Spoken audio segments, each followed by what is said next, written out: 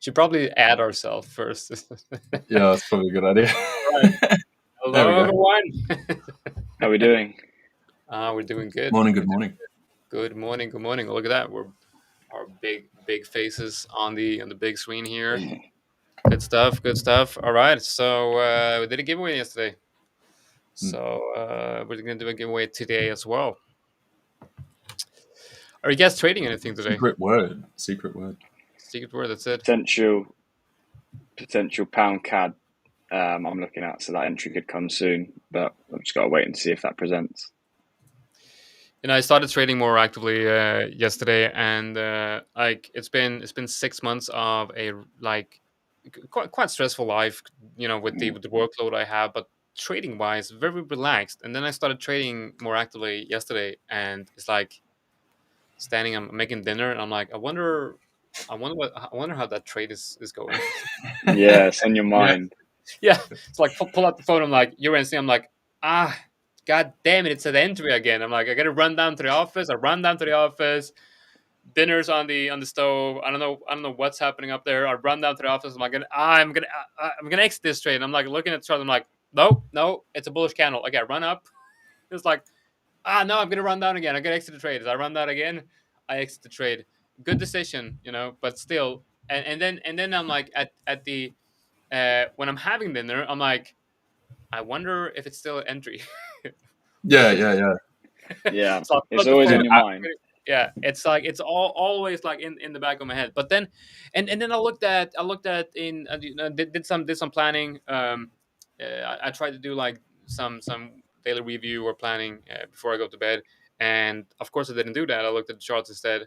Pulled up the chart, look at GBP USD. I'm like, looks like it's gonna break down. I should probably take a trade here. I'm like, no, you're not supposed to be doing that now. You're supposed to be doing this. So like immediately the first day you get into it, and it's like, I remember now. I remember why this is so stressful, because all you can Yeah. think about is like, what is the market doing, Yeah. Yeah, I always try to make sure I don't have any trades. Like if I'm cooking dinner or eating dinner, just no trades in. It's the same deal. The number of times it's come up just and like failed like a pip before my stop and then ran all the way back. Yep. And I come back from dinner. I'm like, no, God. Yeah. That was the most expensive dinner I've just had, right? That was like $1,000 dinner. You're like, great. Yeah. Yeah, that I was on this stream last week, and I was in that silver position. I don't know if you remember, but I was literally, that was the trade that was going to get me funded, and that all day it was selling off. It was selling off, and I was watching it, and all day you're just glued to your phone, just checking where it is. And 1 minute you think you're about to get funded, then it reverses a little bit, and you think, okay, maybe not, it's no problem.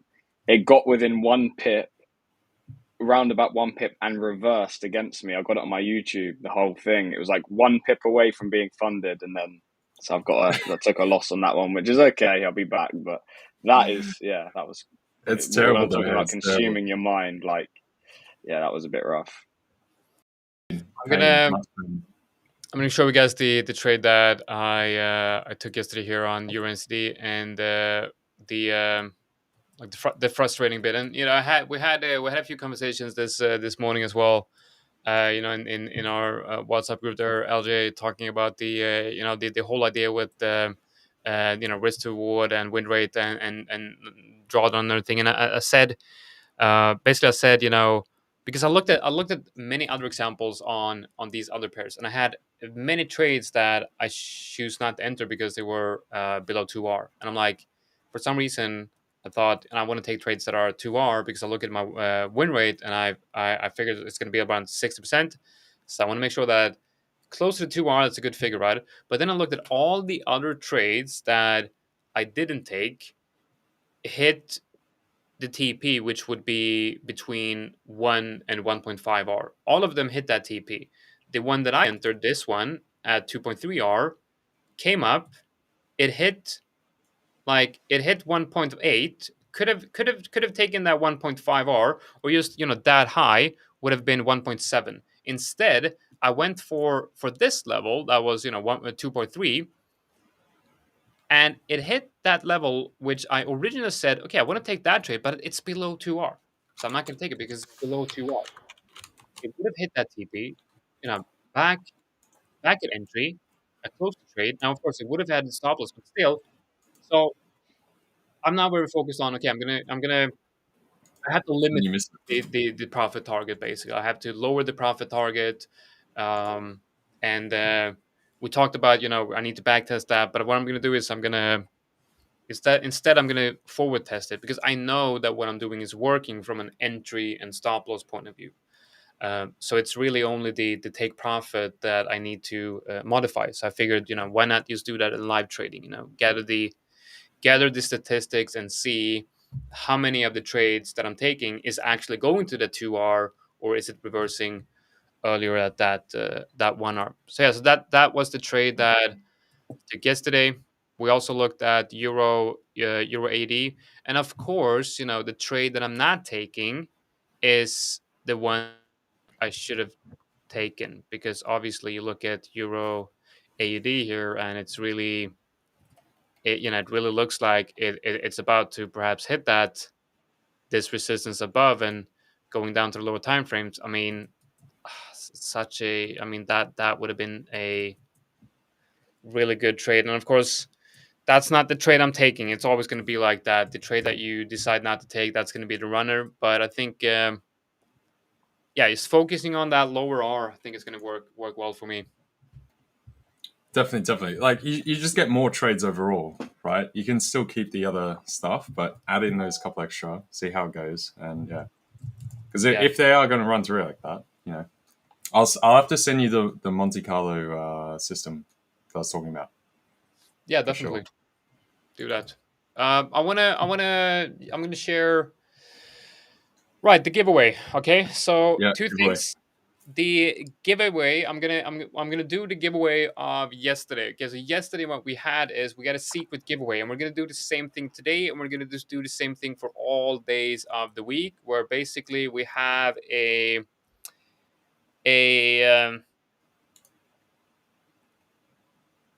is it a sentence?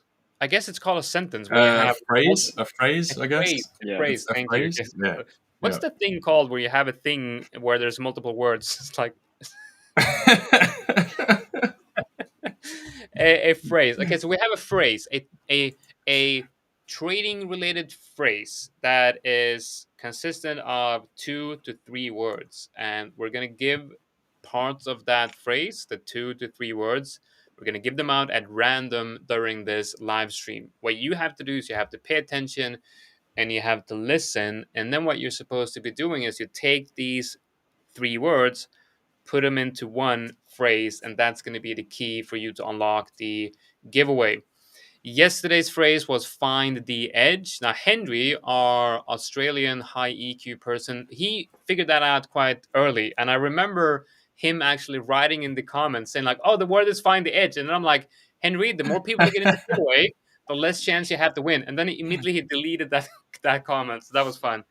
So it's going to be like a little bit of competition between you guys here in the comment section. Like, do you want to help each other out? Do you want to make sure that you tell everyone else about the word? Because that's going to bring more people into the giveaway. Maybe you want to do some philanthropy, or do you want to be selfish and get the reward for yourself? I know what I would do. I would definitely do one of those options. So what's the first word of today? First, I'm going to give you guys the first word of the day, and then I'm going to draw the winners of the giveaway from yesterday. So the first word of the day is buy. Okay, I'm going to add that to the comments section as well. First word of the day is buy. Now, the thing is, I'm not always going to write the word, because we want to make sure that you actually pay attention. So one of the words might not actually be written in the comment section. So only the people that are lucky enough to actually be viewing during that time will be able to get in the giveaway. Some might say it's unfair. You might be right, but this is what I've been doing. All right. That's the comp. That's the comp. Yeah. Okay, so Don't hate the player, hate the game. That's it. Yeah, that's exactly. I'm just a messenger here. Regenerate says no link for the giveaway. That's right, because I have not added the giveaway yet to the live stream. I will be doing that in just a moment. So first, I will be doing the draw of the giveaway, and then I will be adding the giveaway link. I'm going to be adding it to the comment section right now. We got the giveaway link here. This is the giveaway link right here for today's giveaway. We're going to be adding that to the pinned comment section as well, so you can all go in and check out the pinned comment section if you want to join that giveaway. Let's see. Well, this might be an easy one. Let's see. Let's see how many we have in. The first word is buy. We're gonna have people be spamming. It's saying the trading phrase starting with buy. It's gonna spam it. Try everything. Brute force probably. It's gonna Yeah, brute force out there. It's gonna pull down the whole Gleam website. It's gonna be 404 when we come with this. Okay, so let's see. We got. We're gonna do a quick draw here, and we're going to. Let's do this new quick draw. Let me just get this set up, and I will be sharing my screen shortly. So we're gonna be one winner. Now the question is, what are we giving away? What are we giving away? Let's start with a. So we're gonna be giving away different accounts, all types of accounts, all type of sizes, and hub credits as well. But today we're starting the giveaway with a boot camp account. So let's do a. What is this? 20K, 20K boot camp? Yeah, let's do a 20K boot camp today. So for everyone that joined yesterday's giveaway, you are eligible to win a 20K boot camp account. All right, one winner. Now we're gonna see if this works, because last time we need a background as well. We need a background. Trading. What happens if I write trading? Oh, look at that. That is beautiful. Is that a cat? No, that's a hand. I thought that was a cat. I need to get my eyes checked. We're just gonna go with that one. If that was a cat, you're giving me PTSD right now. God, yeah, I don't need that. Please, right. That's a very get rid of the cat. Is that cat still alive? It is still alive. It is still alive. But it wouldn't be. It wouldn't be alive if it would be. It's my charity project. All right. Yeah. All right. So let's do this. We got the giveaway right here. Let's see. All right, there we go. Talent said, "Are you in the comments?" Let's see. Are you in the comments? Talent said, "Are we in the comments right now?" I'd see. Probably not. Winner, chicken dinner. Yeah, doesn't matter though. We're going to send out an email to the email that you used to register for the giveaway, and we're going to give away one 20K bootcamp account. And for everyone watching right now, we have the giveaway link in the comment section. Go in there to join the giveaway. You have to enter a secret code, and that's a combination of 3 different words into a known trading phrase. And the first word is buy. Okay. Guys, I'm gonna jump off, and you guys are gonna take over, and I will be sharing LJ's screen here, and I'll be back in about an hour or so. All right, take care. Cool. See you in a bit. See you, man. Ciao. Alrighty, how we doing, guys? How we doing? Is everyone good? How you doing, James? Been well? Yeah, not bad, not bad. How are you doing? Good. I'm going strong, going strong. Markets were a bit rubbish yesterday, to be honest. I didn't like it at all, but we're doing a bit better today, so it's good. You're back. How'd that after the silver trade? Have you managed to turn that around and get back above that funded? Was rough, I tell you. There's one trade potentially today if we get a rejection of my area on pound CAD. So it's the first trade back. I was just trying to regroup. You know, when you don't mind taking a loss on a position, that's not a problem. But when you get within that close, I mean, I've never been that close and it not hit TP. But it is what it is.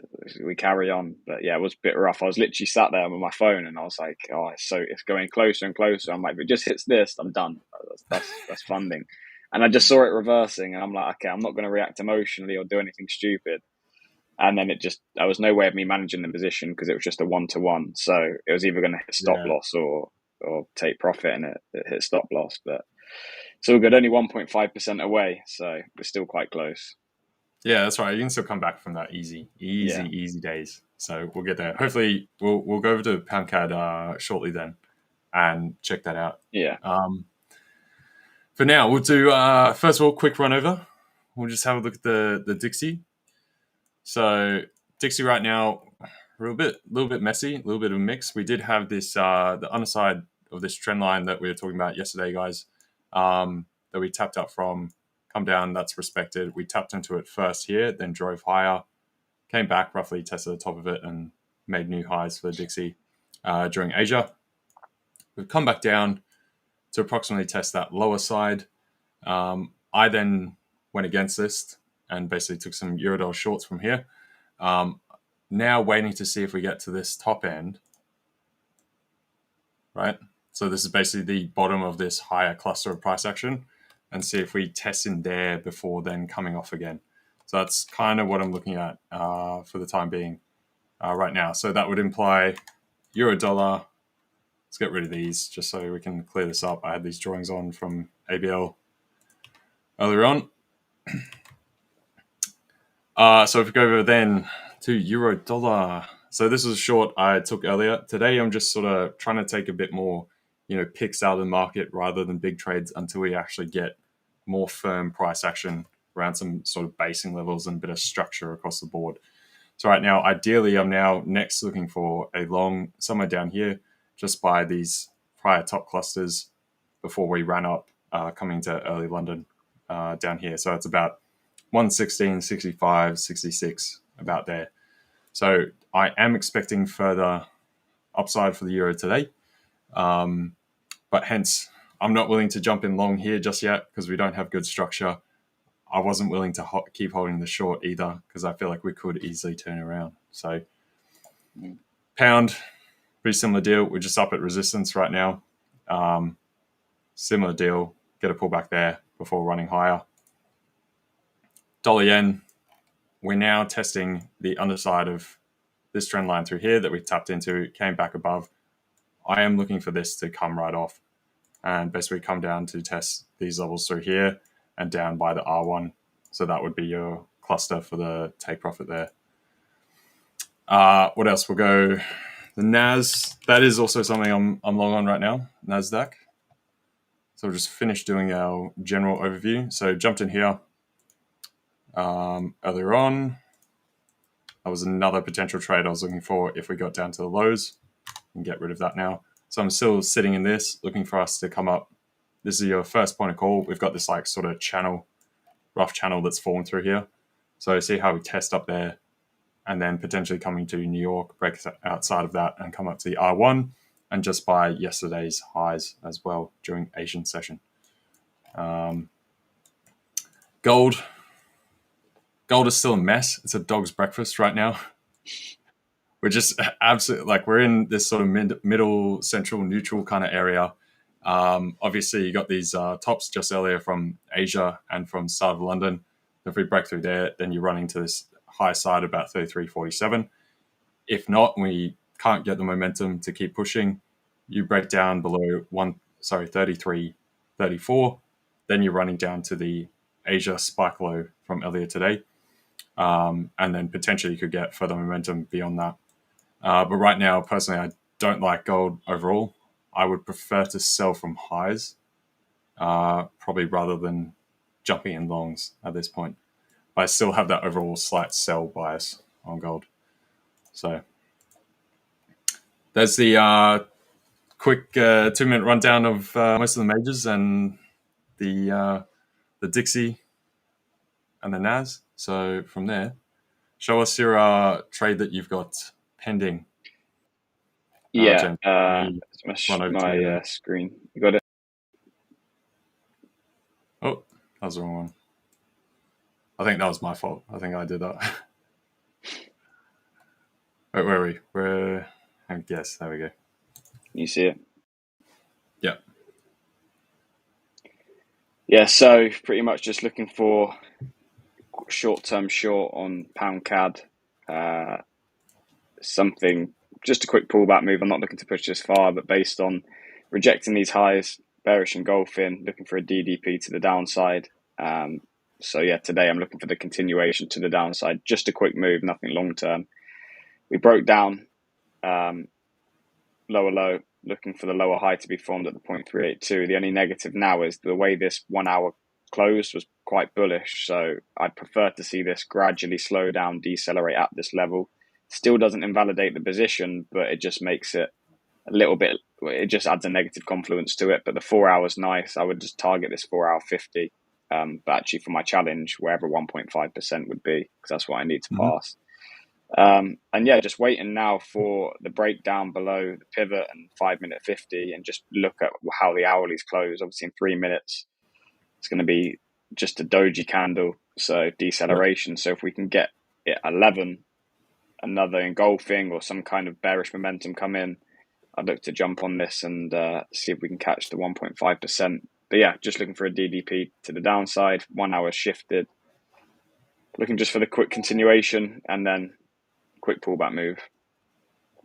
Beautiful. Yeah, I think that looks good. Yeah, that textbook. You've got that higher band of price action. Come back through that. Come back up. Retest. Fall back off again. So yeah, I think that's beautiful. Just to the downside for today, pretty much. Yeah. Anything else you're seeing outside of pound CAD, or is that sort of really what you've? That was the cleanest. Mainly, cleanest. Yeah. Pound US dollar. Again, similar. It's just nowhere near as nice. The daily's nowhere near as nice. And the 4 hours already hit the target that we would target for a pullback. Yeah, we've got the lower low, lower high looking to form, but the 4 hours already hit the target that we go for pullback moves. So I'm pretty much would just leave this. I was looking at euro pound yesterday, but I didn't execute it because we broke down and I wasn't able to get good enough risk reward to the 4 hour 50, which again is the target or the initial target anyway. So no, my main, there's a few like CAD pairs, Euro CAD as well, but these aren't as clean as pound CAD. So yeah, pound CAD's clearly rejecting a previous level that's we sold off from. And I like the intraday timeframes, the 1 hour clearly breaking down. It's clean price action, something I would risk capital on. So yeah, that's pretty much pound CAD is what I'm waiting for if we get the entry.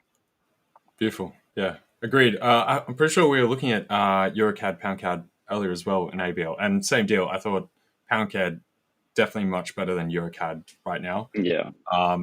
And I do see that further upside relative to the pound for the euro near term.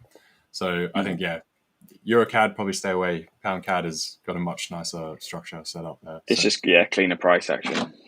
Yeah, exactly. Tamil asking for oil. Almost 1 week, it's moved into a narrower range, volatility possible coming days or not. We can look at, I've got US oil up here. Obviously, if you look at Brent, it's going to be basically the same chart. Let's move. Can I move, John? No, I can't. It's not working. All right. If you look, so US oil, Brent, they're going to be basically the same chart. So I've got US oil up here already.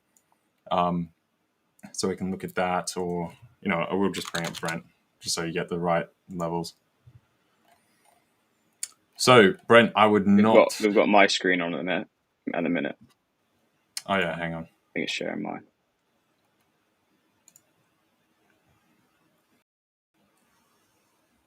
Yeah, there we go. So Brent, what time frame are you looking at as far as narrow range volatility possible for coming days? You're saying, so you're looking for a swing trade, or what's the kind of outlook we're looking for here? So if we go out to say daily, right now, oil overall is very much just in this declining trend right through here, and particularly as we Trump decided not to put extra tariffs on China for buying US oil on the back end, right? And he sort of pulled away from those threats to Putin. And potentially we do have some kind of at least advance in the Russia-Ukraine stuff coming back. And therefore, that would mean that oil supply comes into the larger world supply once again. Hence, oil will come back down. So I'd say we're pretty much on a run back down to the 60s for Brent before you'd look for any kind of pickup at all. There's plenty of supply out there. The Saudis and everything have been wanting to put more supply on, continually talking about that. They're gradually doing that. They just don't want to obviously collapse the price altogether. But there's huge supply of oil out there right now. So I wouldn't be seeing buys anytime soon just yet.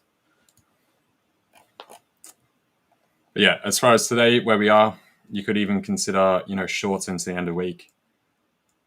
Looking from this sort of 65-ish area, heading on down towards 63. So if we go now to the 4-hour, you can see these lows are very much in play.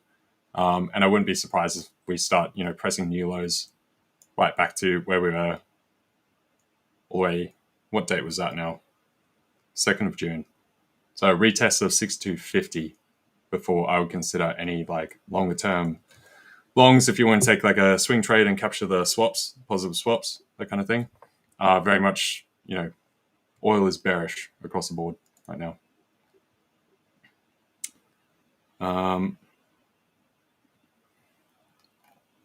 What else do we have? Hang on. We'll cover crypto just quickly, since there were a couple of people earlier asking about it.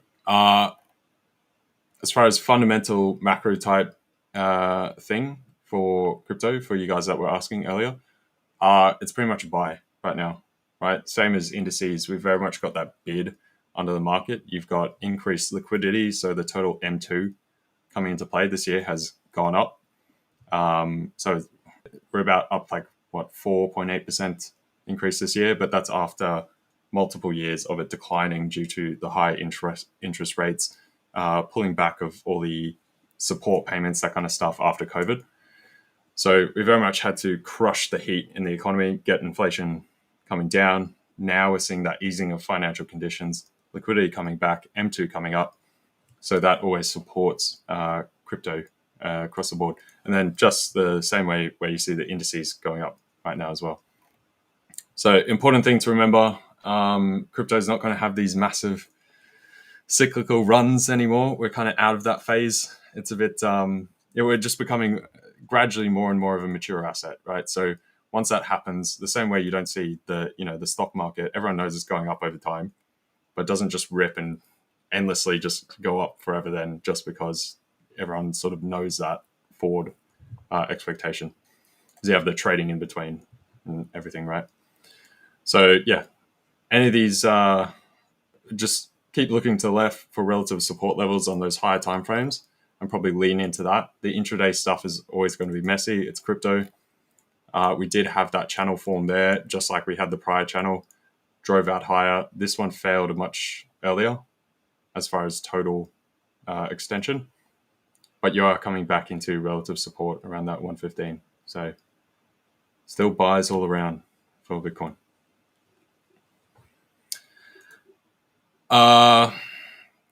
Coin Elgo FX. Secret code doesn't work. The secret code is a 3-part code, right? So if you've got the secret code in the 3 parts already, it will be working. If it's not working, it's probably because it's not quite the code. So that'll be it, right? So you guys have only got 1 part right now, and then there'll be 2 more dropped later throughout the stream at some point. So yeah, there you go. Some of the other guys saying it is working. So there you are.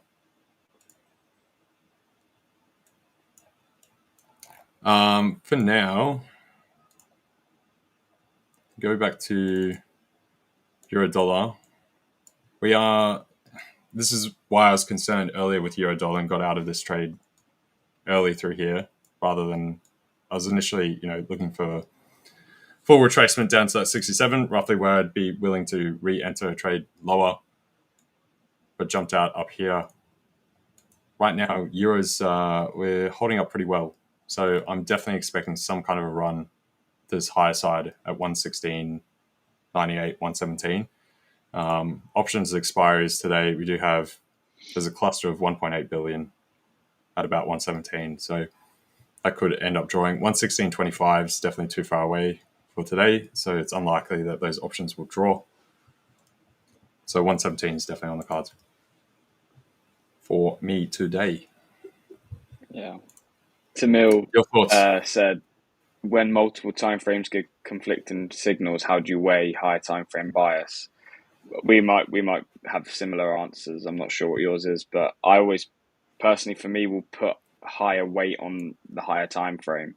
So it's a hard one because it happens a lot where you have a great higher time frame and then you have one time frame that's contradicting it. It depends how you trade. Obviously, I trade multiple time frames, but I'll always put the daily on a pedestal, and that will be the main priority. And then when I've got a great daily time frame, that's when I'll look to scale in. I can have great intraday time frames, but if the daily isn't in an area where I want to make a trading decision, then a lot of the time I'll sit out of that, and that means I do miss trades, but it also means I avoid some losses. So yeah, I personally focus on higher time frames, and then would look for a decent lower time frame as well. But yeah, I start with higher time frames mainly.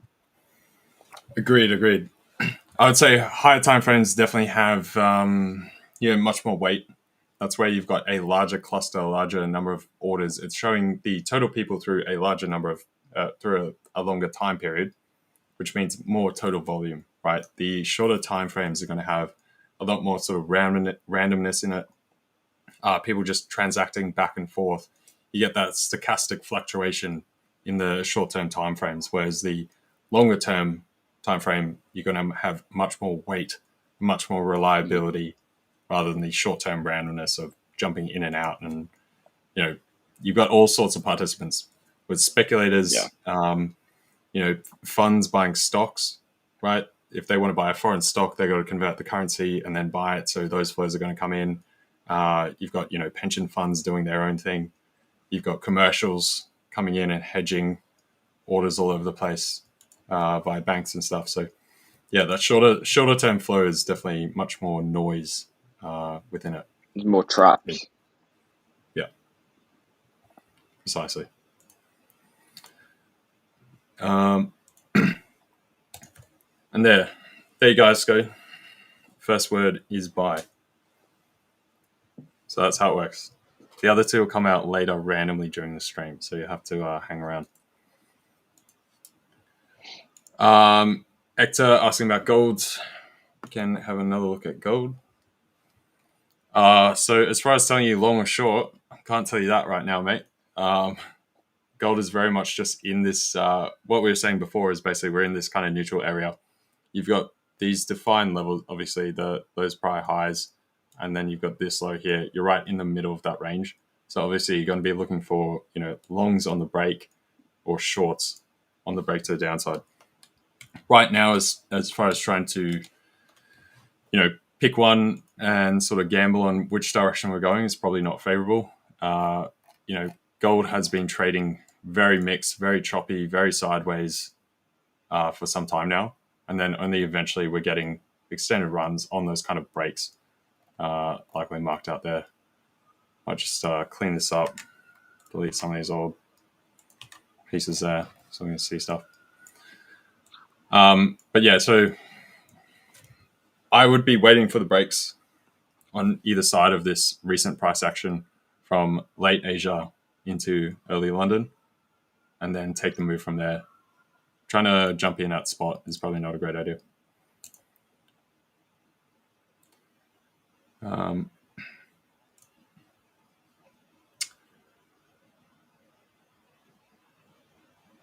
Anyone trading gold avoid shorts? I don't know, man. I don't know about that. I mean, this man is not wearing shorts, to be fair. Look at that. He's already avoiding shorts. Yeah. I would preference shorts from higher levels, to be honest, guys, for any of you guys looking out there. But I just wouldn't at the same time, I wouldn't be confident in jumping in longs to go long to reach the optimal short point right now, right? So I know what you think about that, James. Yeah, with gold, it's, for me, when you're looking on the daily, it's so just in this really weird range. So I wouldn't be doing anything until we're at an extreme low or high on the daily. It's just, for me, this is just really unbelievably messy. Clearly range bound. We're in the middle of the range, so it's just a gamble. What is it going to go down or up? For me, I would wait for price to either get back up to these extremes, just, standard how you would trade a range, or back down to these lows, and then potentially look for a trading opportunity, because I'm more clear of what's more likely to happen. If we're down at these lows and we're rejecting the lows of a range, it's more likely to continue to the upside. If we're rejecting the highs, we're likely to go down, or get a clear break, and then we can look for a retest continuation. But at the minute, this is just unbelievably messy. There's no clear direction, and these are the types of trades that you'll get trapped in, because you'll see, if I scale to the lower time frames, you might be able to come up with a bias, but overall, like we mentioned in the other question about what do you prioritize more, higher time frames or lower time frames, there could be arguments for me to take shorts here or to take longs, whatever direction, but I wouldn't be touching this at all, because we're completely, there's nothing on for me. It's just in the middle of a range, there's no clear direction, and the trades that I'll take unnecessary losses on, which I don't need. But that's just my style. Everyone's different. Everyone has a different plan, but that's how I see it. Yeah, agreed. Like I was saying, dog's breakfast. We're very neutral right now on gold. We don't have a clear picture either way. Yeah, it's not ideal. There's not a clear trend or a clear run or anything like that. It's just sideways. Yeah, I'd probably look at other assets and then wait for gold to figure itself out. Check in on it, daily or whatever. See when we get that, that run either to the upside or downside, and then pile into that. But right now, it's very So unless you are trying to scalp it within the very near-term ranges, then maybe you could do that. But outside of that, it's going to be hard to get those session-to-session moves. So Paparazzi saying, are the 5ers favorable for scalpers, like 5 to 10 pips per day?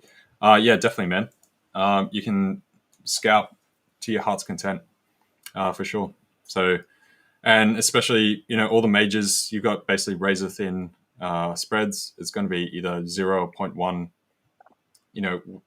pretty much most of the day. Obviously, in all your high liquidity periods, if you're in very early Asia when the market is just opening, that might be a little bit different. You might have like a half point spread or something, like 0.5 pips. But outside of that, yeah, basically razor thin. So scalping, very favorable.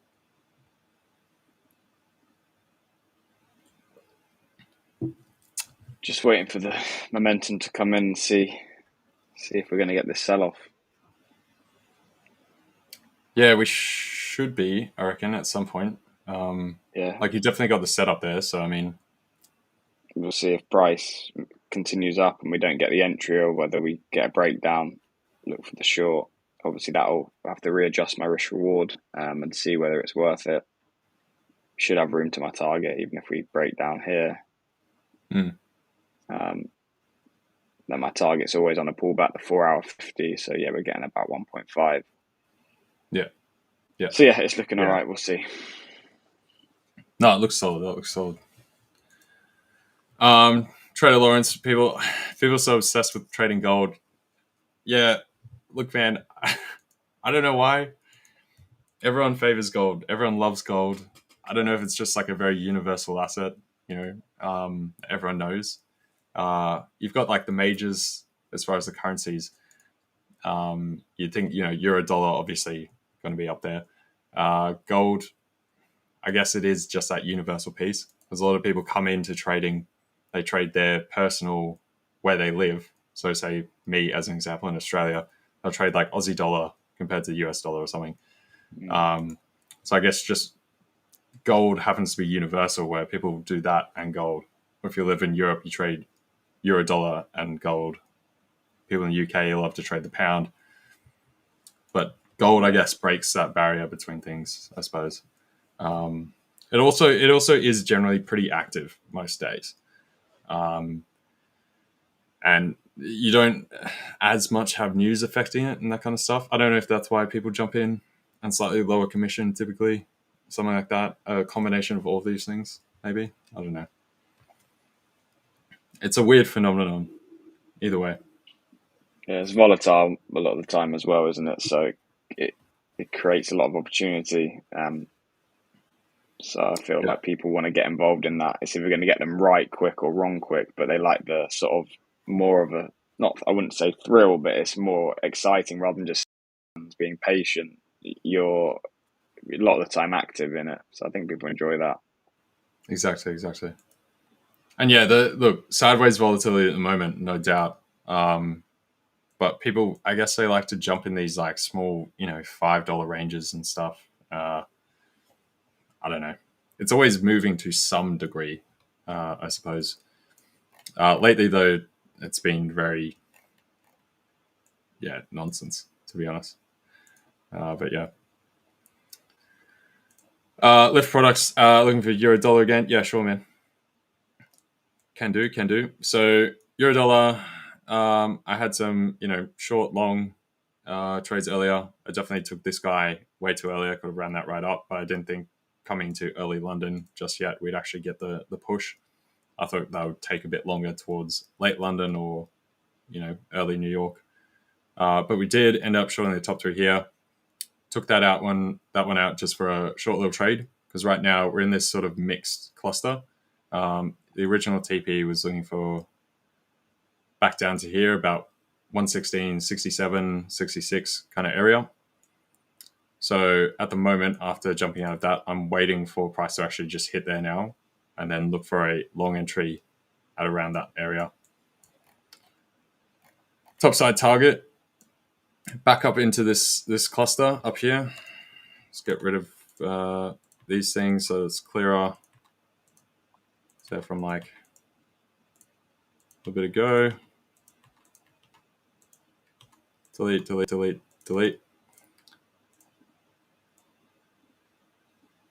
Oh, that's straight enough. But yeah, so up towards the R1, which is up with this guy, this strong candle that we just absolutely collapsed from earlier last night when we decided to finally falter, break through the prior lows from Asia London. That was the London low. That was the Asia low. Snap through that and then come into New York, collapse right down. So I'm looking for us to have a bit of a retrace there, come back up. So target would probably be somewhere about here.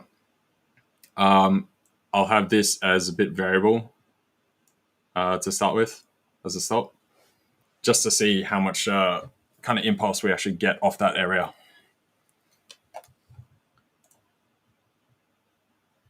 Let me bring up the Dixie as well. So if we corresponding, take the Dixie as a corresponding indicator, we're looking for a touch back up to here and then come back off. Very similar to James's trade as well, right? So same kind of structure, same kind of idea. Retrace into the underside of this higher price action and then pull back down. So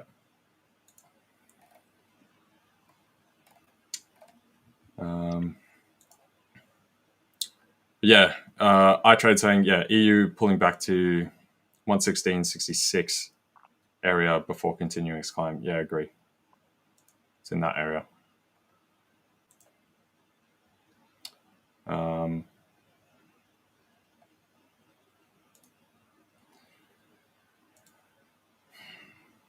Cornelgo FX saying if price pulls back to 65 to 70, take a long, stop below 45 and target at 117.60 to 17.30. Yeah, that's not a bad idea. That's roughly the same kind of trade. I'm just looking for target at about 117 before running higher. So you'd have like a TP1 being there, TP2, and then your TP3. What are you looking at? 30. So you go 1, 2, 3 if you want to hold the trade.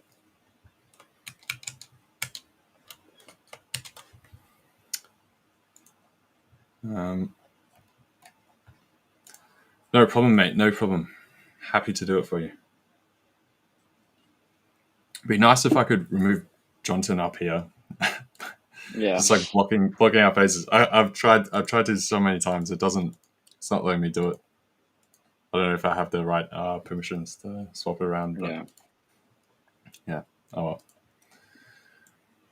well. Beyond that, guys, to be fair, market has slowed down past a little bit for now. I think we are very much just in that waiting to retrace on the dollar before going higher. Aussie has come back into that relative support through there. We had this guy line up through here. So we had the 1, 2, 3 touch. Then we had a little tangle with it, found buying pressure, came back up, retap again, 5 touches, now running back higher. Aussie dollar probably has some catch up to play if we do get that high move from the euro dollar, pound dollar, and dollar yen selling off as well. So you're looking for a retrace back up to about that 65.10 kind of area that we were in last night before falling off during New York.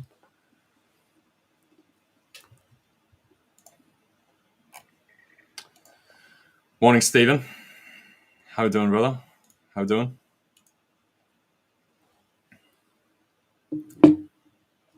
It's even like, when people want to trade gold, obviously, again, it's down to your own style. There's probably plenty of opportunities for people within their own style, but sometimes they're the positions when it's ranging where people have to sit on their hands and be patient, because they're the type of market conditions that will allow you to take unnecessary losses. Now, not all the time, and again, it depends on your own personal strategy, but for me and my style, if I'm seeing something ranging, even on the intradays or the higher time frames, I'm not looking to enter that because I can't understand a clear direction. And obviously that's the most important thing, understanding what's likely to happen up or down. So yeah, sometimes, and that was a hard thing for me, learning to be patient, learning to sit on your hands, because you feel like you want to be in a trade every day. If I'm not in a trade, I can't make money. Yeah. Then, so it's hard, but sometimes I've learned like not taking a trade is the best thing, because you're literally preserving a potential loss if you're in uncertain market conditions. So yeah, it's still okay to sit on your hands if something is messy or consolidating or not part of your plan. So it's important to bear that in mind. Exactly. It's the same thing you say in stocks, right? Like not taking a position is a position. So often, if there's turmoil going on, you go back to cash. That is still a position, because just like you said, you're protecting capital and you're just waiting to deploy it at the right time.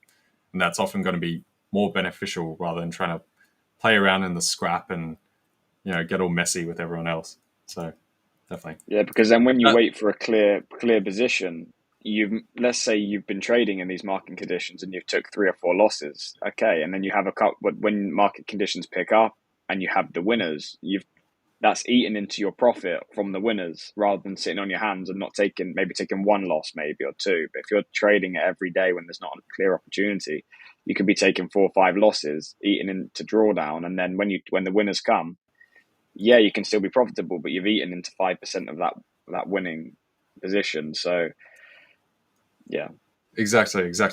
And then you're just playing catch up, and you've turned what could have just been a good situation into a very mixed, arguably poor situation, right? Yeah. So that's always the trouble. Guys, we have checked gold. You can scroll back in the stream a little bit. You'll find we've looked at gold a few times. There's nothing really going on. It's very neutral right now. So just scroll back a touch and you'll see us checking out gold. With all that said, so as far as your setups and stuff, do you have a preferred asset or couple assets that you either like to trade or see it coming often, or do you purely just look for the setups across every market and just see where you can find it? Yeah, it's more down to the setup. I could have a pair that's been working well, but it's not to do with the pair. For me, it's more like this pound CAD is pretty much a textbook setup, other than the not decelerating at the pivot and the 1 hour close quite bullish into that area, which is a negative. In terms of that setup as a whole, the daily's great, clearly rejecting a level where we previously sold off from, looking just for a quick move, and then the hourly is clearly broken down. In terms of a setup, that is a perfect setup. Whether that occurs on pound CAD or Australian dollar or whatever asset class. It could be gold, it could be anything. If I get a clear A plus setup like that, I prefer to look at the setup individually than a specific pair. But that's probably because I'm more of sort of a hybrid day trader / swing trader. I'm not scalping. I'm looking for daily areas and then looking to enter. So yeah, mine's more focused on the individual setup. Yeah, no, it's fair. I'm very similar, sort of hybrid. Day trade or session to session, and swings mostly. I do pick up scalps because I'm here looking at stuff all the time, and you might as well put some stuff through. But that's definitely my, I guess, bread and butter. Put it that way. So yeah, no, that's totally fair. That's totally fair. I think it's more of a stress-free way to trade as well, because I've done the sort of 2-minute time frame. I've sort of did my strategy and scaled it into a micro time frame. So instead of using the daily to predict the next day, I'd predict the next hour. Instead of looking for the 1 hour to break and retest, I'd do the 2-minute. And it was fast and it was quicker and it was sort of more exciting in a way. But trading isn't really about having these euphoric highs and lows. That's gambling, It's more just be patient. Sometimes it's so boring. You're just sat here waiting. And then when you execute, you're waiting. But it's a lot more, I know in advance. Like now, I know I've definitely got another half an hour before I'll do anything. I'm not going to enter before that because I need the hourly to close and a clear breakdown on the 5 minute. So you're very logical. It's not like, oh God, there's a trade like I'm going to execute now randomly because you see a setup on the 5 minute on a random pair you scrolled through. So it's and then you have a clear management plan, profit target. So for me, it's, you still feel the emotion, and obviously always trading is going to be consuming your mind of what price is doing, but it's an easier way than what I used to do. And I found that got me better results. So, but again, it's down to the individual, isn't it? People prefer short term based on their lifestyle or their job or whatever they do, or some people prefer longer term. So it varies. Yeah, exactly. And like you're saying before, like you come to the markets to do a job and reach a goal. You're not looking for like entertainment, right? It's not meant to be all wild and like, oh, this is crazy and like awesome. No, you're trying to systematically, complete an objective, for sure. So yeah, definitely. What else do we have? I mean, Euro has not moved an inch at all. We're just sitting around here. Pound has actually pulled back a touch, but it's playing catch up with the euro dollar falls before. Dollar yen has finally shifted up. So let's go to Dixie. We're not quite there as far as that retracement position right now for the Dixie. Let's look at dollar yen. Let's get rid of these for a minute so we can see stuff easier. Let's go to the 1 hour.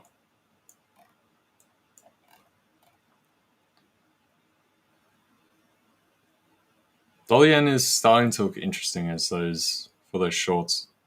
Like we're coming up to that level on the 1 hour, the body of that candle there. It's interesting. It's a bit mixed on dollar yen today. As you can see, we had this chop. We had a couple of headlines. We also had a bunch of stuff out from the Bank of Japan Finance Ministry. We did, however, also have further comments and further pressure coming in for them to try and get off that 0 to negative interest rate band, right? And so we will have that effect coming in where they start to push rates a little bit higher. You got the Fed pulling rates back, and then we will ultimately see dollar yen just collapse and just come off a cliff. So I would consider shorts somewhere through here, possibly.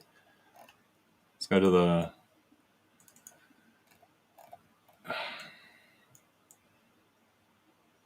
I mean, that gets... daily's a bit messy through here, to be fair. It's hard to see with all my lines on there as well. Let's get rid of that because it looks like part of the candle.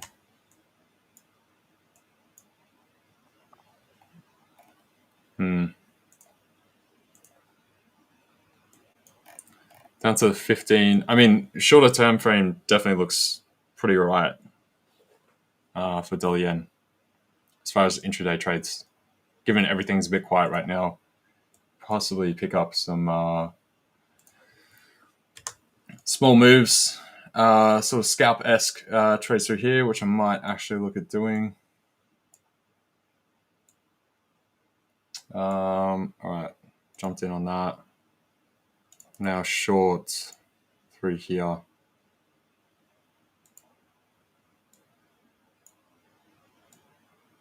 I'm going to be looking for that move down to about 147.40 down here. So there we go. Lawrence asked, was I not looking at UJ as well today? Because for the strategy and style, it's a break and retest of the 1 hour and 4 hour.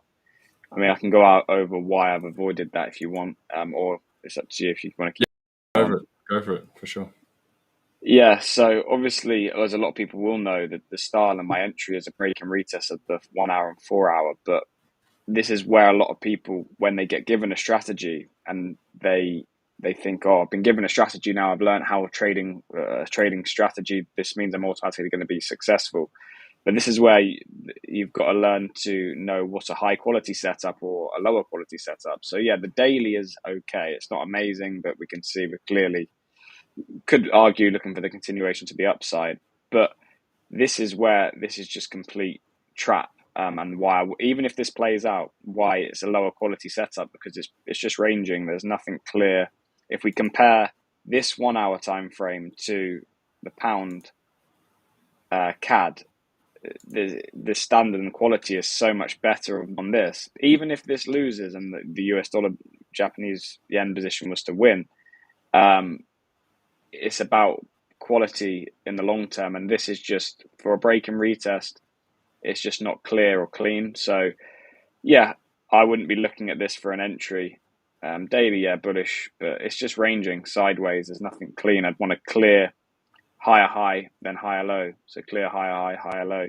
So yeah, that's the reason why I avoided this position. And I found a lot of people that were learning the same style as me, like we mentioned earlier, would take positions like this because technically it's there, break back above the pivot, break and retest of the 1 hour and 4 hour. However, these are the setups that a lot of the time will take you out for 1% loss or a loss. And what I've learned is taking the high quality setups in the long term exponentially grows your account rather than taking unnecessary losses. So yeah, that's why I avoided that position. Yeah, discipline. It's all discipline. Hey, like rather than just jumping used into to take them all the time. Sure. Yeah. Until you get burnt enough times, you're like, okay, I need to stop this. All right. Yeah. Especially if there's not too many trades for a while. Like the last trade I took was last week. So if I saw a trade like this 2 days after, and there probably were trades like that, because I've not been in a position and I'm like, oh, one more trade and I'm funded, one more, like you hop into these positions, you tell yourself, okay, it's technically part of the plan. But these are the trades that will burn you, and these are the trades that will, that it's completely ranging. The whole point of the break and retest of the 1 hour and 4 hour is to find the higher low. That it's not just a random break and retest, it's to find that higher low and the continuation of the move. And in this case, there isn't anything. It's just sideways. So yeah, I think it's important because, like I said, when I first got into trading, as soon as I learned a style like this, I just assumed every time, or like 60% of the time, I'm just going to win. But then you have to identify the quality of the setup. And yeah, for me, these are the setups just to avoid.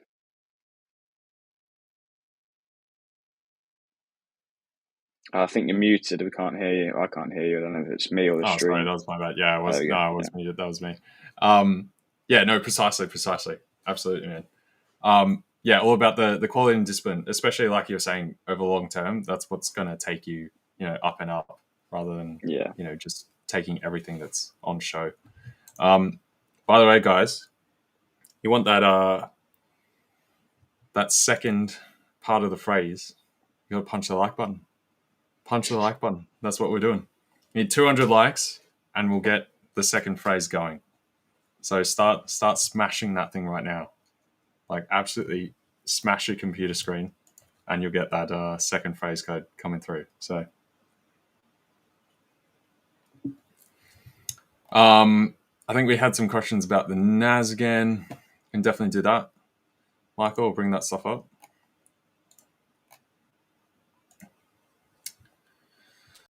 So these are my this is my NAS trade.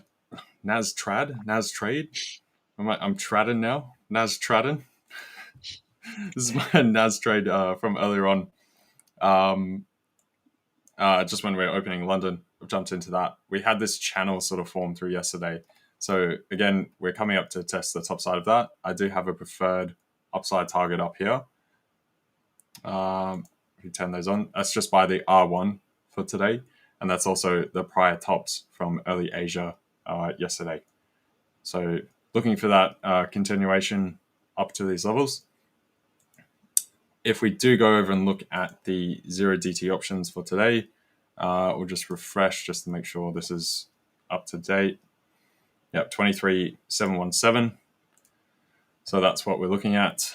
You can see it better there. That's a median expected price. So 717 is right about here from where we are. Right, so we've already punched through that. I would see further upside coming towards New York, and then we possibly dip back. Obviously, we still have to get outside this channel right now as well. So, Jonatan, you coming in for that second phrase?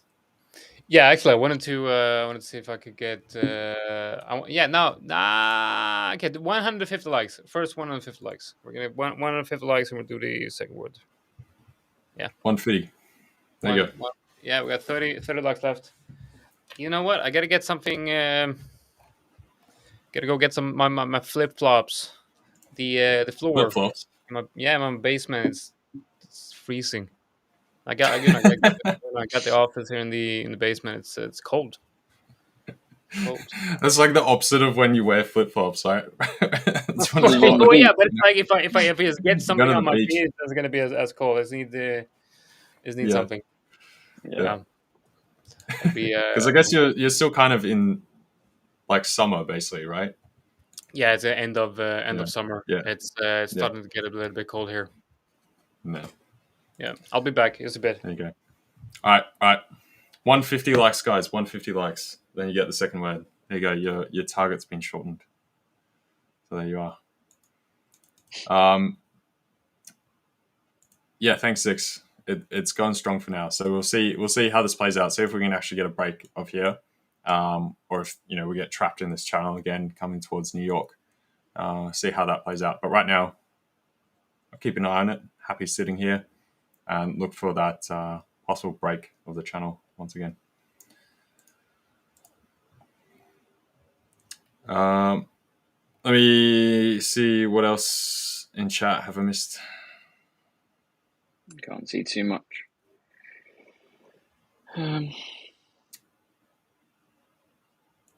The spread that shows on the screen, no, that's not the same as say if you're talking about MT5 for the 5ers, right? That's going to be different. The spread there is basically razor thin. This is just trading view.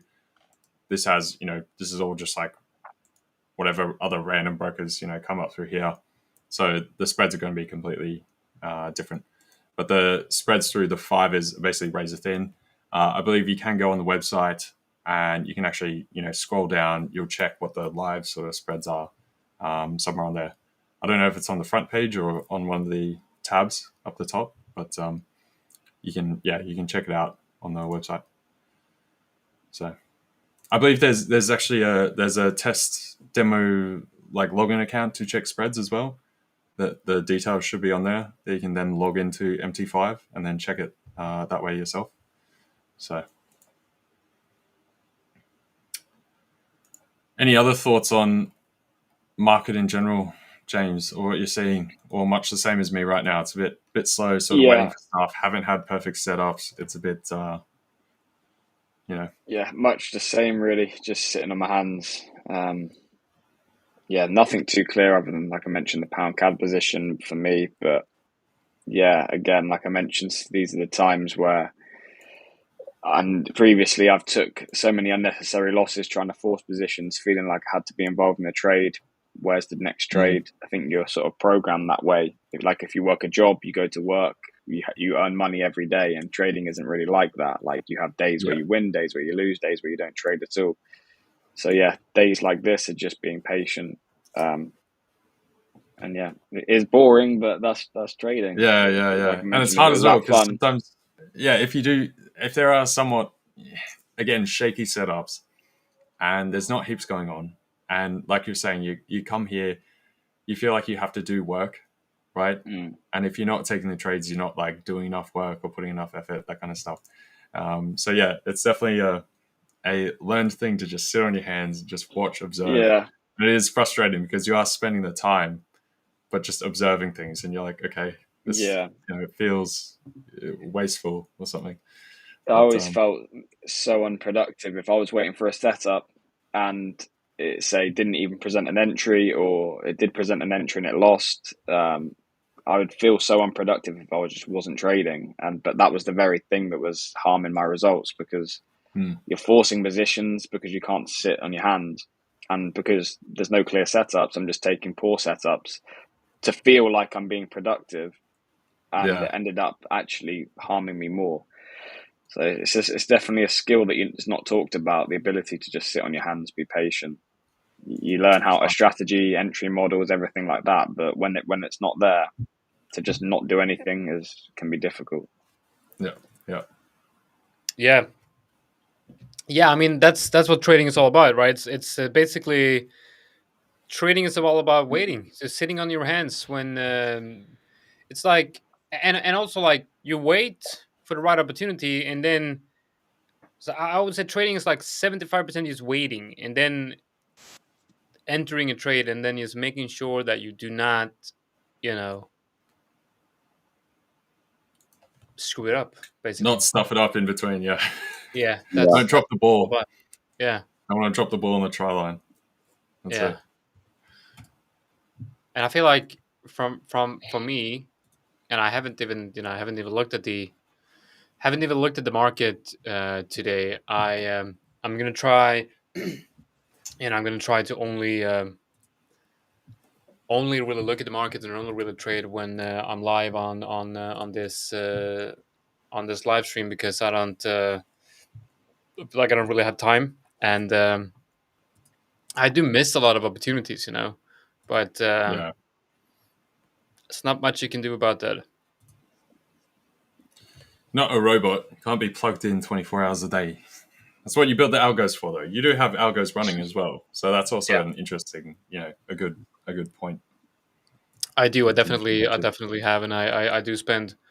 I think I spend more time on developing that than I'm actually trading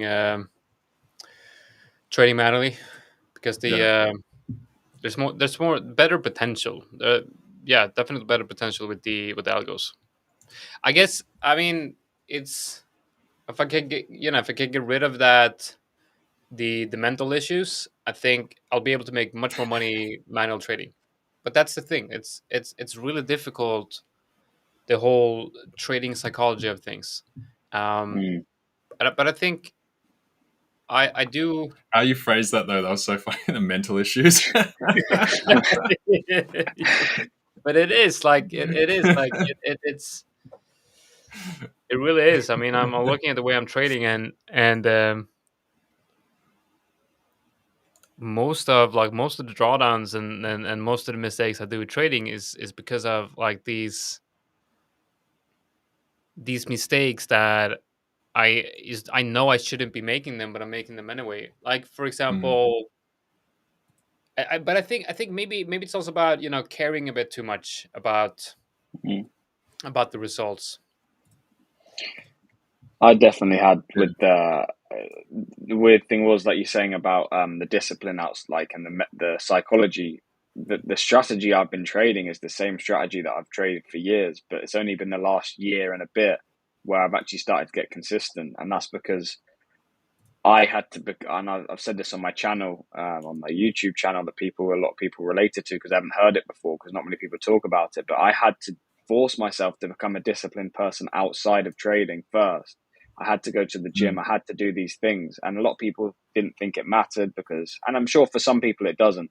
But for me, if I wasn't disciplined and wasn't keeping to my word, getting up at a set time, I would then deviate from my plan. If I see a setup now, I'm waiting patiently for this pound CAD. I know exactly what I'm looking for.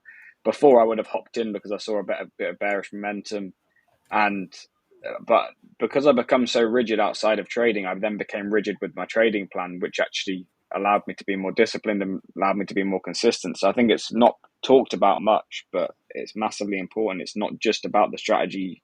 It's important, you need an edge, but you have to execute it. And I said in the one video, you become the edge alongside your strategy. You're the one who executes it. You become the edge too. And if you're not the edge, but you have the edge, there's one part of that's going to fail. So it's understanding that within yourself. And I think that's especially important agree. With discretionary trading as well. With discretionary trading, I mean, even if you have a system, I mean, there's different levels of discretionary trading. You can have a system that is semi-automated. You can have a system that is, gives you an entry signal, but then it's up to you to, what are you going to do with that entry signal. So even if you have a systematic approach, it's still going to be somewhat discretionary unless you're doing completely automatic with algo trading. So it's definitely true. You're definitely your own. You're your biggest enemy in trading, and also you're the edge. The trader is the edge. This is something Rich talks a lot about as well. I believe that you have to mold yourself into the type of trader that you want to be. And for me, that's it's all about it's all about personal life for me. Like what do I do outside of trading when I'm not trading? How do I? Yeah, that's super important. Yeah, I think like you have to integrate everything, right, and get it working, in sync, right? It has to be homogenous and that kind of thing. Just like you were saying about going to the gym, having outside stuff discipline that bleeds over into the rest of what you do. And if you get those sort of practices locked down, you start to do that all across the board. And the same way when you're being slacking off in other places, you start slacking off elsewhere as well. So definitely. Like and part of it's because like markets are 24/5, right? So you're always on to a degree. Unlike other jobs or work, you kind of got you start here, you finish there, and then the rest of your life is kind of separate and a bit. It's almost like you got two sort of lives, whereas trading always has to blend in with the others. Family, friends, relationships as well, because it changes around. When you can do stuff or can't do stuff, that sort of thing too. It's like I even had to distance myself from people that had any ounce of doubt around what I was doing, because it's hard enough as it is to be successful at this. And if anyone, and they might have not meant it in a negative or bad way, but anyone that would sort of come across negative or it's not going to work, I had to, not in a rude way or anything, just had to distance myself, because if I've got that consuming my mind, which is going to impact my psychology when I'm in a trade, I had to sort of be around, like, you're in a community on this channel where it's similar like-minded people that are going to support each other whatever level you're at. But if you have people in your life that aren't supportive of it, and then you're trying to get out of drawdown, you're trying to take a trade, pass an account, you're trying to do whatever, it's going to subconsciously impact your mind. If you lose a position, you're gonna be like, oh, maybe they were right, maybe this one position means now I won't be, like, these little self-talk comes in. So I had to do that a little bit, and no hard feelings to any of them people, but I just had to distance it. They understood. Yeah, definitely. You're saying you're in a trade, Jonatan? Yeah, I just went long on Euro 80. Let's just Euro order, hey? Yeah, Euro 80. I think we were looking at longs before. Okay, so I'm going to share that quickly. Do it. Let's see. So this is the trade I took. I took this. I didn't take this trade, but I wanted to. So one of the reasons why I got UAD on the list here is getting some alerts here. Just give me a second. Okay, so one of the reasons why I'm looking at Euro 80 here to the long side is because I did my weekly trade review, and basically what I'm interested in here is like I'm interested in this overall structure here. Let's remove some levels here.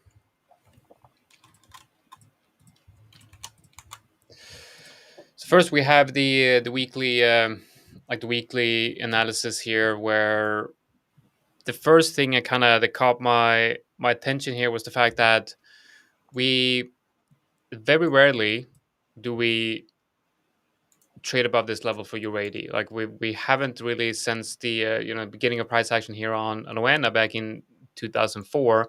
We had a structure forming around 2008 and 2009. That was after the great financial crisis back in 2008, Yeah. and then we had one touch of this area during the pandemic. So then and we had another touch right here in April, and I looked at this and I said, okay, that's a good short opportunity. When I saw that, I thought, okay, this is a good short opportunity because, of course, um, I should short it. But for me, it's quite obvious. You're hitting a resistance that is very strong resistance. I'm going to short this. I remember shorting this back in, was it March, April, something like that? I think it was April, and but then price recovered, and it recovered in a way that we've never seen Euro AD recover after breaking this level.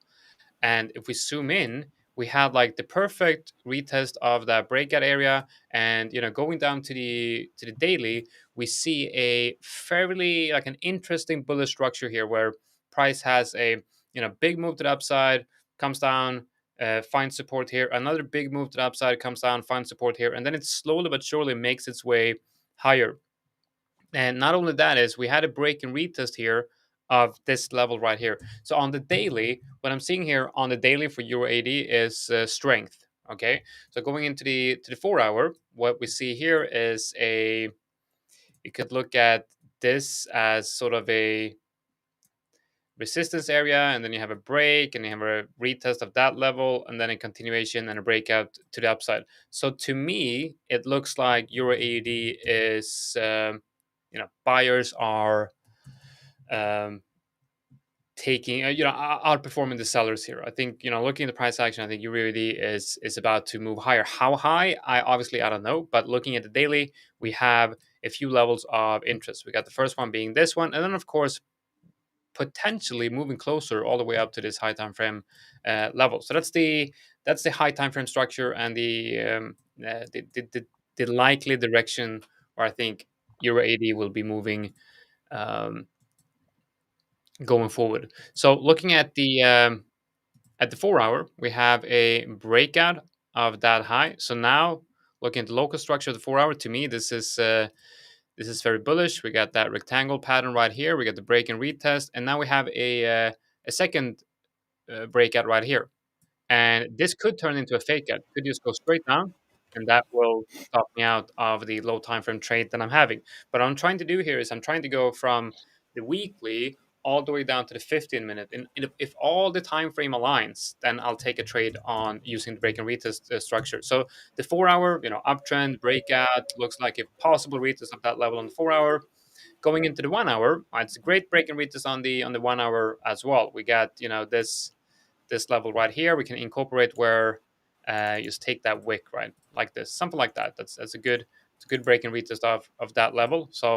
So far the all the way from the weekly to the 1 hour it aligns, and then finally the lowest time frame I'm going to be using here is going to be the 15 minute.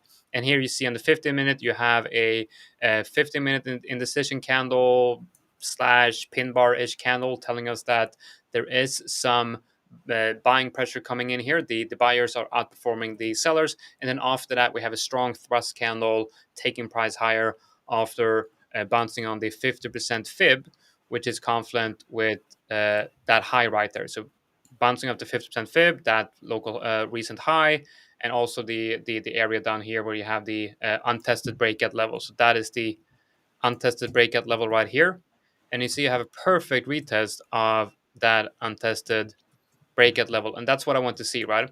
I want to see a structure here on the lower time frames that align with all the other time frames, and you have uh, price levels in terms of horizontal levels align with this. We have the Fibonacci levels align with this, and we have price action telling us that it's time for the buyers to perhaps push price higher. Now, going back to the idea of looking at risk to reward ratio, I could have just could look at this and say, hey, I need 2R. I need 2R. I need price to go up and test that high. Now I know from looking at all my past trades that a lot of the trades I'm taking is going up to 1R and then down to entry. I sell here, and then it goes straight up to the original TP or it goes down. So for me, it's better to just focus on those small moves and looking for those lower R trades instead of looking for the bigger winners. But there is actually a quite a good reason to hold this on the higher time frames, because if we go back to the daily, if the 15-minute setup works out, and you also have like this 1 hour candle is going to close in 3 minutes with this wick, there is a, I would say, fairly high likelihood of coming up and testing that level. And that's now a 4R. And it's like that is problematic to me. Like how now you see the mental issues. Like what am I supposed to do? Losing your mind, going manic, dude. Yeah. It's a 4R. Well, I mean, I'm gonna be standing having dinner. I'm gonna be standing there. I'm like, it's gonna be the same thing all over again. What you can do is, okay, so if you're expecting the break of that high, right? Take that. I'm not. That lower That's the R thing. trade. I'm not expecting the high that those highs to break, and that's why I already have my TP set. Yeah. But I mean, like, so you can take that lower TP, right? But then you can still have the option of setting something above the break, right? And then capturing the rest. And now it might not be a full 4-to-1. It might be, 3-to-1 in totality. But yeah, I don't know. So basically taking partial profits. Yeah, pretty much. That, or even take a full profit and then just set another order above. And either then it pulls back, right? And then that's fine because you got the profit. The other one doesn't get tapped in, and now, get rid of the order, reassess, go from there. Yeah, I think. Or you might even get that opt for it to pull back, just like you're saying, where if you had the two, like it pulls back to your entry, and then you could re-enter off that, perhaps. This is a good question right here. Abdi says, LJ, some days ago you mentioned the way you look at 1-to-1 risk to reward and how improving the R even slightly can improve your win rate. Can you elaborate on that a bit? I think that's what we're talking about here. I mean, we can look at a setup like this and say, okay, I mean, it's quite logical. I mean, you guys looking at, you guys in the comments right now, what is the probability? Whatever the probability of this level, whatever the probability of this level hitting, the probability will be higher of this level hitting, right? That's just fact, right? There is a higher probability of price moving a smaller distance than a longer distance on the chart. Okay, so and therefore taking profits here compared to taking profits here will of course give you a higher win rate, but then it's going to give you lower risk to reward. So it's an interplay between win rate and risk to reward. Yeah, exactly. And so, Abdi, just like I was saying, the other day is like at the, if you take those higher risk reward trades and you don't make it to your TP, it's going to pull back. So either then that is when you have to then get into the, manual trading, managing the trade type portion. You say, okay, this is what I'm looking for. It's my best expectation. But you sit there, you observe it, and you can see price action folding over. And you just go, okay, I'm going to take it early, right? And it's that split between not wanting to get into managing trades too much that you're over managing it and then over trading and over shifting things around, whether it's stops, take profits, that kind of stuff, versus being too rigid on the TP and where your stop loss is. It gets up part the way, only to come back all the way down, then take you out. Because now you got to make up that loss, enter a new trade. You got to pay commission on both the trades. So you're going to make you up even more from that. And now you just be back to flat, right? So often taking those lower R trades, you get a higher strike rate. And at least then you're banking profit. And you sort of go through that. Yeah. Yeah, I'd I'm not. say as well with the win rate, there's a fine line between having high enough win rate, and so obviously the higher the win rate, usually typically the lower the risk reward. And a lot of people, when you're in trading, can't deal with losing. I struggled with that. I wanted to win at everything I did, so I'd take even a loss on a position personally, and I'd be frustrated.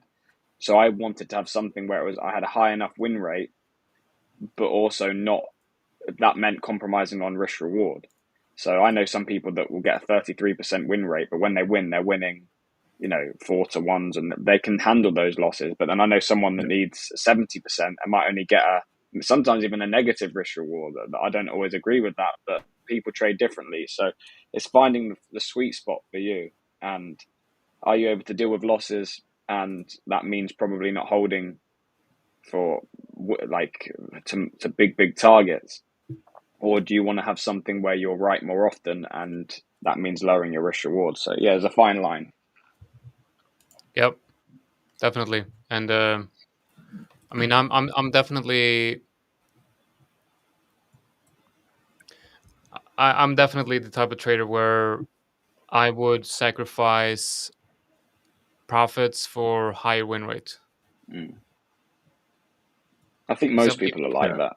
yeah, I mean, if even if I knew that, okay, you can go from a 60% win rate to a 30% win rate, but you're gonna make a lot more money. I would still want that 60% win rate, because I know that. Okay, welcome, Victor. Come in. Ding dong. I just love that bell. How is Hello. everyone doing? I do not mean to interrupt or change the conversation. That's what you did. Actually, I know, but there's no other way to do that.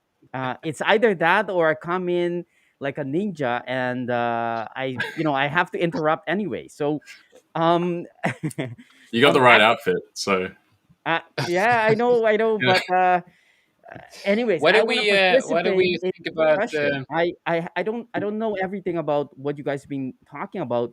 In all fairness, but it sounds very interesting. And hello to everyone watching. Let's continue let's continue the conversation. I'm very interested. okay. So what is the conversation? I forgot. It was the risk reward versus win rate. Yeah, risk reward Yeah, stuff. yeah, yeah. No, How I hard feel to like, be on that metric. yeah. I mean, from a psychological point of view, high win rate for me much better. And I think Victor, you're probably one of those guys that would say, okay, I'm okay with a lower win rate if it means that if someone comes to you and says like, okay, you take the blue pill or you take the red pill. The red pill 60% win rate, less money. Blue pill, a shit ton of money but less win rate.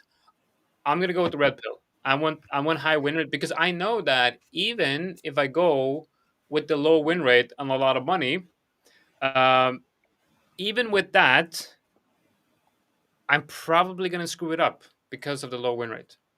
You know, because I'll go into drawdowns. I'll have deeper drawdowns, longer break even periods. And I'm gonna be like, okay, I don't care about the money. I just want to trade. Just want to get a winner. Yeah, It's gonna affect me too negatively. and I've got the answer. I know.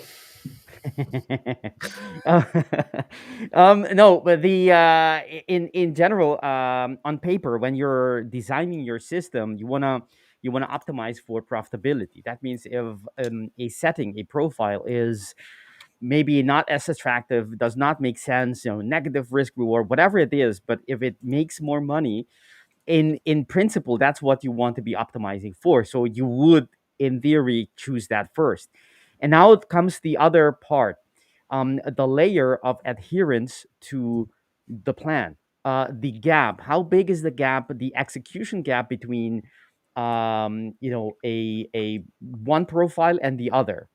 And this is something you can just measure. And if the gap is, even though it's you're less able to execute it perfectly, but the gap is still smaller than the difference in between those profiles, then I will still go with the one that makes more money. It's only after the gap is way bigger, and you mentioned that, just that, Jonathan, that that you executing a lower win rate strategy is going to make that gap big or big enough for you to not trade it. And it's all about measuring how big the gap is in executing perfectly the plan, even if it is, uncomfortable, even if it goes against the way you are as a person. Yeah.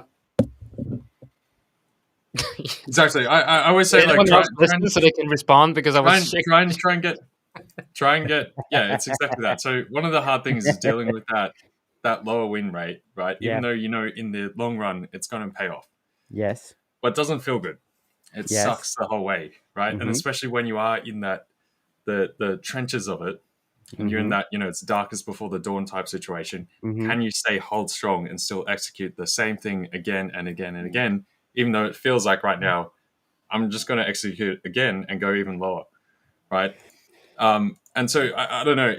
I guess I always try to get wins outside of trading and not having trading being the thing that I need to win at, or where you get that validation from. So that's like doing other stuff, like going to the gym, meeting friends, being a good partner, all the other life stuff. And then trading just happens to be like a bonus. Like it's the little, sugar or whipped cream on top of the cake as like an extra, and not putting the full weighting into that being the primary, right? That's how Absolutely. That's absolutely right. There are a couple of things you can do to mitigate the feeling as you go deep into that drawdown, because that's the thing with lower win rate, strategies. You're gonna have success, losing streak, and I don't care how strong one is, how monk like you're living, it's gonna hurt at some point. And the thing is, you have a couple of things you can do for mitigation. One is to not be too emotionally attached to it, and that's what you're telling us. You're doing by diversifying the focus of your attention. You're doing, you're hitting other wins on other aspects of your life, and not only focusing, you know, 10 hours a day on the next execution. That's one thing. And the other one is, we've mentioned this, it's not a revelation, but what you can do is lower your risk. Lower your risk will make it, sting a little less. Obviously it's going to make less money, but if lowering your risk will eliminate or at least minimize the gap, then in the end you're going to be more profitable, because you're actually getting more of that profitable system that you wouldn't have or wouldn't be able to do it. And there are other ways as well, like automation. You can tweak your system, and that's one thing I've done. I've tweaked it in a way that makes me comfortable, because I know where my when I get uncomfortable, when I get frustrated, is when I hold these swing positions, and since they are very low win rate, most of them, a great majority of them, on the swing trades, I mean, will get stopped out. And you put in all the hours waiting and executing perfectly and managing and doing everything, and you get stopped out, a lot. And that's very frustrating. And one thing that I did was I merged my day trading with my swing trades. So I all my swing trades are originating from a day trade or trade entry. And on the day trade, I'm making money consistently, so that I'm already okay. By the time I upgrade them as a swing trade, I've already have profits in my pockets. I can actually let go of that trade. I literally sometimes forget about it until the next day. I see them. Oh yes, I But have then, to. I mean, you're a superhuman, aren't you? Like, we always talked about this earlier, like how I'm standing, making dinner, I'm just thinking about the trade, I'm pulling up the phone, and here you're talking about how you're forgetting about the trade. Like, that to me is, yeah. The thing is, you only are so focused on it because I don't know. We're different. What well, we're different. That's one thing as well. But once you have enough data, it just becomes another data point. You're It, trying to say you're smart, I mean, it's dumb. It's like it's like it's like because we're different. we're we're different, yeah. But It doesn't mean you have strengths that I can never match It's like up to. you have positive qualities as well, Jonathan. I'm sure you do. I didn't want to say that, but I mean, perhaps letting go of a trade is not your strong suit. That's what I'm trying to say, and that is not a bad thing. That is Guys, I'm gonna drop James' YouTube channel in the comment section. So make sure you go in and you follow James. You can drop the link there in the comment section and go in and check him out. He's on YouTube. He's got some really good videos on there sharing his trading journey. It's it's raw, it's honest, it's you're getting the real stuff here. I really like that he's really sharing his whole journey, and there's a lot to learn from that. It's a lot to learn from someone who's uh, sharing his whole journey instead of sharing how he got to a certain point. If you're able to follow along that journey, I think that's going to be really it's really cool to see. Yeah, I James. appreciate that. We haven't had a chance to chat, you and I. We surely will at some point in the future, but I'm very happy to have you around. Yeah, cheers. Yeah, most of the time when you come in, I go because of the slot and everything. But yeah, it'd be nice to get to know all you guys, and I've seen obviously the stream before I've been on it, and know of you guys. So yeah, thank you for having me. Definitely. I want to see how this pound CAD trade plays out. And if you manage to hit it. See if we get one pip away I'll again. be checking in. Yeah. Pound CAD. Oh, Euro GBP. Look at that. This is nah. Did you mention pound CAD, LJ? Yeah, James I'm is looking for shorts on it. Yeah. Oh, okay. Pound CAD. Do I have pound CAD here? No. Let's see. Pound CAD. I had a trade on that. To be fair, I talked about it I think yesterday.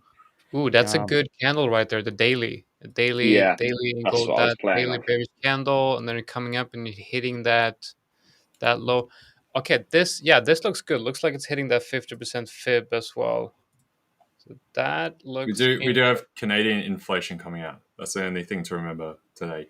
Yeah. We have that when 14:30. Okay, interesting. Yep. So the question is, I actually did some testing on this a couple of years ago when I went through my system. I went through all the so I went through all my setups and then cross-referenced that to the high impact news event. So basically what I did is I had the trading view news up, and I saw, okay, so what changes when there's a high impact news event? And I saw that it's actually it doesn't change anything.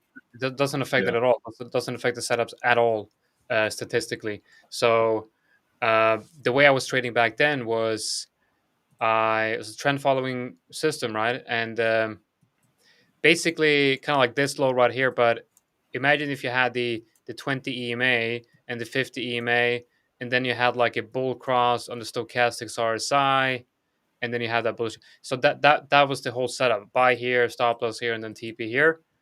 And I looked at that, and apparently ignoring a high impact news event had no measurable effect really on the data. So it's as long as you size it right, then you won't get hit. If you're sizing too aggressively, then you're going to get knocked out. I think it's about the stop loss. Right? Like from how tight do you have that stop loss? You got to give it some room for error.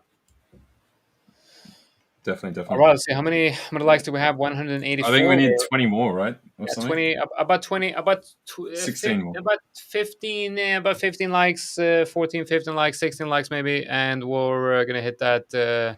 Gonna hit that 200. We almost have 400 people watching the live stream here, which is not bad at all. Not bad at all for this. I think not.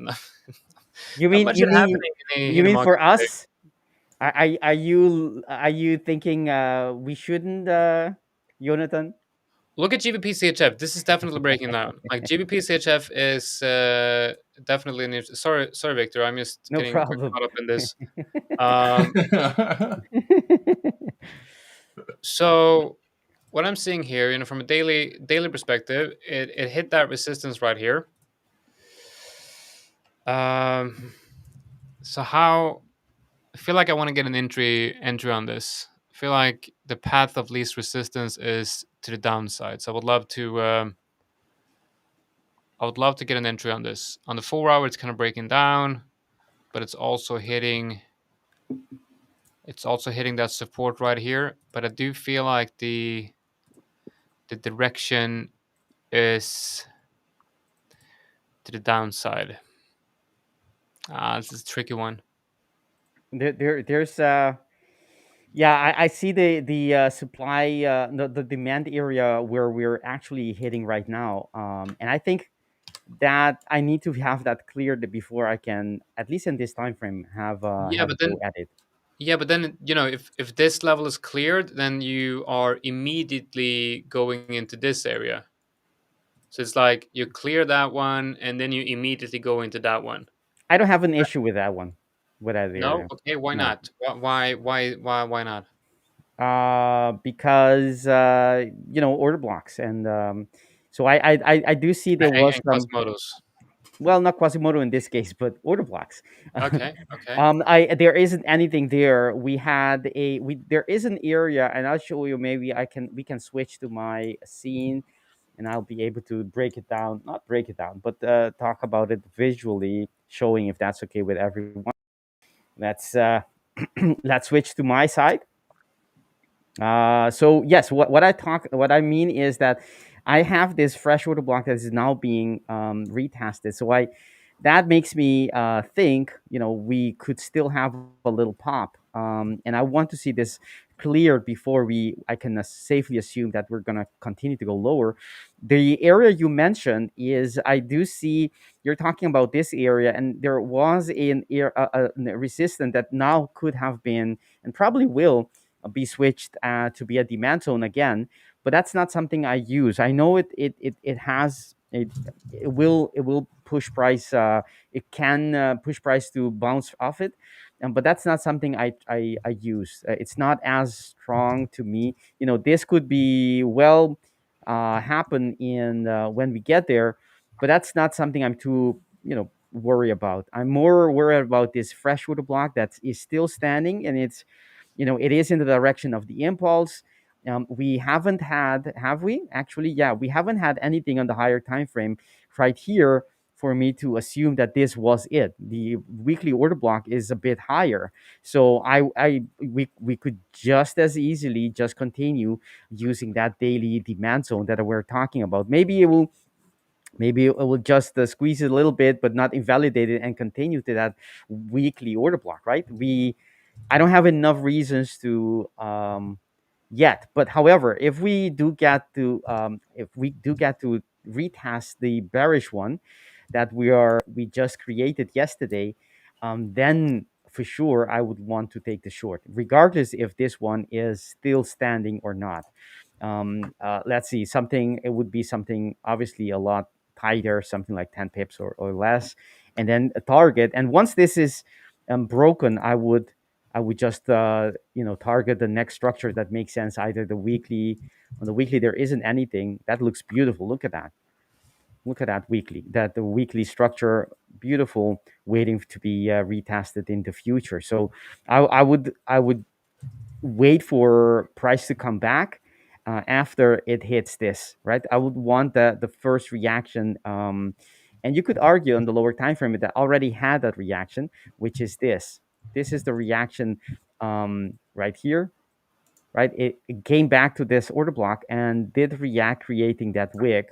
And on the higher time frames, it's basically this move that created that from that point to that point. That's what I was marking um, on the lower time frame. You could argue that already happened, but to me, this is still the first retest, right? So this is the first retest we're dealing with, and I want to see it get out of it. So the next time it gets there, if I get an entry here, it would be the second retest, giving me more probabilities of something like this happening.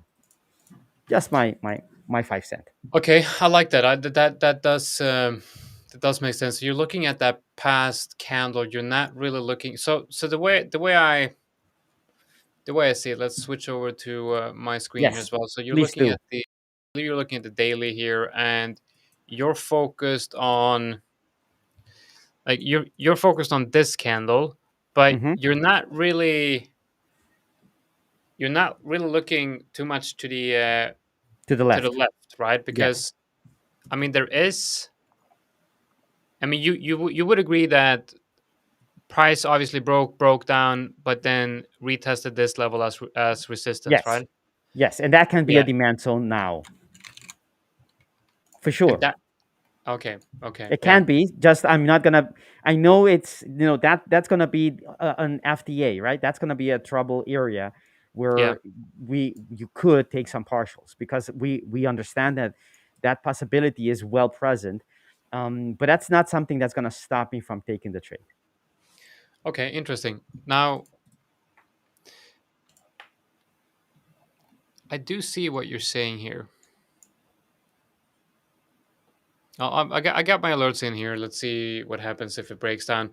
What could potentially prompt me to take this trade is if this level is used as support, then it kind of goes down like this, bounces, and then retest that level with confirmation. That would perhaps enable me to take this trade if it breaks down. Because what I'm looking at here on GBP CHF is the obviously the overall bigger structure here that we're seeing, and I'm gonna switch to my again just a little bit just to show you yeah. something why I think I don't want to, take the short because what I would like to catch is obviously the bigger move, right? The one that goes not just to, I don't know, a couple of candles back, but all the way down to this area. And if I can, I will hold it all the way to the weekly, and this is the daily, right? That's the move that I would like to catch. And if I think about that, just for a few seconds, what did we reach that would justify this move? Sometimes there's no justification. There is no order blocks. There is no nothing and nothing obvious. It just does it. But I would prefer to have something. Let's say it hit a monthly area or a weekly area, even though I may not use it as a signal. It supports the idea that we might be, the chances of price going back to where it started roughly is, good. And if we look at the monthly, we haven't reached the monthly order block yet. So the monthly, we're not done yet with this move going up. And if you look at the weekly, I don't see a reason very evident why it should, push price much lower from current levels. It can still do it, and it does it all the time. But I prefer to choose to have this expectation, have this scenario that I'm going to be trading based on more things on the higher time frames that will allow me to make this assumption or take this trade basically with good probabilities. That's it. Yeah. Okay. Yeah, that makes sense. That's actually I think that's a really good trade, and yeah, no, I think that looks really really good. Syntesa said, "Do you guys waiting for an A setup or just like machine guns chasing any opportunity in moment?" Of course, we're going to be waiting for the right setups. I mean that's yeah. I mean that's how you stay profitable and become profitable is you wait for the right opportunity. I mean, yeah, it's taking every opportunity that you see that might not be the perfect setup. That I believe that's how you that's how you stay a break even trader basically. Most of the traders out there, I believe, is just break even traders, and that's because they can't get above that last threshold, which is like making sure that they only take the best setups. A lot of people they take all the setups that they like, and it's going to be too many losers in there. The risk to reward is too uneven. So I try to really wait and take the best setups. But I'm going to be honest, like I don't like I know that I do take a lot of setups that I'm not supposed to be taking. which is of course going to be a bit problematic. So I'm trying to stay as disciplined as possible, looking for the best setups. Right now, today I'm going to be monitoring GBP NCD. I like, for example, I like Would the you like us possible. to switch to yours? Yeah, that might. Well, actually, you know what? I got to run. Oh, I got to record a video. Get that video done and get as well. The second word is D. THE. Go to the comment section. D. There. The first word you already know. Now, the There. third word, you should be able to figure that one out. Otherwise, like, I don't know what you're doing here. So you're from the wrong niche, my friend. You should be able to figure that one out. I'm gonna give it to you a little bit later, but yeah. So you can guess. You can write it in the comments as well, so everyone else can get in. But we talked about that earlier. Uh, get that competitive nature here in this giveaway. What's the first word? Says Wealth. Well, can't help you with that one. That's too late. Yeah. Sorry about that. I'm gonna It's jump done now. off and I'll be back. but luckily, YouTube is you can rewind YouTube. Yeah, you can, Victor. I didn't want Or to I say. should Yeah, I shouldn't have said that, right? yeah, exactly. But I'll be back later. Take care, guys. See you See you, later. man. Ciao.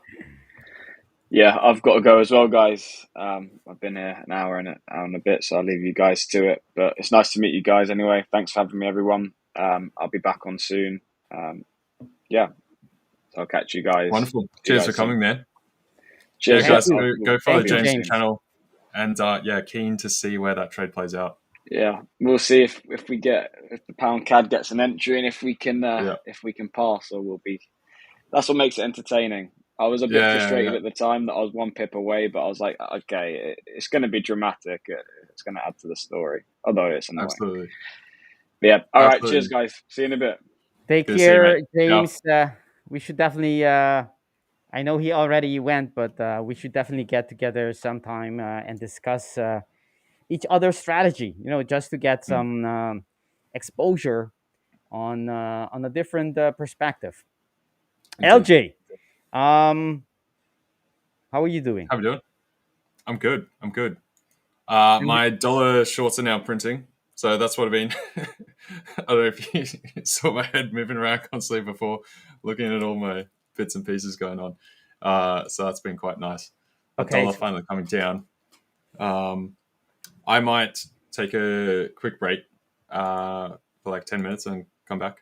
It's up to you, man. It's up to you. Do what's best for your trading, and I'll be here. We'll be here, and great stuff. I'll come check back in a sec. No problem. Right, see you guys soon. Ciao. All right, so here we are. Let me set this a little bit, a bit more. I know I have a. I'm not showing everything, but I know I have a nice shoulder. I have a very beautiful shoulder, I know, but I'm pretty sure this view is a little bit better. How is everyone doing? Let's see in the chat. What's the ambience like? I'm going to be with you guys for the next 30 minutes or so. Let me check. Yes. So let's make the best out of it. Checking the chat, if there's anything specific you guys were asking about that I could perhaps chip in. Let's see. All right. Perfect. I skimmed through it, so let me know if you have any idea. Marcus is asking me how many entries do you average per week. The number is around between 2 and 3 trades per day, but they're not equally distributed in time. So I will have days where I have none or one often, and then I have days where I have 5, 9 even. So it's the distribution isn't equally distributed. That's And actually, and those are signals, right? So I can have multiple trades on one signal. So that makes it a little bit more difficult to explain. But basically, I have roughly between 2, 3, sometimes in the range of 4. That's usually where I stand per day. Also, the signals, they come in with each other, right? So because I can have multiple signals on a setup that is at play, and sometimes only one signal, and so on. So they come grouped basically. But that gives you an idea. Tamil asking a good one here. Let's look at other questions before we answer Tamil's question, because I think just don't want to. What's the third word? Sintessa asking. I really don't know. I have no idea. You'll have to wait for the third one in the stream. Let's see. What trades are you up for today, Victor? Yes, I can show you guys. I did take a few trades earlier, but none were the main strategy that I talk about with the quasis and the order blocks, right? I think that's the best strategy to talk about, because it's you can learn from it, you can apply it, you can break it down, you can use different pieces to your own and incorporate it in your own strategy. And I think that's why I chose that one to talk about. But I'm also trading other strategies, and the other ones I got two trades this morning. Let's see. Let's see. Thank you, Sham Muhammad, for those nice words. Let's see. All right.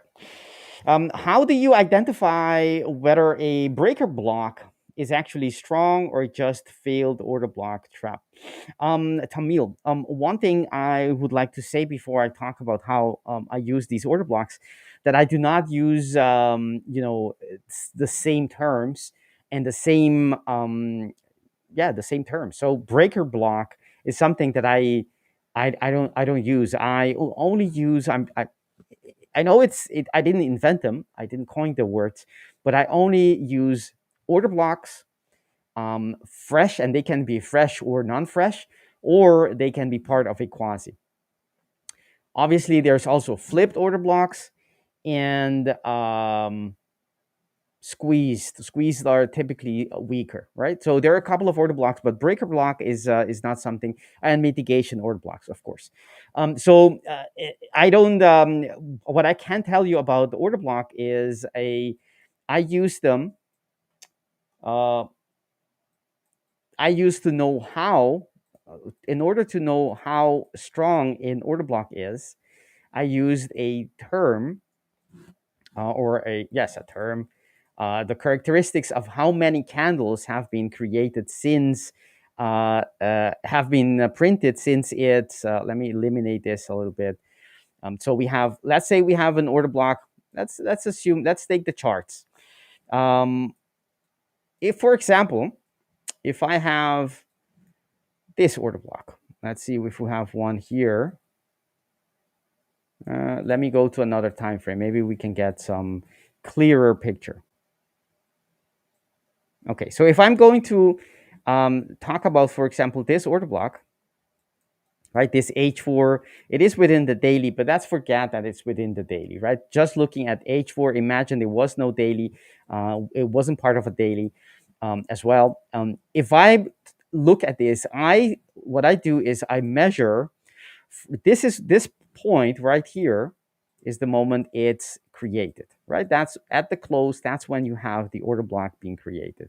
Remember, my order blocks are defined as engulfing or outside bars, right? So that's another thing as well. Different definition, same name order block, but different definition as to, I think, most people out there. So when we have the creation of the order block, I measure, since its creation, how many candles have been created before it gets retested, right? Here, it didn't get retested, But if it were to be retested, for example, at this point, it was 13 bars since its creation. And at this incidence where I'm pointing at the chart hasn't been retested. It wasn't retested as well, but it's 28 bars. And what I've noticed is that the more bars there are since its creation, the weaker the order block is. That's one thing. And that's what I refer to as fresh. So a fresh order block is one that has little.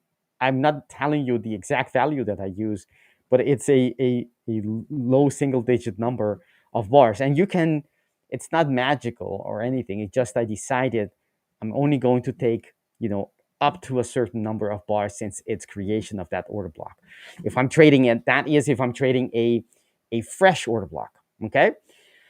So that's one thing. So I just by looking at the data, I noticed that when you divide the groups where you have fresh and not so fresh or not fresh order blocks, I can see a very marked difference between them two. And that's why I make this distinction, and that's why I talk about fresh order blocks all the time. So to me, the only ways I can trade, the only two ways I can trade them, one is it being fresh, according to my definition and my rules. And I'm deliberately not telling you exactly the value, because I profoundly believe that the journey is the journey. Your journey finding out your values using data is as important, if not more important, than actually knowing my rules. I think it's actually more important. So I do not want to rob you from that experience by giving you something that is, taking you away from the process, because I think the process is even more important than just having a system, knowing the rules that I use. Much more important. And the other reason, the way that I assess whether an order block is strong or not, if it's a part of a quasi. In this case, this is part of a quasi, right? This is the H4. We have an established downtrend, just looking at this from this point. So we don't look at anything from the left, only from this point. You can see we are making lower highs and lower lows, right? You have an established downtrend, and the neckline would be at that last swing high. If we break it, that's the activation of the quasi, and I wait for price to come back to a number of order blocks that were left behind with certain rules and filters that I use. But this is one of them. So actually, this is more than just a fresh order block. Actually, it's not fresh anymore, as I just explained, but it is part of the quasi. So it is an entry order block on the quasi. So there you have. I only trade two kinds of order blocks, right? So the entry order block, which is part of a quasi, and the fresh order block, which I just explained. And with the data, with everything that I've seen, those two categories are the only one I'm interested in. And yes, you will have mitigating order blocks, but they will be fresh order blocks, or they will be part of the quasi if I'm going to trade them. If not, then I don't want to be trading, even though they are perfectly valid mitigating order blocks. Same goes for flipped. If actually flipped is something that I trade, but not in this set of rules, because to me, once it's flipped, it's already I don't trade them as the flipped order block. I simply don't. But I do trade them. Let me be specific on a set of rules based on the quasi and the order blocks. I do not trade flipped order blocks, but I do take trades which are discretionary based on flipped structures, right? So hopefully that didn't confuse you. All right, so that's I hope that's helps you, Tamil. Thank you for the question. Let's check for any other questions, and if not, we'll go to the next some charts and look for setups. See what we have here. Perfect. We have Hamed. Hamed, how are you doing, my friend? It's good to have you here, same as everyone else, but especially Hamed. Hamed is one of our regulars in our community. regular watching, listening to our streams. Tamil, if price sweeps liquidity but fails to deliver displacement, what does that tell you about the market's intent? Most of the time, I failed here. Great. I know there is, you can build, and it's very useful to have these narratives about, what if there is a liquidity sweep, and what it tells you. And I trade liquidity sweeps a little bit different. So different than anyone else, but a little bit different than my main strategy, which is based on quasi and order blocks. Because a lot of the times when you have liquidity sweeps, it may invalidate some rules of my system. And so automatically my system has data that is, my main system with order blocks and quasi has very specific rules. And once they get violated, I'm no longer able to trade them anymore. And the system is very, is well documented, validated, and I have to stick to those strict rules. So liquidity sweep sometimes breaks those rules, and I'm not able to take the trade within that set of rules. But I do see the value of liquidity sweeps, and I trade them as well. But I use other entry methods for that, and those are less well, in all honesty, less well validated by me. So when you have a liquidity sweeps and it does not, what I would do is, I would understand that it's going to go the opposite direction, right? That's the liquidity sweep. So I look for ways to get in while that is still happening. Meaning, if you have, let's say you have, let me indicate something here. Maybe we can look at this is euro dollar. Let's see if we have an example of that. I think we have one here,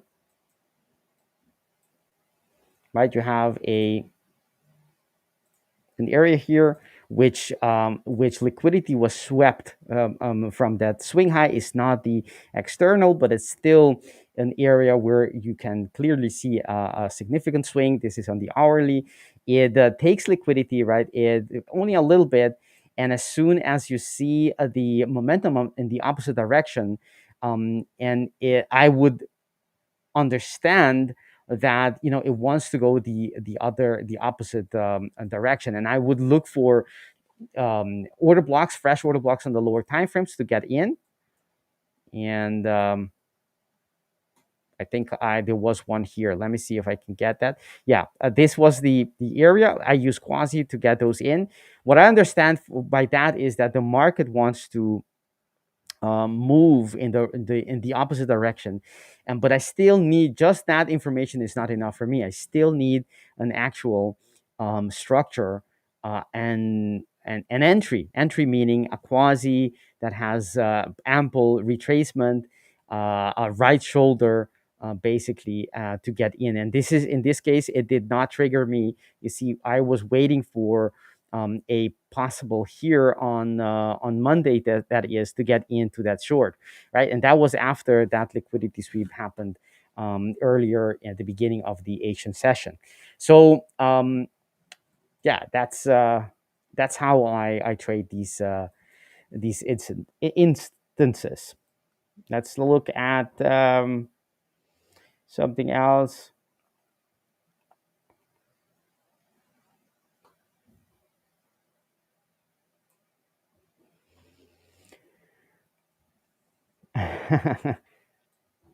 Let's see. Okay, all right. So Sintessa asking about ICT and smart money concepts.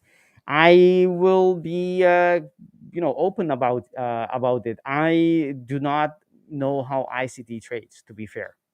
I haven't followed the. I know, obviously, I've heard others talk about it, and I've seen a couple of examples, but I have never followed anything from ICT. I may have seen a couple of videos, here and there, but I've never really properly, followed the course or whatever it is that he offers. Same goes for all the other courses on smart money concepts. I did, obviously I did have some exposure here and there in general, but not ICT specifically. And most of what I'm using is I came up with them myself. Not the order block in the sense, the term is well known, obviously. But for example, my definitions of order blocks I didn't get them from anywhere. I got them from my data, and I say, okay, so I understand that, typically this is supposed to be the definition of the order block, but I don't find that to be useful. So I looked at my data and I said, okay, how can I adapt? What definition should I use for what seems to be the order block? And my definition is very, very, very simple. And for many people, it will say too simple, but that works according to my data, and that's all that matters to me. So the definition that I use for order blocks, as I said, is the engulfings and the outside bars, and that's it. Very objective. Not looking for impulses. I'm not looking for anything else. And in that way, you can already see that the order blocks that I trade are not exactly the ones that ICTs or other people are talking about, because I just, those definitions are mine, basically. So hopefully that helps you a little bit. And I use these order blocks as, to me, the fundamental value of the order blocks is another expression of the market when it is showing you support and resistance. That's it, right? The fact that the market leaves those traces behind, that's the evidence. That's the sign that buyers came in, and that's exactly what a demand zone is, right? Buyers came in, and they will likely come in again when we hit these levels, these areas again in the future. So in essence, an order block to me is just another expression, another expression of the same thing as a support and supply and demand. I mean, right? Nothing different, just defined differently, much more objective, in my opinion. At least, yeah, much more objective. For example, if I were to understand that, the order blocks are just outside bars, and let me go down to the 3 minutes in this case, right? So the supply and demand, if only this, let me see what's happening here. Oh, okay, I see already. I need to slow down a little bit on other activities. Apparently it's a bit too much. Okay. All right. So hopefully that will make it a bit more smoother.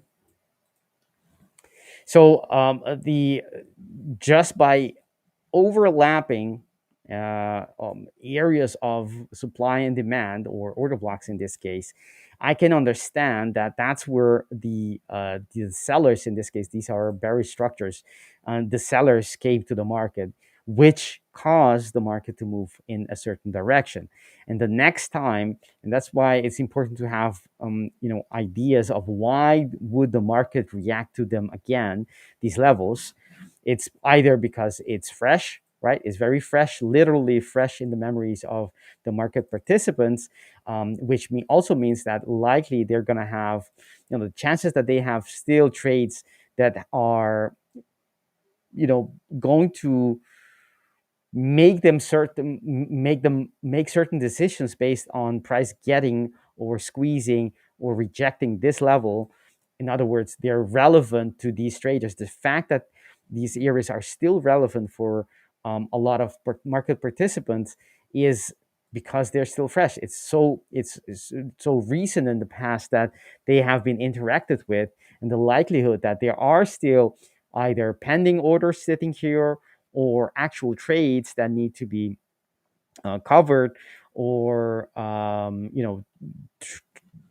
traders who are willing to get in, or were who wanted to get in but didn't get the chance, they will hit at the second time around.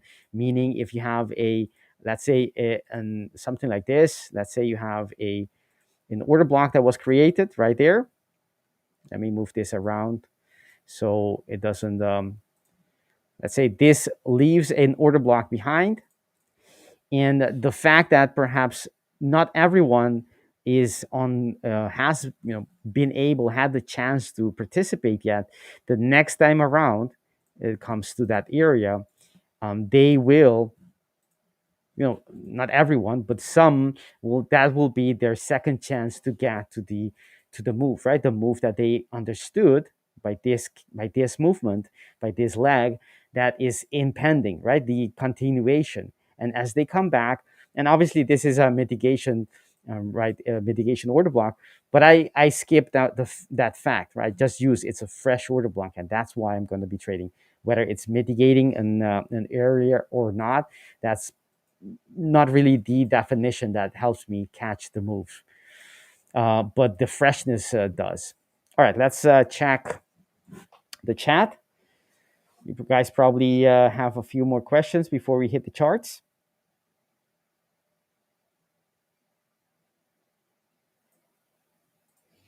Yes, I think Synthesa. I think you. It's a very good thing to understand what others are explaining. That could be anyone, and break them down into rules or groups of phenomenon that make sense to you, right? And that means you may discard a certain thing, a certain rule, a certain definition, someone who's teaching. If it doesn't resonate with you, doesn't make sense to you, um, above all, test it, and you see you don't see the extra value of defining something, making a distinction. Then why complicate things? Make it as simple as possible. And if it it fails to break, and if, for example, in your what I would also recommend is to define everything as objective as possible. For example, you said price failed to break. Like, how do you define failed to break? What's a failure to break? Is it the wick? Is it the body? Is it a time spent beyond a certain level? What is it? And it could have many more options as well, right? Have those rules as much as possible defined objectively, and validate those rules with data, and you will obviously you will it will become evident. Okay, so this makes sense. I don't measure anything here, so to me it's not true or it's nonsense. It just, to you, or to me in that case, I wouldn't, if it doesn't make a difference to me, then why name it differently? It's it's not efficient. All right, let's take a look at the first word of the I can't tell you, my friend. Thank you for watching, but I can't tell you the first word. It is that's the whole idea. The whole idea is we have you guys watching from the beginning till the end to catch these words in order to be part of these giveaways. That's the whole idea. Steven asking about pound yen. Let's take a look. Before I answer that, perfectly Hitesh or Hitesh, I don't have a YouTube channel. This is the only place you can find me. I don't know about the future, but I don't have a YouTube channel. So you can find me here at the 5ers and in the Discord community of the 5ers. Right? I hold 3 times a week a session where we chat and talk about everything around and about trading. Thank you for the interest. All right, so let's look at the pound yen.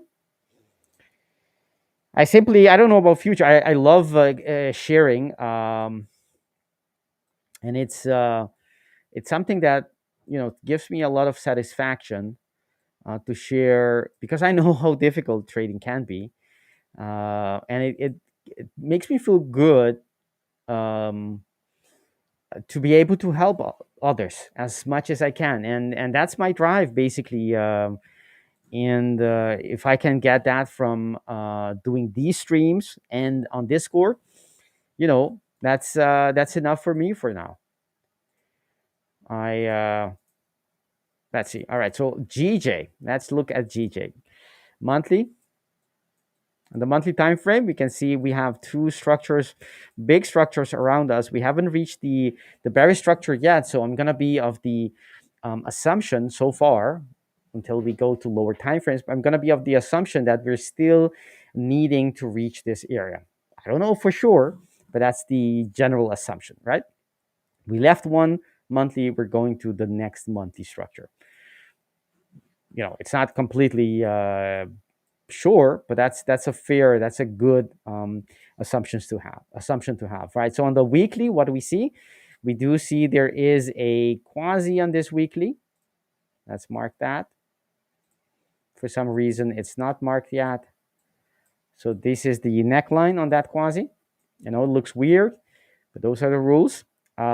Breaks it, and there isn't. Okay, so that's the reason why there isn't anything. If you look back from this leg, from this point to that point, there is no entry order block, right? Remember those two reasons I use for getting into the trade. There is no entry order block, so there cannot be any weekly signal. We cannot have a weekly signal without an order block from the head until the lowest point of that structure, that reversal quasi pattern. So there's nothing from the left. So let's look from recent area to see if we have something we can work with. And we do see two structures. They're very close to each other. This one has been immediately retested, still fresh, still able to use. We can still use that in the future, but it's not relevant right now. So let's make that as small as possible. And we're currently retesting this structure. It's the weekly. So if you find alignment from the weekly, daily, 4 hour, and so forth, you could take a short from here, right? Minimizing your stop, defining it well, and just let the odds play out. It's gonna, if that is a profitable proposition. I know from it can be profitable. It's not always profitable. It can be profitable if you've done your homework, knowing how to, where to put your stop, things like that, and what to target. But it can be profitable. That's basically how I trade. However, I understand that the market is trying to reach the monthly structure. If that is the case, then chances are still, since it hasn't reached it, that it will be drifting higher until we get some more data. The market rejecting the break of this weekly, I'm going to assume it's going to go to that monthly, and there isn't really anything to do. So I'm not going to take a long from here. Doesn't make sense. If I'm going to take a long, it's going to be from this structure, and I could take a short from here, but I do see that the market is looking quite weak, with these wicks being indicators of market being squeezed. Let's look at the order block being squeezed, not the market. So let's go to lower time frame. There isn't anything for me to trade from there. There's no signal there. And let's see on the daily if we can find reasons to go long into this daily monthly structure, I mean. And the opposite is, let's check if we can get a daily reason to go short from the weekly order block. Even though it looks quite weak, we can still do this. We have someone coming in the background. That's awesome. It's a secret. I'm not going to tell you guys who is coming on. It's a huge secret, top secret. This is that structure has been already taken out, so this is no longer a valid head on the quasi. So that means we can, ignore everything else, and this is then the possible quasi. But if that's the case, then there is no quasi yet, right? So because on the daily time frame, that would be the left shoulder, the neckline will be right here, and the head is still to be formed, meaning I don't see it yet. Maybe it's not going to be from current levels, maybe from a bit higher, and that would make sense. Make this pair a lot easier to trade, because once you trade, you tap into that monthly, you can actually use that to your advantage as a confluence, because you no longer are looking for the continuation of price into that area. But that hasn't happened yet, so I'm going to be waiting, at least on this time frame. I'm going to be waiting for that to happen. There isn't anything I can do on the daily, so let's look at the lower time frame to see if you can still catch a trade. Remember, this would be just a day trade, just for a session into the next level. I'm gonna wrap up very quickly, since I see the gentlemen are getting ready in the background. Let's see, do we have something here? There is a quasi. Yes, there is. This is the quasi right here. That's the neckline, and this is the possible, not a possible. This is the entry order block on that quasi, right? This being the head, left shoulder, the neckline, and price comes. Look at that, very beautifully. Comes to the entry order block. That could have been a perfect entry, and the second time as well, that's plenty of distance to catch something. What I don't see, though, right, there was a very nice reaction on this order block before, but that reaction has been invalidated, has been negated by the close above it. So I would want to wait for price to get into the structure again, and then with lower time frames, the 2 hourly, the hourly, the 50 minutes, the 15, etc., I can build an alignment and get an entry again. That is what I would be doing. But I understand that the market is quite strong, as you can see, with higher lows, and it's likely to just continue, which does not surprise us at all, because remember, we were of the assumption that price wants to reach that monthly structure, which makes sense. So we'll have to see. But thank you, Stephen, for that pair to look at. And we have Al J in the background, and Griff. Would you like to? Let's see. I'm gonna leave you guys in. I beg your pardon. Oh, okay, no problem. You guys can't hear him, but I can. He's in the background. I'm not talking to myself, just so if you thought that. I'm actually talking to someone in the background. Yes, they're getting ready, I'm gonna check the chat if there's something else we can discuss or talk about right before I go out. Let's see. Um,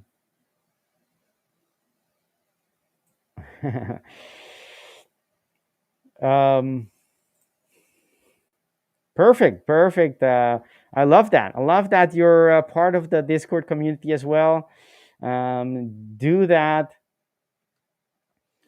Henry says I should start a YouTube channel, the masked order block, or only OB fans. I like that. I like that. Who knows? Maybe I will. Maybe I will. The thing is, you know,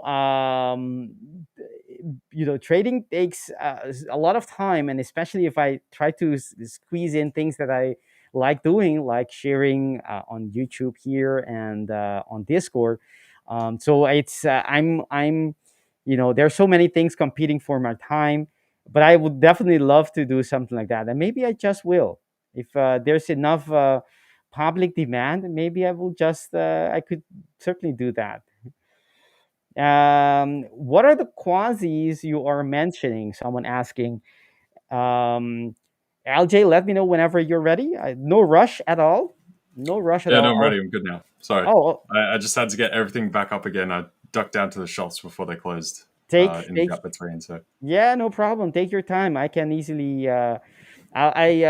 This is. I'm enjoying myself when I'm with you guys, the audience. So I have no issue at all staying another 10, 20 minutes while you do other necessary stuff.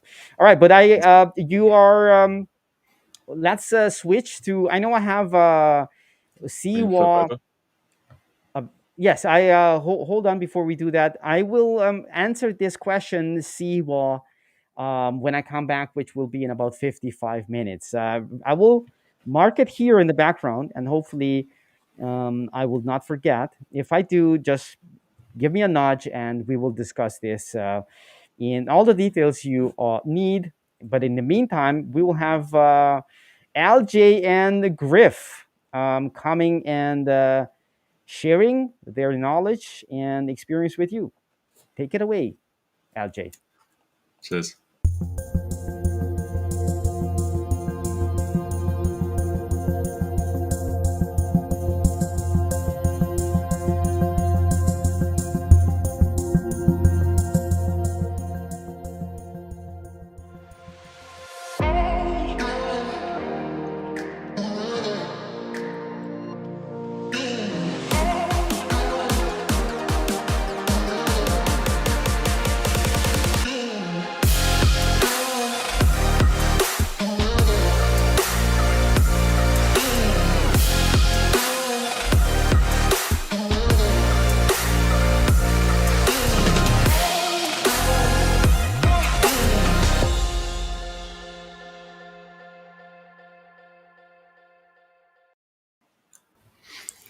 Hello, hello, hello.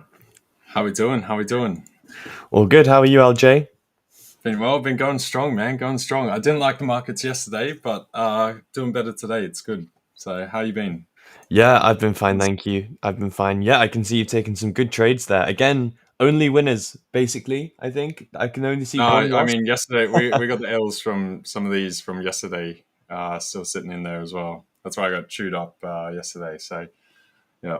But Nice how's work. the little one as well? Yeah, she's fine, thank you. She's growing up so much now. It's kind of freaky.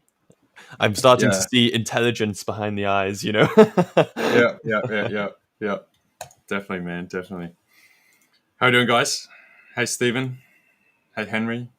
Henry saying hi to you. Hi, Henry. Okay, first of all, as ever, any trades?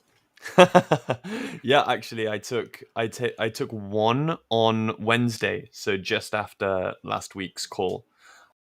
I think there was one call I got. There was one trade I got to talk about on the call, and that was on EJ. I took a short like right before the call, and that ended up losing.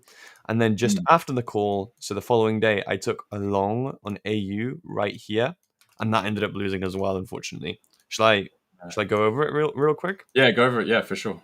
Definitely. Yeah, so this was a continuation entry where we just need an established trend, and then we're looking for a retest on the previous high. So we're just looking for a pullback to the previous high. The main thing though is prior price action, and I really like prior price action here because we had this small little uptrend, so that really helps me with taking buys.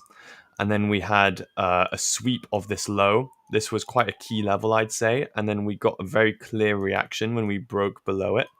And then this kind of kicked off the rest of the uptrend. Not only did we get this sweep, but I would also say that there's like two V's here, which I really like. A V, a range. You could say this is a V and a range as well. And quite often after a V and a range, we get a continuation of the second leg.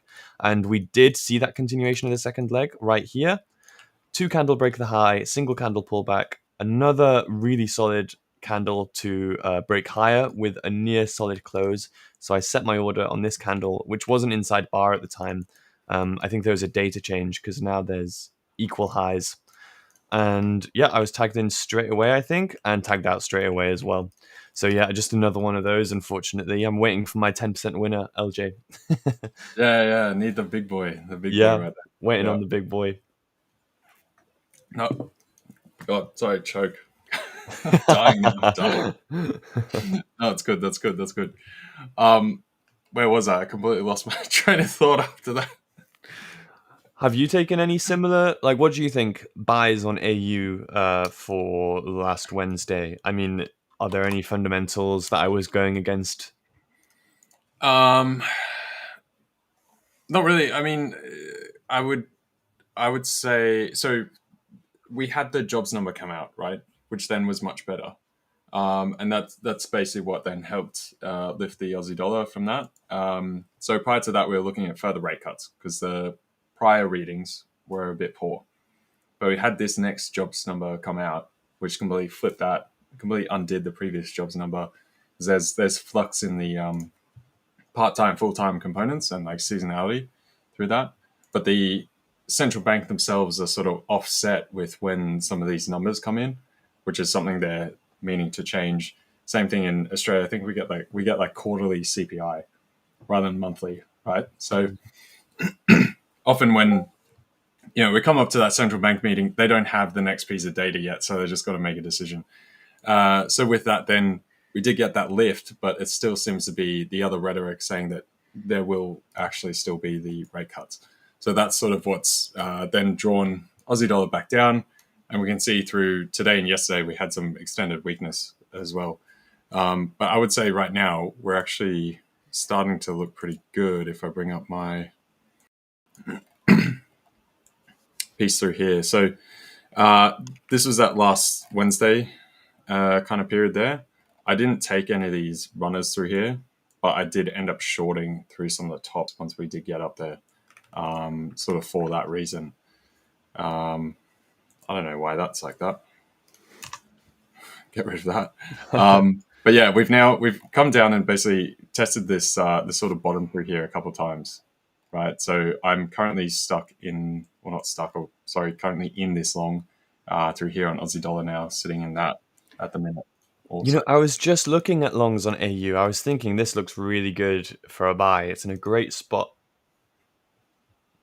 Yeah, because after we had that earlier dip, we failed to push on, and so we got this higher low formed there from the prior spike low, just coming end of Asia, early London.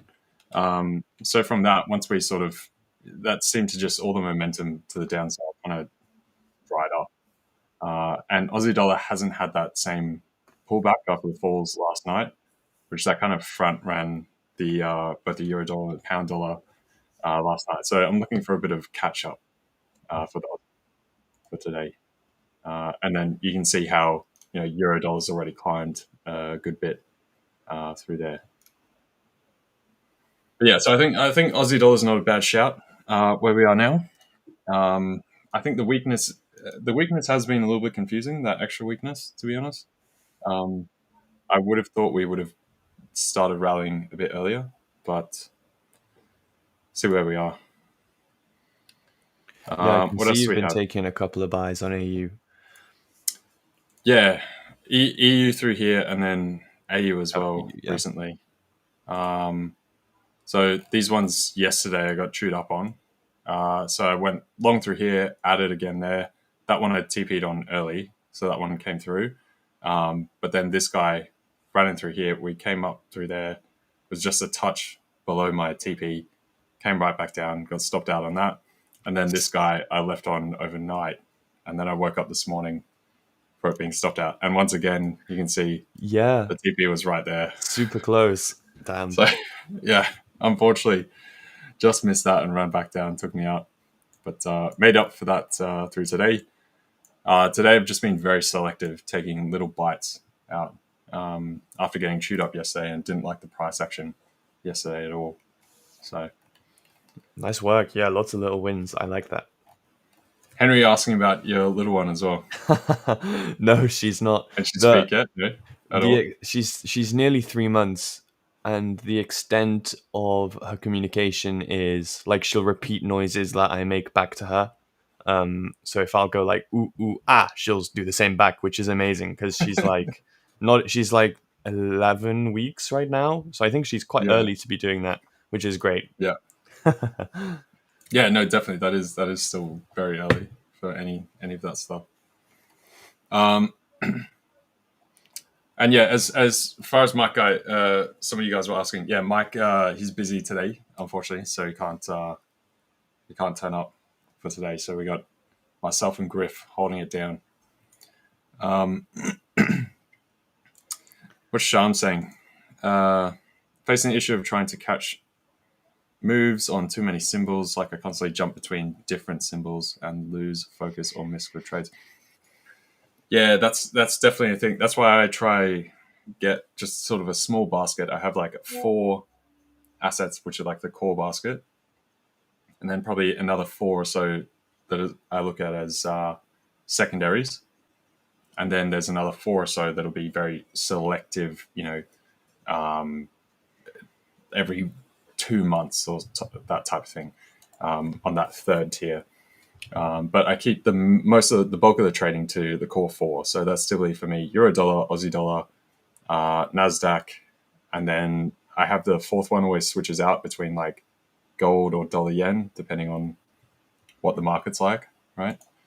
So that's kind of how I do it. But yeah, if you jump around too many things, it is very hard to keep on top of stuff, because just when you're waiting for the setup on something else, you're looking at another pair, trying to analyze that, and then you've seen that first pair has actually reached your perfect entry, and you can miss it. So I don't know about you, Griff. Like, what do you reckon?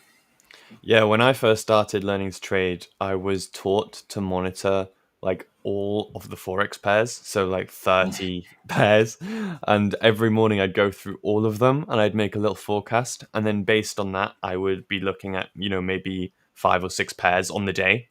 But now I do is I basically scrapped that, and I started learning just one pair, and I mastered it before picking up another pair. And I've reached the stage now where I've got 6 pairs under my belt that I feel like I know the ins and outs of. And I only look at those. I don't look at any others. So it's very hard to miss trades. And I've probably got room to add more pairs, honestly. If you're taking a lot of setups and you have a lot of pairs, that's not so good. But for me, I'm taking very few setups, and I have 6 pairs, which is like a fair amount. So I have room to add more pairs because of the frequency that I've got. But yeah, I would say master one pair and then look at adding a second. That's the best way to go, in my opinion. Yeah, definitely. I think that's good value. And yeah, it's also one of those things, like you're saying, with the frequency of your trades. Like, if you're much more active, it gets very hard trying to look at every single pair under the sun. You're almost creating like a second job for yourself, just trying to keep up with it all, and sort of missing out on the core thing, which is actually making the trades, taking the trades, managing them, that kind of stuff. Definitely. So Henry's just reminded me of something that I use, actually. He says, you should set alarms so that you don't miss trades. And you can set alerts on TradingView, so you can get your phone to vibrate at most. Like, it'll give you a phone notification, which isn't really enough to get your attention sometimes. So I have this thing called CallHook Pro, where you're able to input like your phone number and link it with TradingView. It's like $3 a month or something, and I'll receive a phone call when one of my TradingView alerts is hit, which is great because I have my phone on Do Not Disturb, and then I have the number that calls me, CallHook Pro, as a favorite. So even on Do Not Disturb, I get phone calls, which is great, because it'll wake me up in the middle of the night if like a key level has been hit. So I know I very rarely miss trades.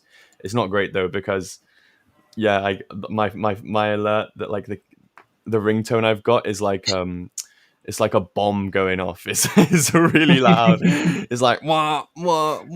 So wakes up everyone. Your partner, the baby starts kicking off, and you're like, oh. Yeah.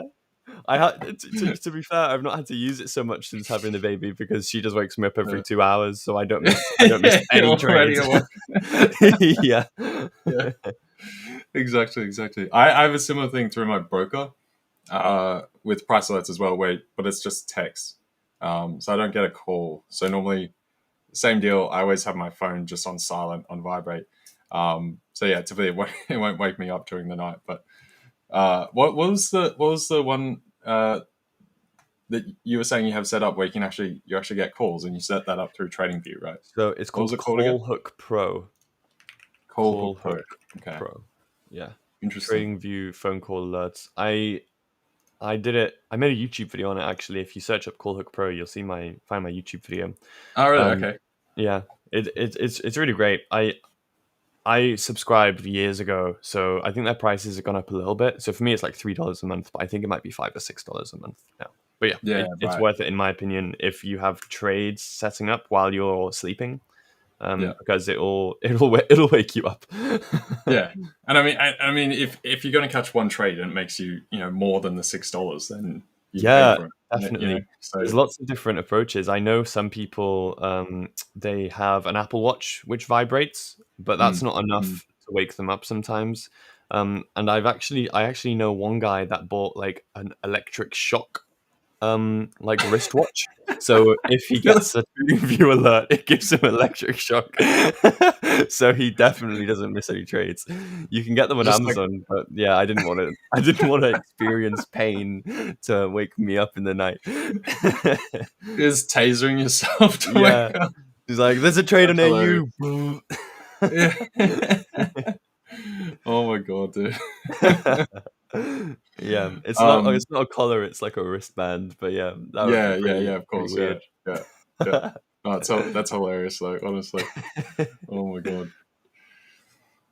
Yeah, with the pairs thing, yeah, it is hard to monitor a bunch of pairs. But yeah, like we're saying, nail down a couple, because that's each pair does have their kind of like, I always view them as like people per se, in a way where they've got their own characteristics and kind of like mood swings, and sometimes they're happy, euphoric, or they're very quiet, and then they just explode and go crazy or go into despair. I think classic one is always gold.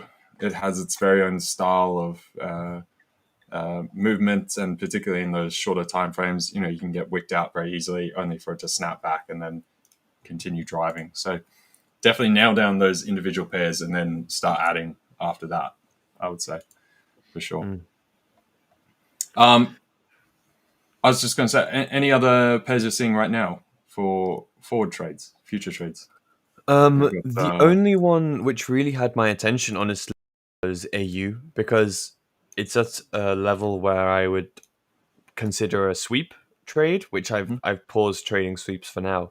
But yeah, I would take a reversal if it like keeps descending below these lows, because yeah, at the moment I really like how it's just, we've got this big rejection candle right below these levels. But yeah, as I mentioned, I don't really trade sweeps. The entry would be here, so with a 10 pip stop, you'd be tagged out already. Targeting this high would be real nice. But yeah, so what only thing I'm looking for is a descending, a reversal, an entry like this. So a retest here, break of the high. Yeah, that's all I'm looking for at the moment. The other pairs, AJ range bound, EJ kind of range bound. EU, it's within a larger range. I would have preferred if it like broken this low with this wick here. Say it had done this, then I would maybe start looking for buys. But because it hasn't, I'm still seeing it as within this larger range. GU, need a lot more momentum on GU, and NJ, same as AJ and EJ, where it's not really showing me much. Those are the 6 pairs I trade, and yeah, AU's the only one that's looking great at the moment. Yeah, I agree. That's why I've been taking the little stabs out of the market, because we don't have like proper full structure form that I'm seeing on any of the major pairs or the the big boys, nor the Dixie either right now. So I'm very similar boat to you at the minute. I think we did have some asks about the NAS somewhere. Yeah, let's Motorcar asking about the NAS. Oh yeah, go with Motorcar. How you doing, mate? Because yeah, we can jump over to the NAS. Hang on. Sounds good.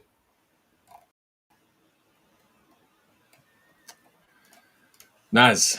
So this was my, if you guys were around early in the stream, this was the earlier NAS trade I took. And I was looking originally to just hold this the way through. But we had obviously we've got this channel, rough channel that's formed. We dipped in and out of it a couple of times on either side. But we're basically still just oscillating between there. We are getting a gradual pickup through the base of it here. And we did come back into this midpoint of the channel earlier today. Late Asia, early London. So I am looking for further upside. I TP'd on that and then went and bought my groceries. And then I've come back and re-entered.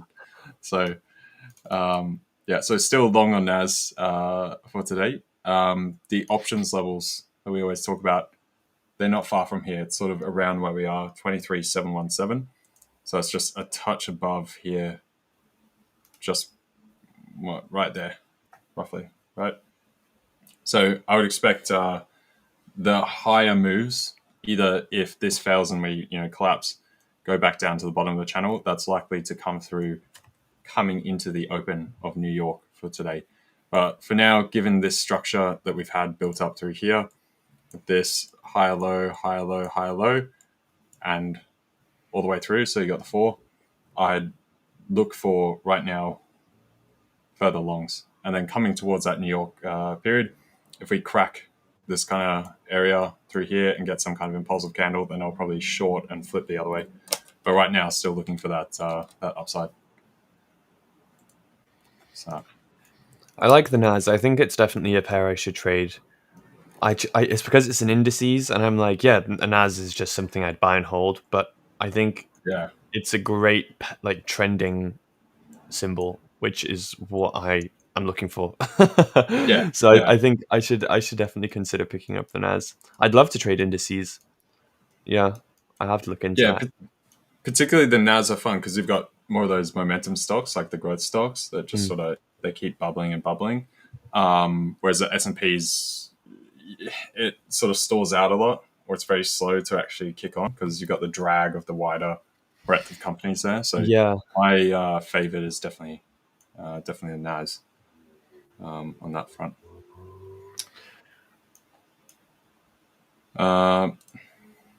Ashwin's asking about pound yen. Do you want to give your rough thing? Because you were talking about pound yen.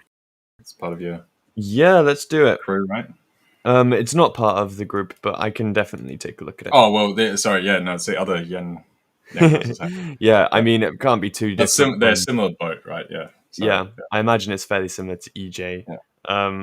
It's looking like we've been in somewhat of an uptrend the last 3 weeks or so, 2 or 3 weeks. I expect with the pound element of this pair that it likes to move sideways before having another move up. The pound, I often see that it will move from range to range like this. So I imagine that will come over a little bit to this pair, and then the volatility of the yen. I expect that we'll like having range so much here. I wouldn't be surprised if we have a really, if we kick off with another trend in the next week or so, because that would be my impression of this combination of currencies. At the moment, though, it is just looking quite sideways. I can see some volatility here. And we've had the range, but we've not had any reaction. We were already on a bit of an uptrend. So if I had to say my forecast, I would anticipate that we're going to continue moving up. V range, continuation of the second leg. That's what I would probably be looking for. But it looks like we've got a really nice double top here as well. So I wouldn't be surprised if we just break above this level and reject back into the range and continue ranging a while longer. That would be my forecast for pound yen. Do you trade this pair at all? Pound yen, not so much. I'll trade, dollar yen more. Again, I'm always very iffy on pound pairs in general. Yeah. Again, it's one of those characteristic things where I don't always like how it trades. Just like you were saying, you get those consolidation, then makes a massive leg, right? And so sometimes try catch those, but I feel like often get burnt a bit in between catching it as well. So I always find the setups typically on the euro crosses a bit better. So similarly, like either euro yen or Aussie yen than pound yen. That said, it's one of those. It's in that second basket for me that is like selective. Same for the pound dollar. So sometimes, but not always. Yeah. View on gold, we can have a look at gold. A couple of you guys asking about it. Gold has not been doing much of anything. We did get that slight move up, like I was talking about earlier in the stream, that I would have a preference to the upside before shorting down from up here. Jumping into any of these longs, though, I'm not crash hot on. Just like I was saying earlier, I'd be waiting for us to move higher first and then short, right? That or else, if we got that drive lower and another sort of retest in that vicinity down by 33.30, then I'd consider the longs. But at the time when we're talking about that, we're in this sort of middle, just very neutral kind of area through here. I realized I didn't share my screen through any of that. There we go. All right, here we are. So yeah, this is that middle neutral area I was talking about. We've had that slight tick higher, and we're basically just come into the underside here that I have marked out from this higher price range here, and where we basically waterfalled off from. So yeah, I'd prefer shorts from some kind of high level up here from today. Gold recently, all of this price action has been pretty terrible, pretty lame. It's very indecisive. You're kind of whipping back and forth all over the place. So I find it better to wait for movement into one of the top sides or into one of the lower bands, and then find a decent place to pick up a trade. So again, what I was saying earlier is if we had that dip further into this cluster earlier from low of Asia and low of New York last night, then I would have looked for the longs, but we were sitting in the sort of central, very neutral no man's land earlier on. So that preference for the slight lean for us to go higher did come through. We haven't gone as high as I would like to be comfortable with shorts. So I'd wait to see at least 33.47 up to that 33.52 kind of area before considering shorts at the moment for gold. So nice, thank you. We've always got that one guy with the gold obsession, so it's nice to have the gold analysis done. We can tell people to go back to around 30 minutes, 12:30 on the stream to find the gold analysis. Definitely more than one though. God, everyone's obsessed with gold always. Yeah. So yeah. Just 1/2 sec. I'm just adjusting some stuff. Sure, no worries. I can see that Tamil Bot Gamer has asked, how do you handle hesitation after a big spike? Do you freeze or do you follow your checklist with confidence? How do you manage trades around FOMC, CPI, NFP? Do you want to answer that question, LJ? I mean, it's got some news releases in there, which is... Yeah, it does. You run yours first. I just got to shift around a couple of trades and then... Yeah, sure thing. So, to be honest, I'm not trading around big spikes because I'm trading on the 1 hour time frame. So there aren't many occasions where I have to react quickly per se. That's the benefit of the higher time frame, I suppose, because you're not so rushed. I guess I can understand the freezing up that you mean, and maybe second guessing after seeing a huge candle and feeling the sense of urgency that you have to take a trade quickly or the opportunity is going to go away. So it sounds like you're freezing possibly because of a little bit of FOMO, fear of missing out. So I think my best piece of advice to you would be, I suppose, having a really, really, really clear checklist that you've backtested plenty, that you've got a lot of experience with in the live market. That should help mitigate freezing up somewhat. Otherwise, I'd maybe recommend not trading directly on top of news events and possibly, waiting a little bit, trying to avoid the volatility. I think most professional traders, I don't know if they're necessarily getting involved just after a really volatile news release. They may be getting involved just before, but yeah, that those are my thoughts. I hope that's helpful. Are you ready to give your thoughts, LJ? Have you moved your trades around? Yeah, let's hear it. Yeah, I'm curious to hear what you think, because you're actually trading lower time frames than me, so it's a bit more relevant, perhaps. Yeah. So as far as hesitation after a big spike, right? I would say you have to go and actually look up the news, right? See what actually played out. Flip on something like Bloomberg. You can have that in the background, so you can have that in your ear whilst you're looking for the next trade setup. But typically, you want to wait for the washout to come through. It's that next, at least the first 15 minutes after to the sort of 25 minutes after, and then normally spike, pull back down, find a settling level, and either the data that has come through, everyone's read into it more in depth, and it's actually valid. There's no distortions or making it come out looking better than it actually is. Then you tend to build back off that level. So I would say, sort of in general, avoid massive news announcements like that, unless somehow, like Griff was saying, you've back tested that and it works and fits in with your plan. If you're very technical, that kind of thing, you might be able to just avoid it or ignore it, I should say. The other part then is to actually go and get informed on fundamental and macro analysis, learn how to do that, piece it all together. That's a whole job within itself, right, though?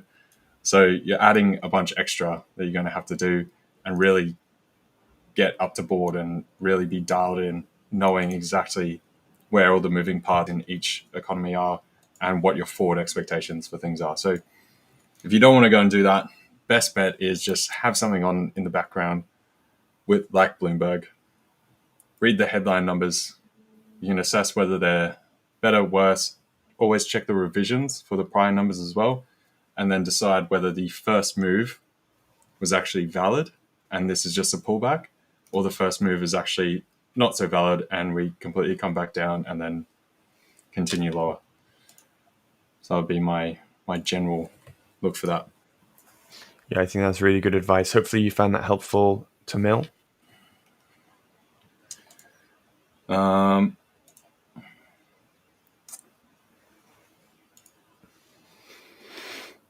Thank you, Stephen, for mentioning that. I appreciate it. Oh, you already said thank you. You're ahead of me. Yeah. There you go. Yeah.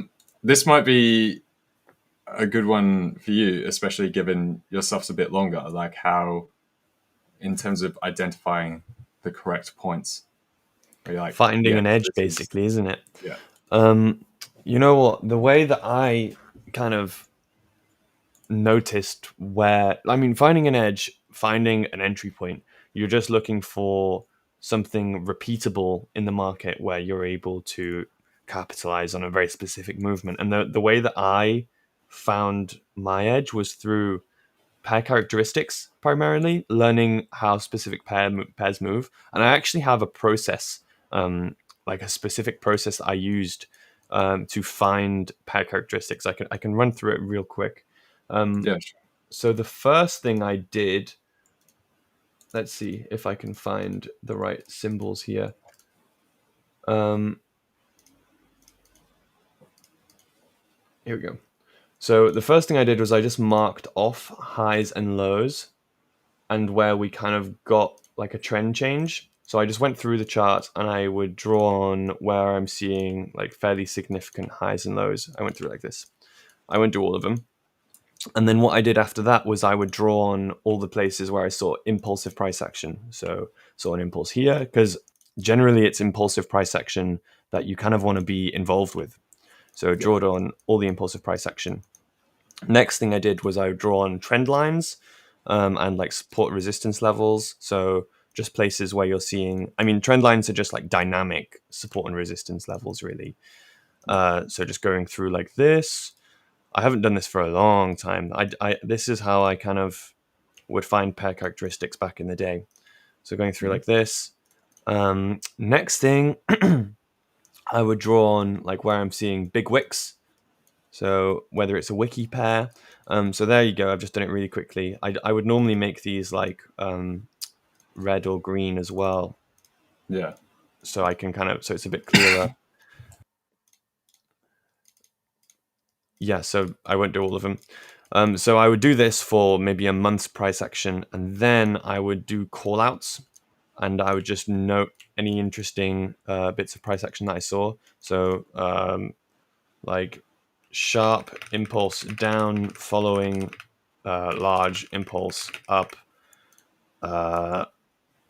like a double channel here. I don't know what the significance of that is, but that's exactly what you're trying to find out. And anyway, I do this a bunch on multiple pairs, multiple time frames, for different durations, and eventually you just start to get a feeling of how a pair moves, and you write down all of your takeaways at the end, and you'll start to think, oh, okay, AU, it really likes to reject from channels. It really respects trend lines. It doesn't like wicks, which are all of the essentials that you're trying to pick up when you're trading. When you're trading, full stop. So yeah, that was how I kind of found my edge. I just found that the patterns I trade, a flag, a continuation, reversal. These were the entries that I found worked out really well. I should probably do this again though, because they've not been working out so well this year. Yeah. Do you ever try and cross compare that with the time of in the market, right? As well, like what time of day was that where you're seeing those larger moves actually play through? Yeah, I don't think I did in the when I would do this process in the past, but that's definitely a good element to add in. Like, you can probably do like a dotted line if I can edit this like this, and you can write down, London session or something, and then you can kind of get an idea of when you're getting this volatility. So this was New York market open that we got the big push up. New York open. Yeah, that's definitely a good suggestion. Thank you. Yeah, that's I found that as well, helpful, because same thing. If you're seeing potentially sometimes as well, you get the entry earlier just because of market structure, and I always try and take a bit of a forward outlook to sort of gauge, okay, roughly how long should I expect to be in this trade for it to be actually playing through. Sometimes it's going to be multiple days. There's variables in there, but I've found it helpful finding those higher I don't know, volatility points. Yeah, and also cross comparing that with different months, because you'll find it's very different at like start of the year, like first quarter, second quarter, third quarter, fourth quarter, where that sort of punches through, because that you get things with different tax regimes in certain countries. And then, for example, right now we've had European summer, so there's a lot less hands on desk. So, that changes the profile as well. That's very true. Yeah. Thank you for that suggestion. I know that, I mean, a lot, this is my way of kind of mechanicalizing this process. Like, normally I would just kind of notice just by trading, just by looking at the charts, just by pure experience, just being, I've been seeing this a lot recently on AU, and then just going back a couple months and being like, oh yeah, it's been happening for a while actually. And then based on that, you can find an edge or a refinement. And timing is a very important element. Timing and price is all the variables you need, really. Indeed. Time frames to start with as a beginner. Did you ever trade any short-term stuff, or did you sort of do long-term, you kind of stuck there? Or yeah, I've only ever traded the 1 hour. I've never traded any other time frame. So yeah, I would say the 1 hour, but I'm pretty biased. So. Yeah. No, I would also have to agree. Definitely start from the higher time frames as a beginner. You want to learn that overall structure. You're not going to be getting, wish-washed around like a washing machine in lower time frame candles, showing some kind of structure only to be negated on the 15-minute when you just looked at the 5, and then you're going like, oh no. The 1 hour, 4 hour, and higher candles, you can always have much more confidence in. There's more. It's representative of more price action, more trading, right, as a whole. So, hence, you put more weight on the higher time frames, for sure. What else did we miss? Eric wants a view on BTC. Can do that real quick.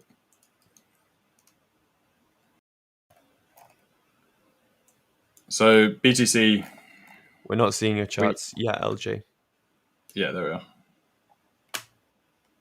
You not see it? What's up? No? Oh, now I can. Yeah.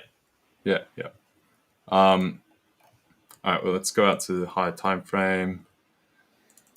So we covered BTC briefly earlier on as well. We do have this general slowing of the overall price action, but you can see these like channels that we keep forming going up through here, even through this section, right? We get these rough channels and sort of dip outside of them, come into a relative prior level, and then take the next leg higher. It's crypto, it's Bitcoin. A lot of the structures and things that you'll map out don't always 100% line up. If I can actually move that properly, there we go. So the same thing here, you know, we're getting those slight taps out through the channel, but you then do tend to pull back in. Part of that is still because of, you know, there's slight difference in a bunch of the exchanges. And so whatever aggregate feed that you're looking on from like a CFD broker or something, there's going to be small price variances within that as well. Recent price action up here, we had another channel. We did break out higher. Definitely not as far as the prior two channels through there. We've now pulled back in and we've come back to this candle here. I would say overall, we've still got upside for Bitcoin. You're increasing liquidity coming into the markets, you know, a lowering of financial conditions. Rates are starting to come down and everything. We don't have inflation going rampant, that kind of stuff anymore. So the same way that you see on the indices right now, we've very much got a willingness to buy the dip. There's this, you know, underlying bid in the market.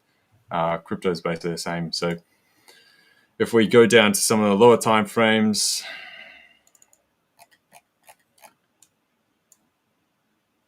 you could even consider some sort of bias through here, because we basically just come back into that level down through there. That is way too not straight. That's roughly, that's better. Nice. So yeah, and we've had a rough double touch through here. So I could definitely see us taking another drive higher once again. That said, talked about it before. I don't like trading Bitcoin intraday. If you want to trade it over a multi-day time frame, week, month, something like that, much better idea. Intraday is often very choppy. We wax and wane between risk on, risk off, and other just general random flows from the crypto market or whatever's happening in that sphere. So you got to keep an eye on crypto news as well. Mm-hmm. Yeah, I agree. I think Bitcoin's one to buy and hold, to invest. It's more of an investment.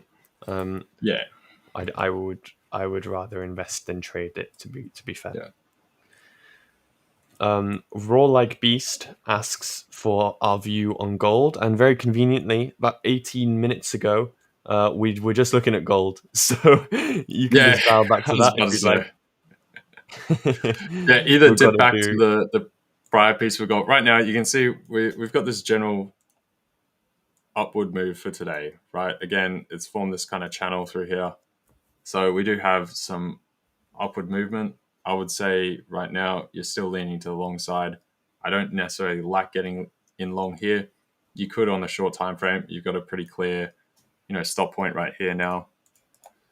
My preference right now is to wait for a move to the high side and then look for some kind of short rather. You know, you could target the first point of call is 47 here, 3347, and then you've got about 3352 up to the top end. So you can see that's where the R1 pivot. So the first resistance pivot is for today, and we've basically been oscillating this midpoint here, right, which is the actual pivot point. That's the R1 pivot up there. So I'd prefer to see a clean break on either side before taking consideration to trades, unless you got in, you know, down here earlier during Asian session and you've been able to ride this right the way up. But given where we've sat through London, it's not amazing. So there you go. There's gold. There's gold for you. All you gold bugs out there. Lawrence says no more gold.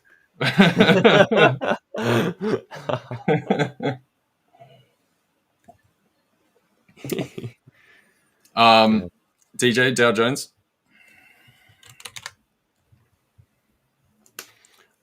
I was thinking about the Dow Jones. You were talking about the NAS and how you prefer it to the S&P because it's got more of the growth stocks, so there's not as much drag from the regular stocks in there. And the Dow, that's got, correct me if I'm wrong, but that's got 3,000 stocks in it. Is that right? I think That was 30.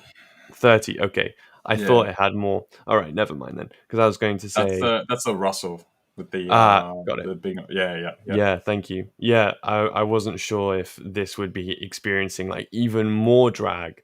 But no, that's the Russell. Never mind. Yeah, but the Dow still does, because the Dow is made up of a lot of very like blue chip, traditional, Old big school companies, companies. stable companies. Yeah. So on that same measure though, it does get that drag where you can see. I mean, look at this price action through here. It's kind of choppy and messy and a bit wonk, right? And you get these very delayed kind of moves where eventually plays catch up. But you can see intraday, unless you're catching those bigger moves, so you're kind of swing trading it actively is pretty terrible, right? So you want to capture those large moves, like all of that through there, terrible. This terrible, right? You get some of these bottoms where you get through here and through here, and so maybe if you got tapped in on this spike, as long as you didn't have a stop that was like too small, now you could drive that up. But overall, I would definitely prefer to trade the NAS if you're going to pick one. It's just a cleaner chart structure, activity the whole way through. So overall, though, if we're looking at analysis, same deal as the NAS. I'm looking for upside on the Dow, so on indices in general. And then it's always just finding which indice you're actually going to express that view on, which I find hence the NASDAQ has the cleaner charts, the cleaner setups for you to do that. So, but yeah, upside for the NAS. This is going to be your first point of call up with those prior highs over here, right? So that was from yesterday during Asian session. Yesterday, similar to the NASDAQ, that's where we peaked before dipping back off, coming into London and New York yesterday. We're now seeing through London, we've made another low and driving back higher. So if we now go over and compare it to the NAS, similar deal here. You just get a cleaner setup with some of these markers, because they're not going to be so dominated as well by the 30 stocks. Obviously, NAS has some big players, like you've got your Nvidia, those kind of guys. So you look out for earnings, that kind of stuff. But overall, the structure tends to be better in the NAS, I tend to find. Fambo, what are the 3 words? You've got to be watching the stream to find out the 3 words. I don't know, maybe you can figure it out through, maybe if you tap back a little bit. You should be able to figure it out or find it. All right. So I think we did. There were 2 of them in the chat today. So I'm not sure if Jonatan did the 3rd yet when Victor was on. I don't know. He might still have to be doing the 3rd, but you can probably figure out from the ones there already. So yeah.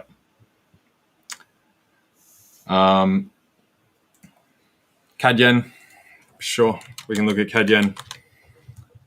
First thing I would say about the CAD today is just remember we do have CPI coming out. CPI is obviously a very important thing still with the tariff effects going on. So whatever structures or setups you're looking for on CAD, you could get jerked around with the news release there. So CAD yen. I don't really like it. What do you reckon, Griff? Yeah, it's pretty ugly. Yeah. This is one that I've been recommended, I think. Yeah, it moves sideways a lot. And then when it moves, it often retraces the move just as quickly, is what I find. Like, I guess it's the JPY element. It's quite volatile. And the Canadian dollar isn't, like, particularly, like a main currency pair, you know what I mean? So I feel like they're both fairly volatile. So you do just end up ranging volatility. even on the higher time frame, it just looks like very, very sideways. Yeah, and you often get a lot of the CAD data coming out at the same time or thereabouts with the US data. So then it always has this, because sometimes US data is good, CAD data is also good, and they kind of cancel each other out all the time. And obviously they're very close geographically. They often have somewhat similar, trade business cycle stuff going on as well, because they're massive trading partners themselves. So if one hurts, the other tends to hurt at the same time. Yeah, that makes But sense. I would see maybe generally like upside, similar to some of the other yen pairs. You can see a little bit more upside. Like when I look at this on the 30-minute here, I could see this structure from earlier on tap back into the top of this, and then potentially you could look for longs. But overall, I would say I don't particularly favor CAD yen right now. Looking at the 4-hour does look a bit better. That looks quite bullish. So I'd say overall,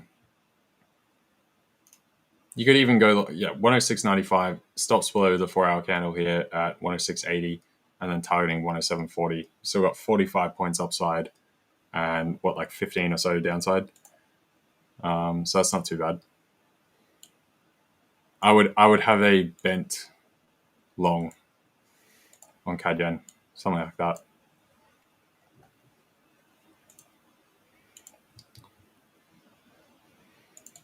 So go down to the 5. 5 is actually looking like we could actually build off of here and then start going up. So first point of call, prior highs from today, and then you've got that upside portion. If I can actually click the right button, my microphone is blocking part of my screen. So, yeah. Dude, I don't know if you have that trying to find space for everything on your desk. You have very annoying without.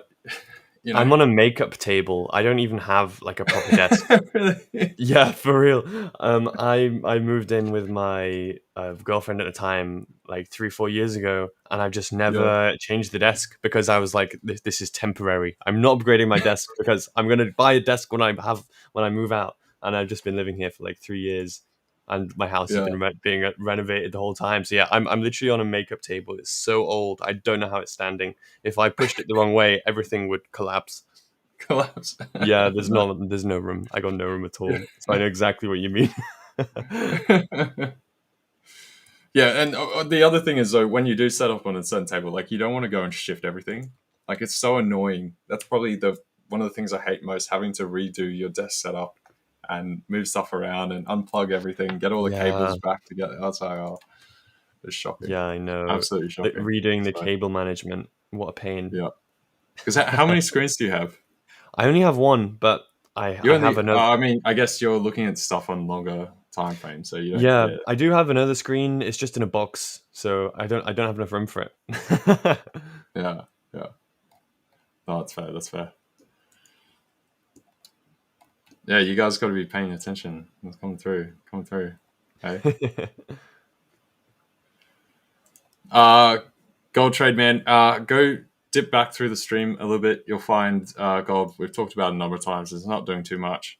We've got some general upside right now, intraday since London. Apart from that, yeah.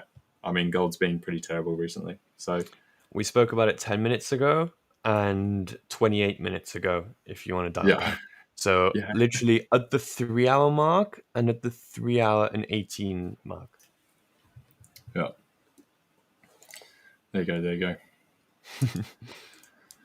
We got Samir in the background as well. So you can let us know when you're good, man. You good? Alrighty. Probably wrap up there. Thank you, Griff. Thanks for coming again, man. And hopefully some of those Aussie trades, actually find their way to your setup. My trade plan, yeah. Yeah, to your trade plan. I was like, how do I think of what? Yeah, no, I appreciate it, and it's good chatting with you, and I hope your trades play out as well. Looking good. Definitely awesome. You guys can go follow Griff. Do you want to plug your YouTube once again? Yeah, sure. Thank you. I appreciate the it was put in the chat as well. I really appreciate that. Yeah. So Griff Yeah. Griff Trades on YouTube. I post there like every 2 weeks. At the end of this month, I have the 6-month 5ers Road to 100K series. So that'll be exciting. And I just go over all the trades I've taken that month with complete transparency. But yeah, thank you. Thanks, guys. Thanks, Super. LJ. That's good. Cheers, guys. See you later. Ciao. See you soon. Bye.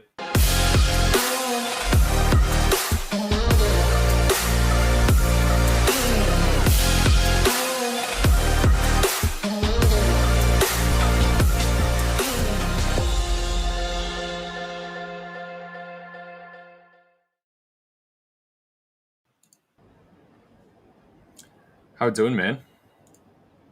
Going well? Hey, bro, what's up? Going strong, going strong. I'm a little bit Self? cropped. Let me I'm good. do it like this. I think you got Victor coming to join you sometime soon. Hey. Yeah. I I'll did hang the around. last stream with Victor. Yeah. Yeah. How are you doing? How is your trading going? Doing well, man. Today's been good. Yesterday, terrible. I hated it. I went just back and forth and sort of got chopped up. But today's been very favorable. So loving it today. For me personally, Tuesdays are not really good, so I'm not gonna trade today. Yeah. Yesterday I did trading. I took a small win. On Friday it was a loss actually. Today I'm not trading because I've Yeah. seen Fair. my past history. Tuesdays has been worse, so now I've stopped trading on Tuesdays. Yeah. No, I typically hate Tuesdays as well. But I often Yeah. find when the Monday is bad, the Tuesday tends to be better. Yeah, So I exactly. will come back. Yeah. Sometimes you are right. Sometimes we take a loss on Monday. So, our heart say, let's just recover that in Tuesday. Yeah. On Yeah. Tuesday. Exactly. Yeah. Yeah, Yeah. I get you. Yeah. I get it. Yeah, it's because you're still always at that start of the week. You're often, Yeah, playing through the digestion of the previous week, and then everything's setting up for it to actually move into Wednesday, Thursday, Friday, right? Yeah, I always find that as well. But today's been favorable, thankfully. So I'll just see the charts here and there, but I am not going to trade today. yeah, fair. I show up every day, but Tuesdays are not really good for me. So, yeah, anyways. That's all right. Let us know when you want to jump through, Victor. You can add yourself, or I can add you. Either way.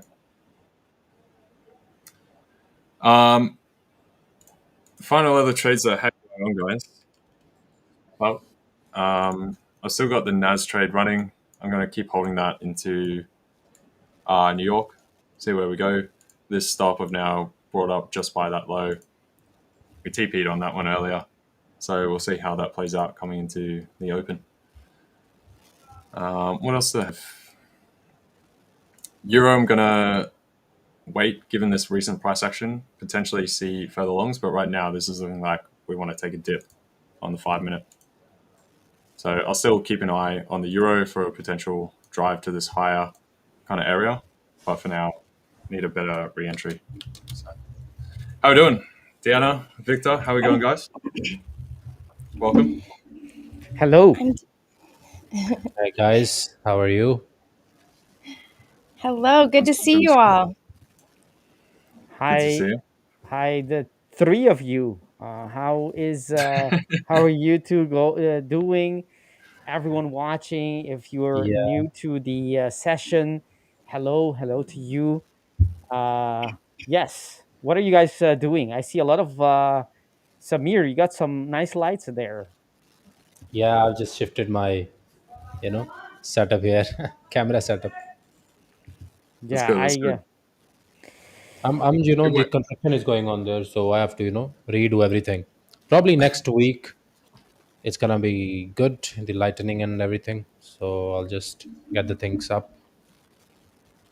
yeah. Nice, nice. Your setup is coming along nicely. Yeah. I like I've adjusted light. Yeah. Good. Let me All throw right. up So your thing, Victor. no, go ahead. So you There you go. guys looking at in terms of the market so far, what are your thoughts? I would like to actually I already spilled the beans on my ideas on GU, but what about you guys? What pairs are you think it is, or maybe it's more than one, is or are the pairs to be watching this week, and maybe we can do a little one by one, each one of you, starting from the ladies first. Starting from Diana, what are you watching this week, or what pair do you think brings the most opportunity, in your opinion, to our viewers? One sec before you start. I got to dip out now. I got to go let my partner in and stuff. So thank you Okay, guys. no I'll see you problem. guys tomorrow. And yeah, as far as me, I'm still looking for potential Eurodollar longs from a bit lower. Currently in that NAS long trade, and that's basically where I am right now. I'm going to wait and reassess for the other pairs. So Okay, yeah, Nas thanks guys. Long is looking very good. I agree. It is, it Uh, is, it is. NAS long's good. That's probably my number one for at least for today. We'll put it that way. So okay, yeah. perfect, Yeah. perfect. All All right, right. guys. Cheers. I'll see you tomorrow. Have fun, and we'll see See you you, man. tomorrow, LJ. Yeah. Thank you. Ciao. Bye, LJ. Diana, do you think that's a good idea if we start with you, or do you need perhaps some more time to prep some charts in the background? You decide. Right. I think my chart should already be shared. And yeah, Okay. I'm looking at the indices as well. Okay. So we talked a lot about this yesterday, but Hmm. um, basically nothing happened yesterday. I don't know about the rest of you. I'm not sure how things ended up for you all after we got off the stream yesterday, but nothing happened. It was a really boring day. S&P did hardly anything all day yesterday. It just ranged all day. And would be a similar here, let's make this a little bit bigger. Would be a similar case with the NASDAQ for the most part. It just kind of ranged in this area. So there wasn't much to do yesterday, and ADX remained low all day long. And surprisingly, kind of the same scenario with gold. It looks like a lot more happened. And in fact, it did take out the high and the low, but it was a pretty slow day even on gold. So I am interested in watching both the S&P and gold, but I need to see a little bit more to it before I really want to get excited about getting into a trade. I want to see the volatility pick up. Again, today we don't have any high volatility events coming up until tomorrow is the first Hmm. one, at least on, that affect the dollar. The U.S. news, and we did have that event yesterday with Trump speaking with Zelensky, but nothing really happened on that either. So just really slow day. I want to see things pick up before I would, be interested in hopping in anything. Great. So did you were you almost getting into any trade yesterday, as we were all expecting some kind of volatility coming in from those meetings? How did it go? Did you not get anything at all, or was it just not right to get in? I went short yesterday on gold during the stream, and I just held that.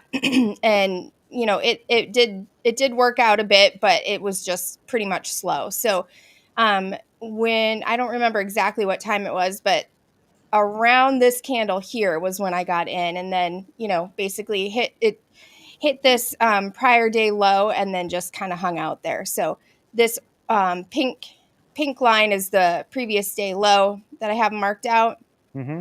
and it hit that, dipped a little bit below, and then just stopped for the day. Well, actually, yeah, here it is, where it just kind of hung out and just hung out in that area, kind of hugged that line for the rest of the day, even when the market opened again after the hour break. It just kind of hovered around that line, and then finally, when I was in bed, it started to pick up to the upside. So I did have a trade, but that's one trade for me is really light. I typically have quite a few more trades than that. It might be just me, but I saw a very beautiful quasi right there on the gold chart, and where you got in, or where you said it was going slowly, is where it hit. If you move to the left, you will see the head of the quasi and that big, beautiful order block there, very voluptuous looking, right there for a long trade. So it doesn't surprise me that it's it didn't continue. So that's great. That's evident of how we could have different traders spotting different opportunities in the same area. While I see a quasi, you saw a short, you capitalized on it, even though it did not have a huge run. You still closed that one in profit because that move that you just explained. And and I, where you would be getting out, I would be getting in for that long, for that little pop.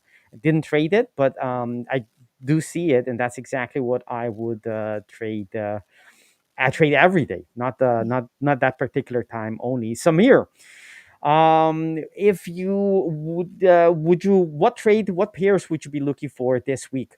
Considering everything everything you use, where do you think is the best opportunities for our viewers? Okay, can I share the screen? Yes, let's see where yours is. I believe it is this one. Samir, do you want to try? I think you clicked on it before. Do you want to try that again? I got a notification, but it popped off too fast for me to click on it. Okay, I'm just doing this again. I did that again. Oh, uh-oh. Yeah, let me get that right. Um, Let me see if it's okay. And for our viewers, I am a NAS 100 trader only. I think for 3 months I've shifted to this.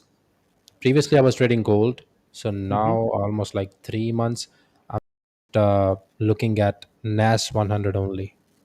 mhm, And yesterday I did took a long after we took out the yesterday's lows. It was a really good trade, gave me 1 to 2 as per my system. Tuesdays are not mhm, really good for me. I mentioned that when we started the stream, when I was in the stream. So I'm not gonna be trading today, but I show up every day almost. So Tuesdays, not really good days for me. If I have to trade, I will just take, I don't know, maybe negative risk to reward or 1 to 1. I know this is a controversial opinion, but if it's a very good opportunity, I'm not gonna go for 1 to 2 normal days. I'm just gonna I'm just gonna go for 1 to 1 max. I think because I've seen my data. Tuesdays are the worst for me. And yeah, let me explain you the yesterday's trade. This was the daily low from where the push started. Once we liquidated that, I just got to the 1 minute and I just took this trade on my Fibonacci here. I saw this rejection. I took a trade here and I booked, I think, somewhere around here 1 to 1.5 risk to reward I captured because after seeing this 1 hour price almost was about to hit my stop loss, and I was heavy on my 3 accounts. I made, I think, decent percent on my 3 accounts, so I didn't need to target all this 2 hour. Although it got triggered, I was out.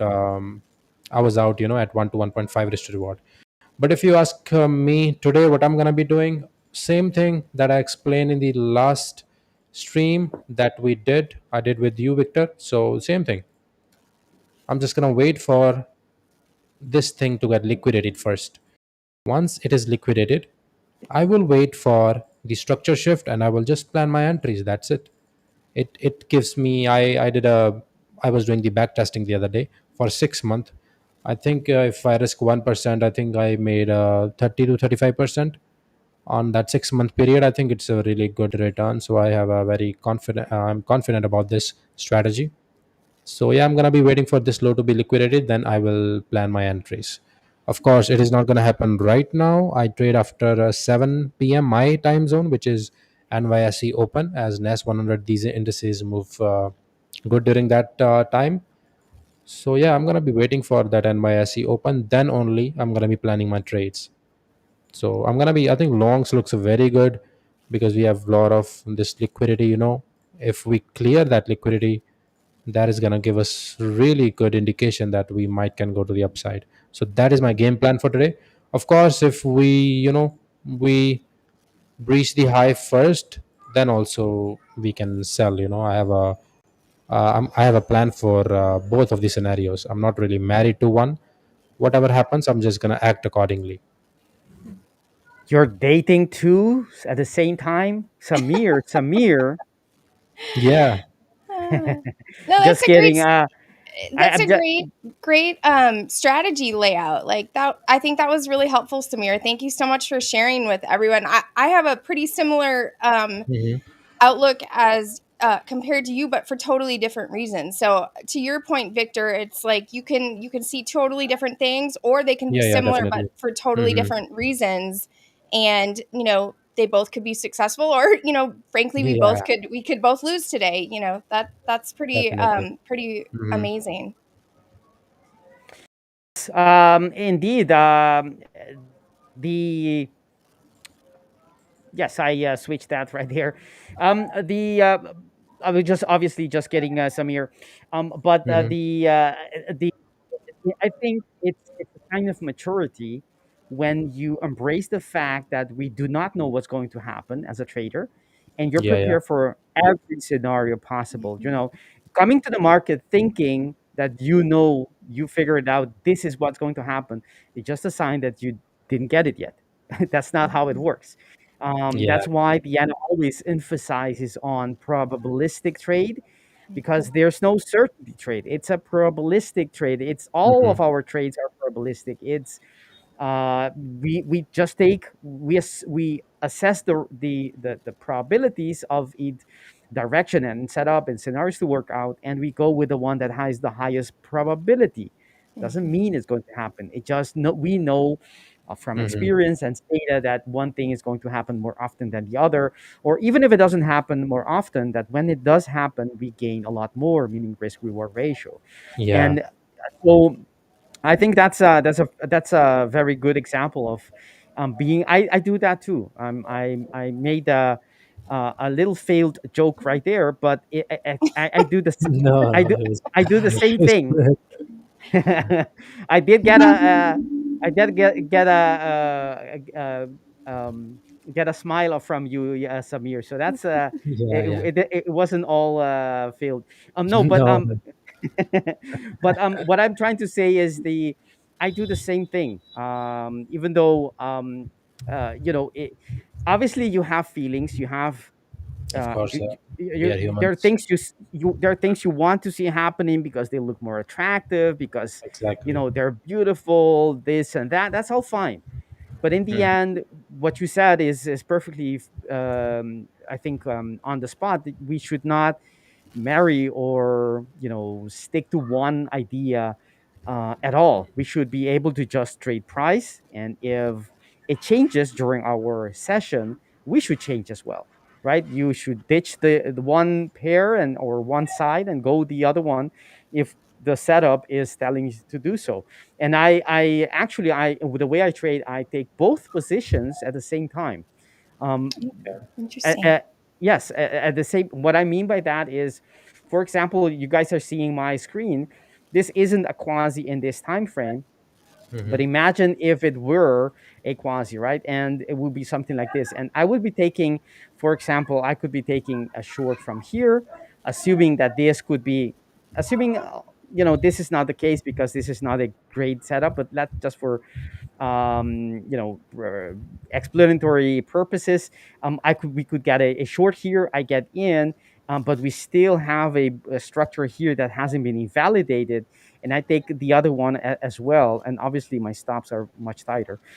But we take both of them at the same time, and I just let the odds play in my my in my favor, and I may lose both of them, but the majority of the time, one of them will win. And since the risk reward ratio is much higher than just two or three, it doesn't matter. I just have to hit one. Um, Rarely I get both of them to hit, but I just need one, and that happens in the majority of the time, and that's gonna compensate for the losses from the other one. So that's awesome. So Samir, you're looking for Nasdaq and for a long, at least that's the initial Yeah, longs initial. looks good, but yeah, if shorts also, we took Mhm. out the high first, then I can plan shorts also. But it should not be, at very at late night, because if high or low none is taken, I'm gonna go then back to I can do your. anything. Let's see. Let's see if I can go back to yours. Yeah, Let's see if that's. I'm gonna see my out. Okay, I'm checking. I'm checking your to see if that's. I'm Oh, sharing I the see. screen Okay. again. Okay. Let me. Can you see it now? Yes, I think so. Let me check if that's Yeah. there. Oh, Okay. All right. So we're switching to yours. there we go. There. Yep. Okay. So yeah, I'm not really trading, to be honest, but as we have viewers, so my point of view is simple.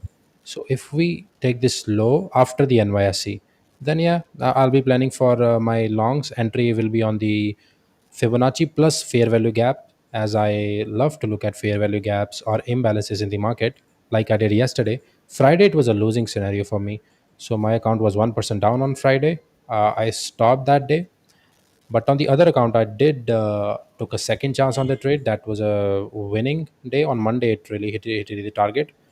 But that account, which was 1% down, on Monday I recovered that. Tuesday, I don't really have to trade, to be honest, because I made a significant percent on all of my account. One account is 3%, 1%, 2%. As I mentioned in the last stream, I don't really trade once I'm up, I think, certain percentage, because it's a funded account. If it was my live account, then my approach would have been completely different. But as I'm a funded trader from from I think 2021, I'm really heavily invested in this prop firm space. So once I make, I think, 2%, 1%, 3%, whatever it is, I'll just stop trading. So I'm not going to be trading, just for the how I think. Our viewers should know how I think. If I'm up like 2%, 1%, 3%, then I will stop trading. Now I'm not going to be trading. I'm going to be trading on one account only. But today, I'm just looking at this particular low to be gone, because we are close to this low. NYSE, I think we need a little bit of volume, and then I can plan my entries. And as per my entry, I'll just look for a good fair value gap. Like, let me see if I can find an example. On Monday, I did took a trade. I'm just trying to see.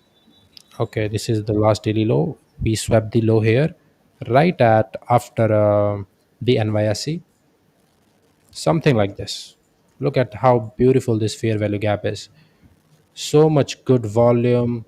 This is some kind of thing that I like to see when I am seeing the charts, and then when I'm preparing for my entries. These are the kind of impulse pushes, how these both are the kind of impulse pushes we can see here.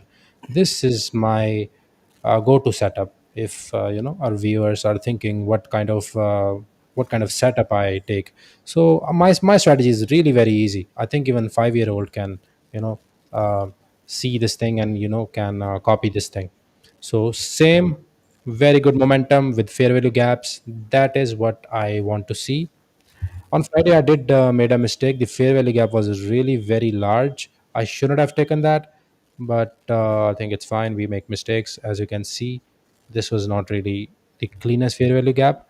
I entered, I think, at my entry was really off. I'll just admit it was my mistake. My fair value gap should be a little bit, decent size. Still, I do make mistake, and I am a profitable trader, but still I do make mistakes.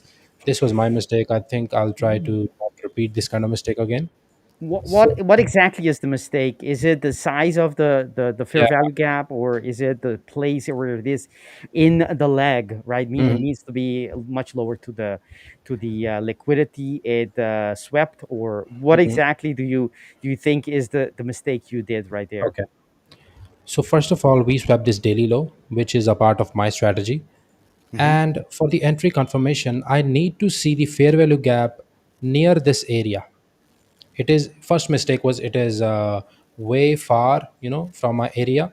And Hmm. second mistake was there was not so much impulse going on, apart from this big candle. This was the two mistakes that I did. And the third mistake I would consider is my stop size was way too big. It was, I think, almost 90 points. I never take this, trades this big. My max is like 50 points, I think. And these three mistakes I could have avoided. I could have avoided this 1% loss across my accounts. So after that, I think I did give another chance on two of my accounts. Actually, one of my account. I'm sorry. We swept this low again, and look at this. How beautiful these fair value gaps are. Okay. So here now we have impulse. So I take the entry around this kind of retest of this fair value gap. Then I just recovered my loss. The TP was triggered on Monday. Actually, I holded the trade. The swap was really, it was really high. So, anyways, I booked my trade around this high. In If the I morning, I woke up at 4 a.m. for this trade. I just close the trade when I see it. When I see it. Okay. If I understand, we're getting to know your strategy, Samir. If I understand well, you're looking for a sweep of liquidity, and you're using the Mhm. leg inside. Let me switch that. Okay, yes. You're looking using the leg inside. Mhm. Uh, I'm gonna zoom in you so that you can see. This was a loss. Then I gave another chance. yes. What Yeah, I mean is that's Nasdaq. Let me that's US. Let me on my screen do the same, and you I'll can pull this thing. Very easy strategy it is, and I've back tested. If you are just bluntly following the system, I think you are gonna make decent percent throughout the year. Of course, I'm not gonna. I never promoted. You make 10% a month, 20% a month, like these traders, claim or promote whatever. Even the funding target is 10%. Anyways, that's a different story. But I never promoted that. If you're making, I think maybe 30%, 35% a year, I think that is the best trading or result, whatever. It is the best result that you can achieve. If you're risking 2%, of course you can maximize your gain. So yeah, but the funding approach, I'm a fundy trader, so I'm heavily invested in prop firms only. So of course we have pros and cons of this prop firm space is different. But again, both have pros and cons. But you should have this similar mindset. You're gonna get losing period, anyway. So one question before we move on to Diana. Samir, what is you mentioned that you backtested 6 months and you got mhm. I think you mentioned 35%, if I'm not mistaken. 6 month it was, I think it was 28 something percent. I put it that data in the chat GPT. It gave me what to do, what not to do. The chat GPT told me Mondays are not really good, but as per my experience, I do trade on Mondays. But Tuesdays, chat GPT also, according to the data, when I put it in that, um, chat GPT told me that Monday you can use negative risk to reward, or just no trading day. Typically, Wednesday, Fridays are the best. You can see through the data.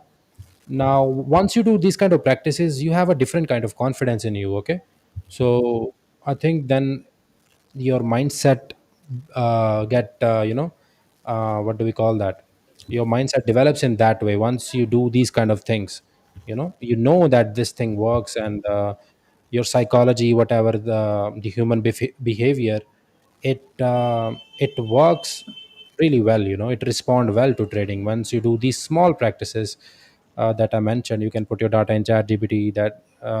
Because even I started this MBA for 2 months. Actually, I quit it because I'm a trader and I made most of my money through trading only. I'm a full-time trader. That really didn't resonated with me. I was just, I should not say, but I was time passing there. You can say I was just having plenty of time. So they taught me one thing, that if a company has to achieve good results, or a big company, MNC company, so they just look onto the data. If they are selecting anyone as per the resume. Nowadays it's a AI and everything.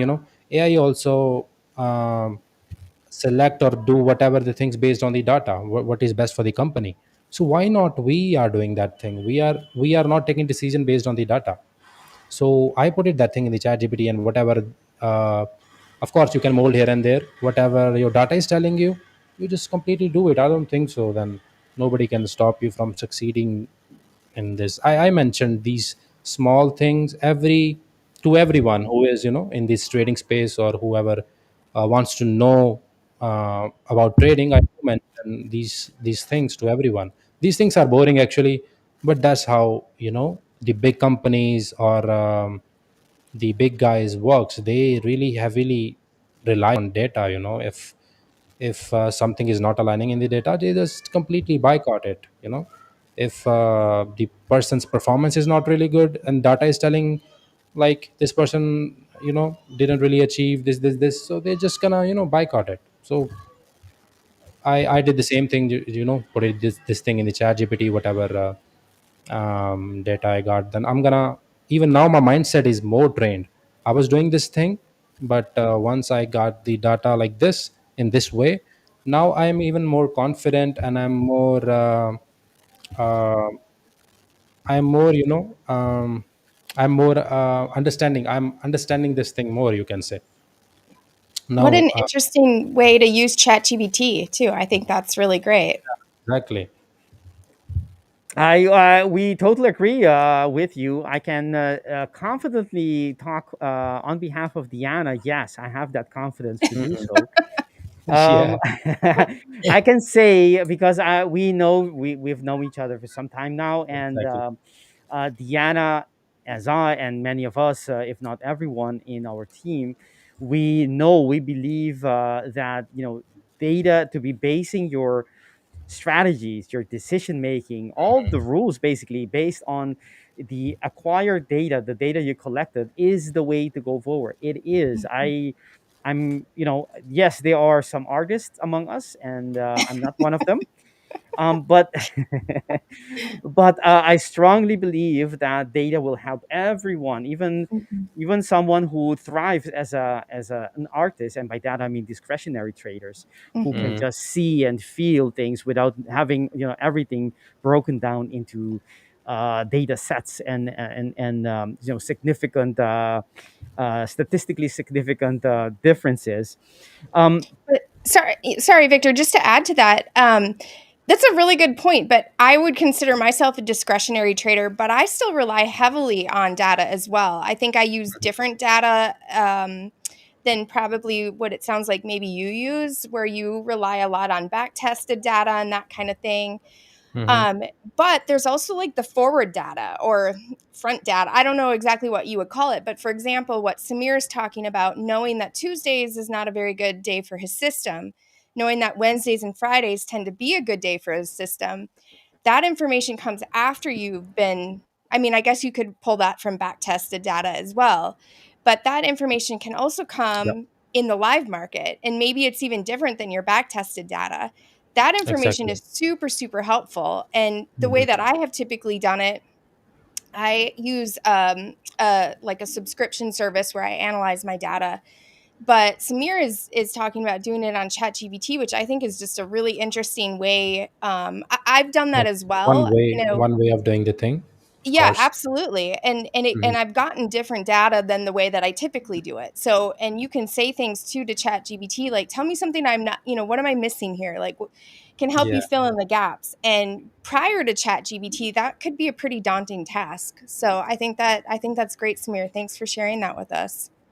Yes, I think it's actually a little tip you could use today's technology, things we didn't have at our disposal. Yeah, Even a once you have couple of these small things, your confidence level is.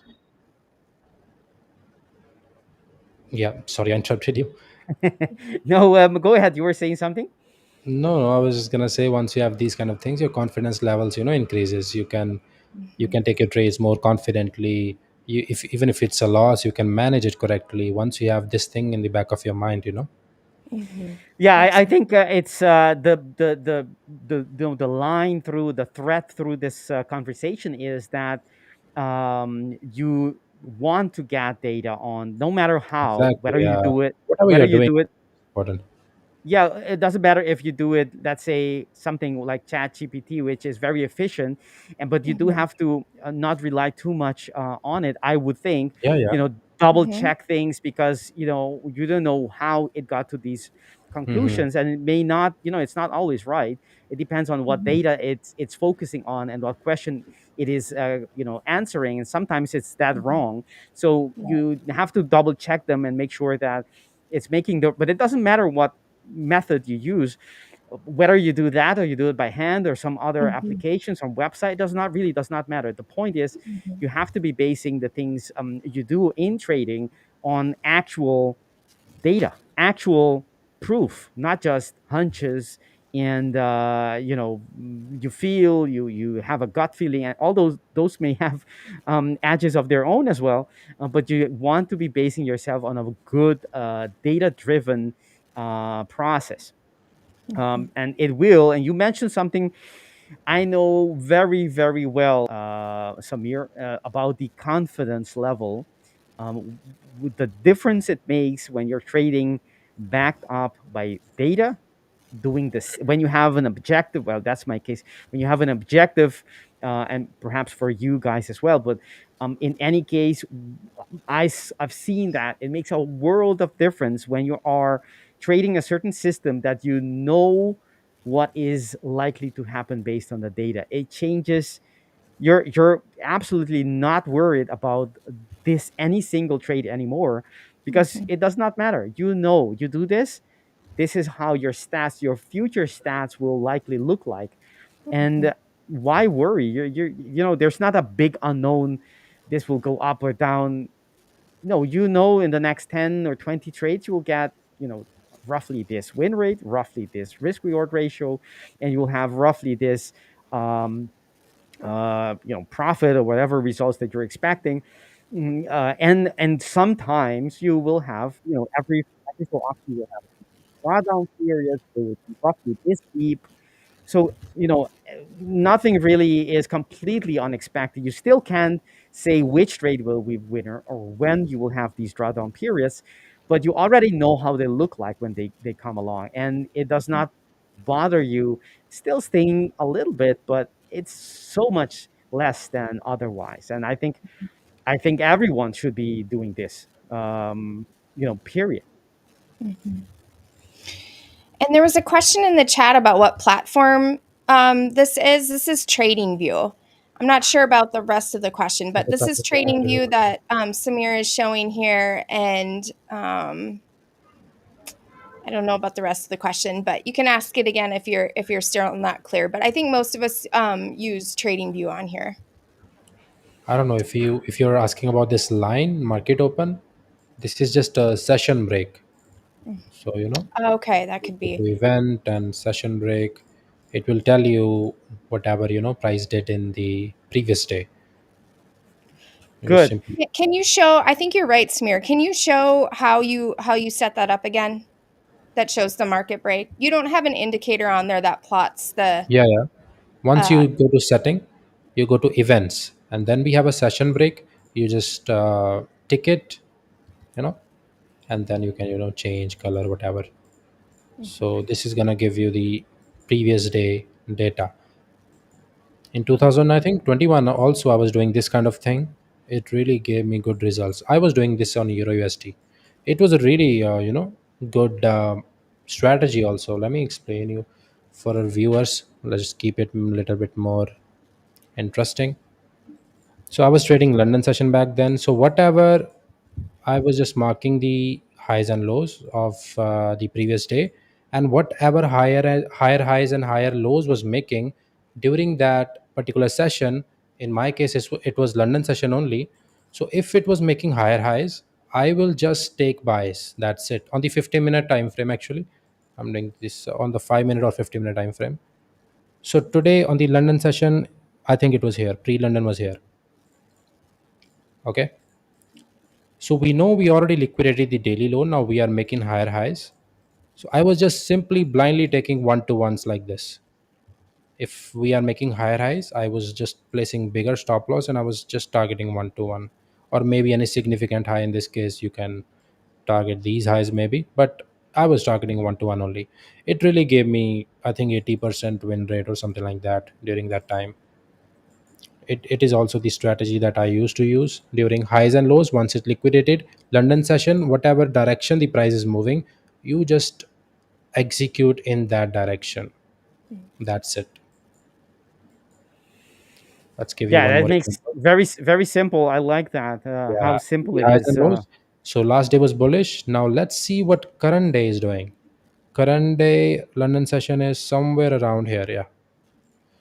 So we are making lower lows, as you can see. This day is making lower lows. Okay. So I'm just gonna take sells only. If we break this, then yeah, I can take buys, but I can place sell anywhere. In this case, even if my entry is late, you can put bigger stop loss. I was doing this back then. It was also giving me, good results. So my point is, you just have to, manage your risk in a proper way. You can take trade any strategy. It is gonna give you good results. Mhm. One question for you, Samir. Wanted to ask you before already. You mentioned in 6 months' time you had a result of roughly 28. I think you mentioned later or around 30 in any case. Yeah, around What 30%. is Yeah, what is the drawdown? What's the maximum drawdown in that period? Did It uh was. I think mhm, we had a 5 losses in a row, and okay. similarly we had 5 wins in a row also. I'm yet to test. I was this data is only one trade a day actually, so I'm gonna test 2 trades a day also, and of course I'm gonna bring the results here on the stream itself, as I will be here on Wednesday and Tuesdays. So whatever data I will get, I'm gonna share with you guys as well. That'll be Perfect. interesting. We'll look forward to hearing what you find Yeah, out. definitely. Yeah, I think the viewers at home watching, and especially those who are clicking the like button right now, and those who are clicking the subscribe button right now, those are will definitely like it, as everyone else as well who is considering clicking the like button. I'm not telling you what to do, but just some consideration. I'm talking to you. Yes, who is now considering that button? Okay. Let's Um, let's look at Raul's comment here about ChatGPT. This is a great point. So ChatGPT definitely not perfect, and I don't know for Samir, but I certainly wouldn't use it in isolation. I would definitely look at other be careful what you ask of it, and also question. As Mhm. somebody was saying, like, some um I forget what the joke was, but basically, like, ChatGPT is like a poker player who just made up the rules or something like that, with total confidence. And Yeah. it's true, it's like it's okay, ChatGPT, to just say I don't know from time to time, but that's not that's not an option. So definitely you want to be careful what you ask, be careful what how much stock you put in, but I think it can lead you in the right direction from time to time, and give you some ideas maybe to look into further. If Mhm. ChatGPT tells Samir, hey, you're no good at trading Tuesdays with this system, Yeah. he can assess whether that's actually true or not and look further. Maybe he is a rock star on Tuesdays and ChatGPT got it wrong. So I definitely wouldn't take it blind. Yeah, of course. Even experience is the most important thing, actually. Then comes the other things, Hmm. because once you show up every day, your eyes get develops in seeing certain kind of setups. As you mentioned earlier, maybe you are seeing the charts differently. Maybe you are entering longs only, and me is also taking longs, but you are seeing it in a different way.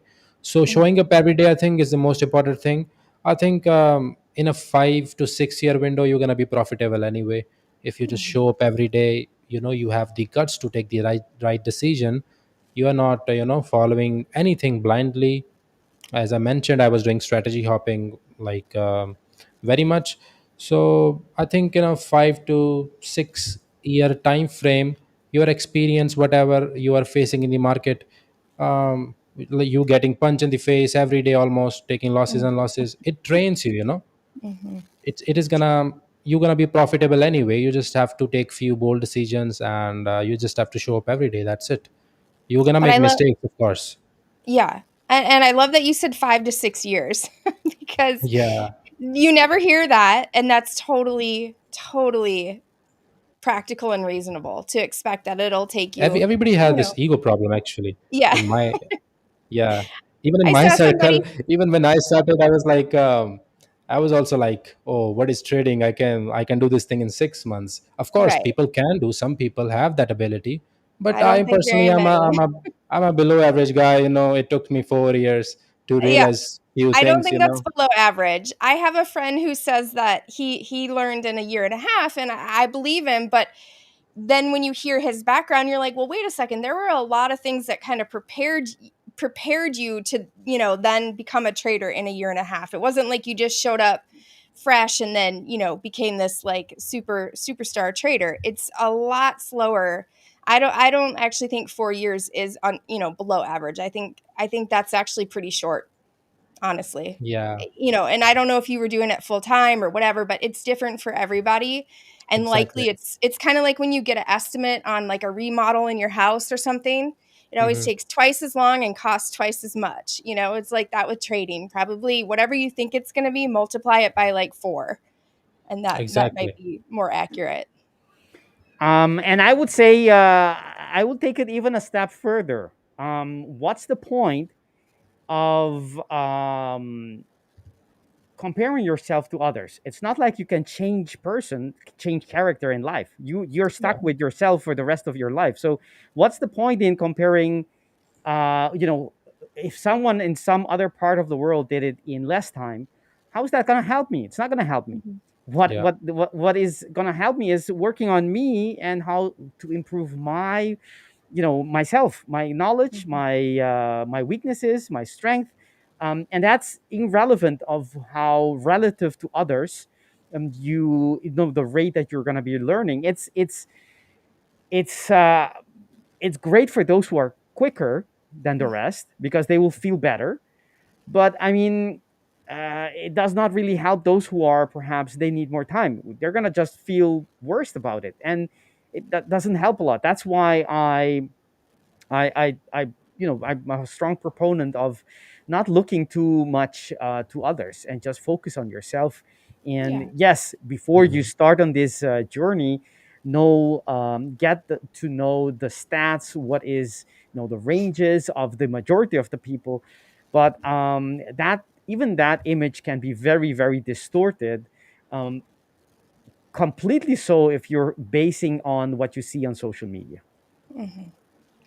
Yeah, I think it is reasonable to want to know, and it's not about comparing necessarily to others, but it's reasonable to wonder, how long is this going to take? What is the expectations? What do I Hmm. need to plan so that you can assess if it's even something that you want to do? But the problem is, everything that I read is just absolute garbage as far as people saying how much money they've made, how fast they did it, Yeah.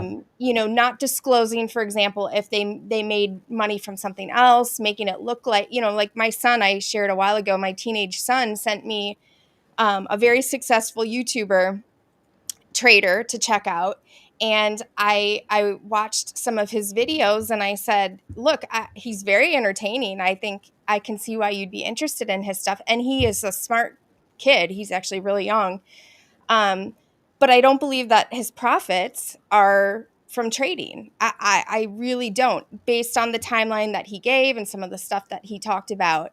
So it's really, really hard to be in this environment, in this trading space. And I do think it's helpful to compare yourself to others so that hey, am I on track here? Like when my kids get a grade in math or whatever, and if it's not what they expected, they want to know, well, how did everybody else do? Did everybody else struggle? That's totally normal and helpful, I think. But we need to know, like, truly what are we measuring against? And most of what I see in this space, I think, is probably not accurate, Exactly. or at least not the full story. Hmm. Yeah, it's the story that uh, you know it's the convenient side, the convenient aspect usually, and that's yeah, I understand your point, Diana. I can see your point, and I agree. When you say it, it sounds it is. It's not only sounds, but it is reasonable to compare yourself to what others, especially at the beginning, where you want to know should I invest time? Should I make these sacrifices? I want to know, what am I against? What are the possible scenarios? Is this gonna take forever, or is it, Yeah. something, I can reasonably achieve within a year or whatnot? Yeah. But yeah, totally agree with you, Diana. One Before we head the charts, we talked about NASDAQ. But before we switch to that, um, Samir, your system is, probably more people have told you this, but it's surprisingly simple, right? It's Yeah, not yeah. complicated. You tell this all the time. Is this something you deliberately kept it this way, or is it just because it works the best, or why? How did you, because you've been in the markets for some time already, and I'm sure Hmm. you've tried out other systems that are not as simple. Exactly. Tell us a little bit more about the choices of you trading this simple system at this moment in your journey. I think my expectations from trading was very wrong from the day one. Like I was thinking making 20%, 50%, maybe 100% a month was Wow. nothing, you know. So I think like 4 years I spent it like this only. Wow. So now I have came to the realization that the strategy is okay. You should have a little bit data behind it. It should work, but it is not really that important, in my opinion. It is really not that important. I have done a test with my friends also doing a coin flip. I mentioned that we was entering trade randomly. It still made us 8%, I think, in 2-3 months. Oh my Really? goodness. Really? Like the That's that trading pigeon. Have you seen that? The Yeah, trading pigeon. that that Instagram influencer. I saw that. Hmm. I did So not see that, but tell us. So, a pigeon was taking the trades, and it was still profitable. A pigeon got funded. I'm not exactly sure. I it don't know, was Samir, chicken, I maybe think. you can say it better, but basically the point was, and this is to Samir's strategy too. Like what he's saying may be simple, but it's because he's approaching it with consistency and not getting in his own way. Mhm. So the only way you can do that is when you have a super simple strategy. So removing all the complexity so that you're showing up day in and day out. And then he also mentioned, I think it was yesterday, he had a loss and he was like, oh, then I took a second attempt. That's the kind of like demeanor that you need, I think, to be a successful trader, is just like it, you know, he didn't seem phased at all saying that he took a loss. That's just part of it. And a pigeon obviously isn't going to Mhm. be bothered by it either. So Yeah, I don't know, exactly. Samir, maybe you can explain it better than I can, the Yeah, yeah. pigeon, how that And all Who went knows? down. yeah, Who knows? Maybe the pigeon is traumatized in a corner somewhere. yeah, No, it got a payout though, I think. Right, Samir, wasn't it? I'm pretty sure it got a payout. And it was, I don't know how they did it, but the point was that, by doing the same thing, I don't know what the trigger was, but they would let the trigger, the pigeon either push buy or sell, like peck buy or sell. um yeah. It was a and kind of buttons, two buttons. There was food in that, and whatever he was, taking, the guy was taking that side trade. Anyways, coming to your question, my strategy, my setup, why is this simple? I started from the impulse and correction phase. I remember I was doing a job and I was watching courses on that their PC. The boss was really shouting at me, what you are doing, I still remember. But my journey started with this way only. I, like impulse correction, a kind of a simple approach. If there is a correction, and once we break that trend line, this kind of thing my journey started with. And I have traded almost every system in that manner only. Even when I was trading supply and demand, it was just a small order block. We was getting impulse and price was pulling back there. I was doing with EMA. If the price was below that, if that price is tapping in a corrective way, tapping that order block, I was taking short in a selling scenario. And I was keeping my stop loss above a structure point or whatever. So I think my approach from day one has been simple approach. So my journey started in this way only. Of course, I tried this SMC thing for I think 2 3 months, but I didn't really had any success in that. But the terms that I learned in that particular journey, in that particular time zone, whatever, when I was doing that, I learned order blocks and everything. So whatever the things that I've learned, so I have molded that in this simple form, this FVG, this impulse, whatever the impulses that I'm mentioning, this kind of impulse I mentioned, I haven't really developed it in one day. I'm seeing this type of thing from like 4 years, because my journey, again I will mention, it has been solely based on impulse correction type of thing only.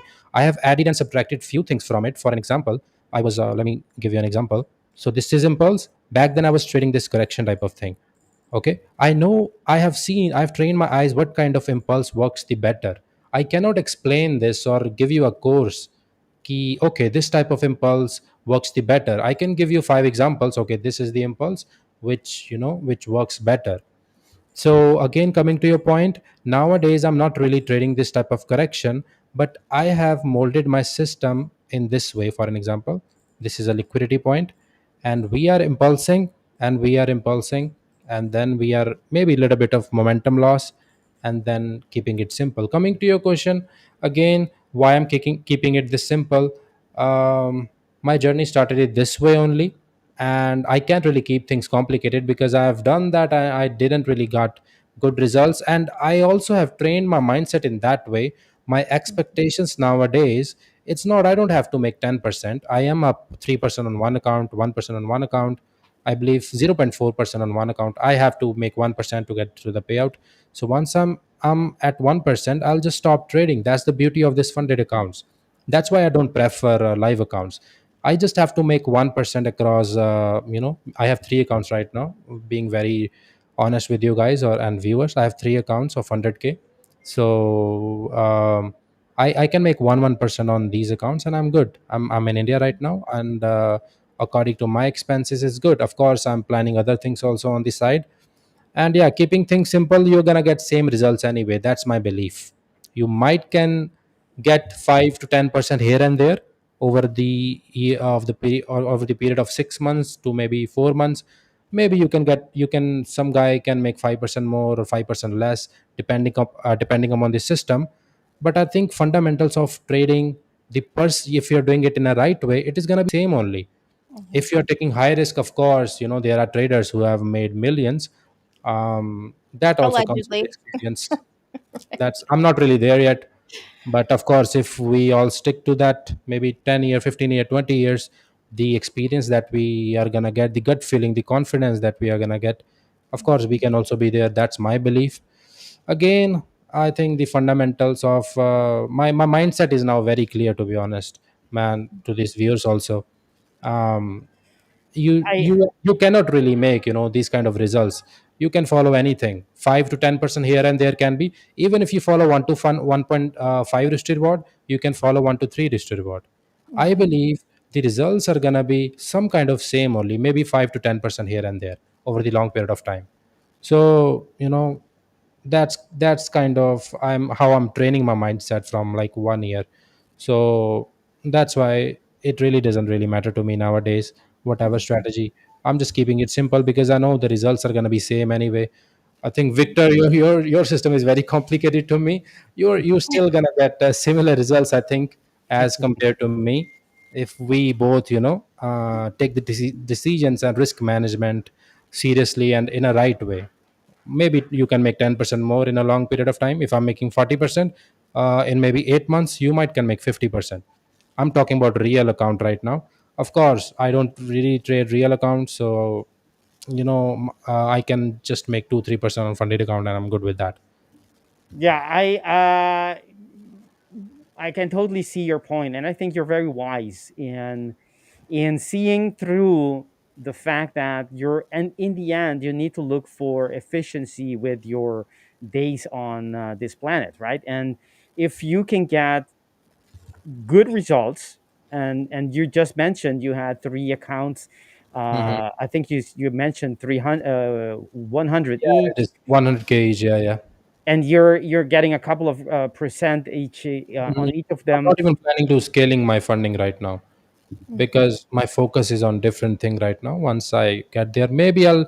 Nowadays trading is not really my top most priority. Since I joined that MBA course, I spent there 2 3 months. After that, I'm not really taking this trading thing. I'm not really you know getting letting this thing get to my head, and I think it is also improving my results.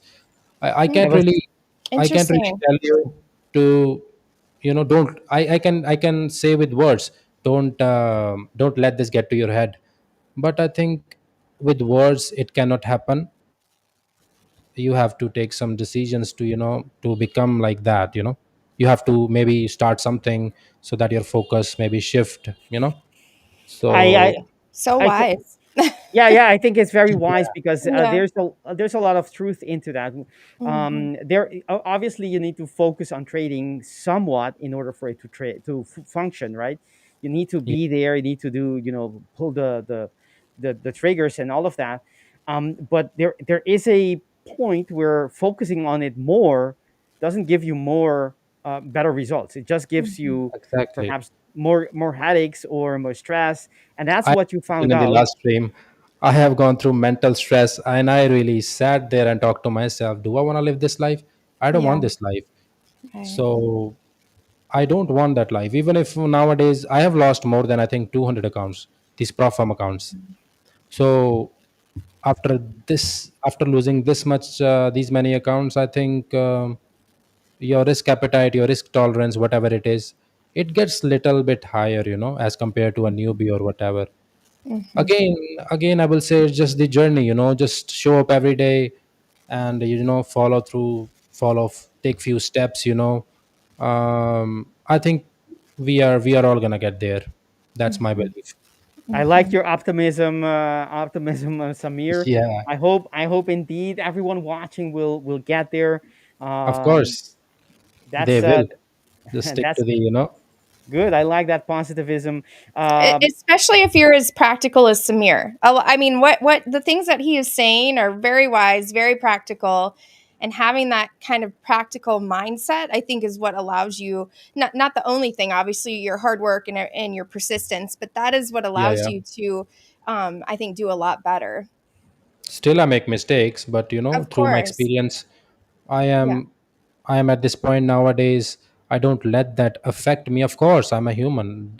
Things Mhm. affect me. I still know, once my losing streak comes, I'm gonna lose this 300K, because I only have 10 chances to. If I'm risking 1%, because we have 10% drawdown, right? So I also know this thing, and I'm also prepared about that thing also.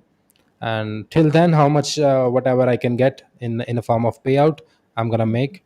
And yeah, these are the things that I accept nowadays. And Mhm. previously I was afraid to lose an account. Nowadays I know this thing is gonna happen, because this prop firm thing, it works like this only. I can't really change it. Mhm. I understand, and I Interesting. think Yeah. that's crucial. That comes with experience, with Mhm. maturity as a trader, to embrace the losses, embrace Yeah. even the losing the accounts. What you're saying is, you know that that's a possibility, and if and when it happens, it's not gonna be devastating to you. It's just part of the process. You get Mhm. funded again in your case, and you just follow. And it's not about the one particular account, but it's about the bigger picture. In the end, you're winning, winning, winning, sometimes Mhm. losing even in the account, but in long run, you're winning more than you're losing, and it's Yeah, exactly. something profitable for you while you're focusing on your MBA. I thought you said, right? Mhm. That's a awesome thing to do. Diana, we have a Eh, very special question here. Yeah. Someone sneeze on, or Oops. who is let's go to your in order for to look at that, we need to go to your view. Let me pull that Mhm. up, if I can only find. I Okay, gotcha. there we go. All right. So great question. Which program should I choose if I'm a beginner? And Victor, I don't think we've ever done this, at least when you and I have been on together. So this is a really great question.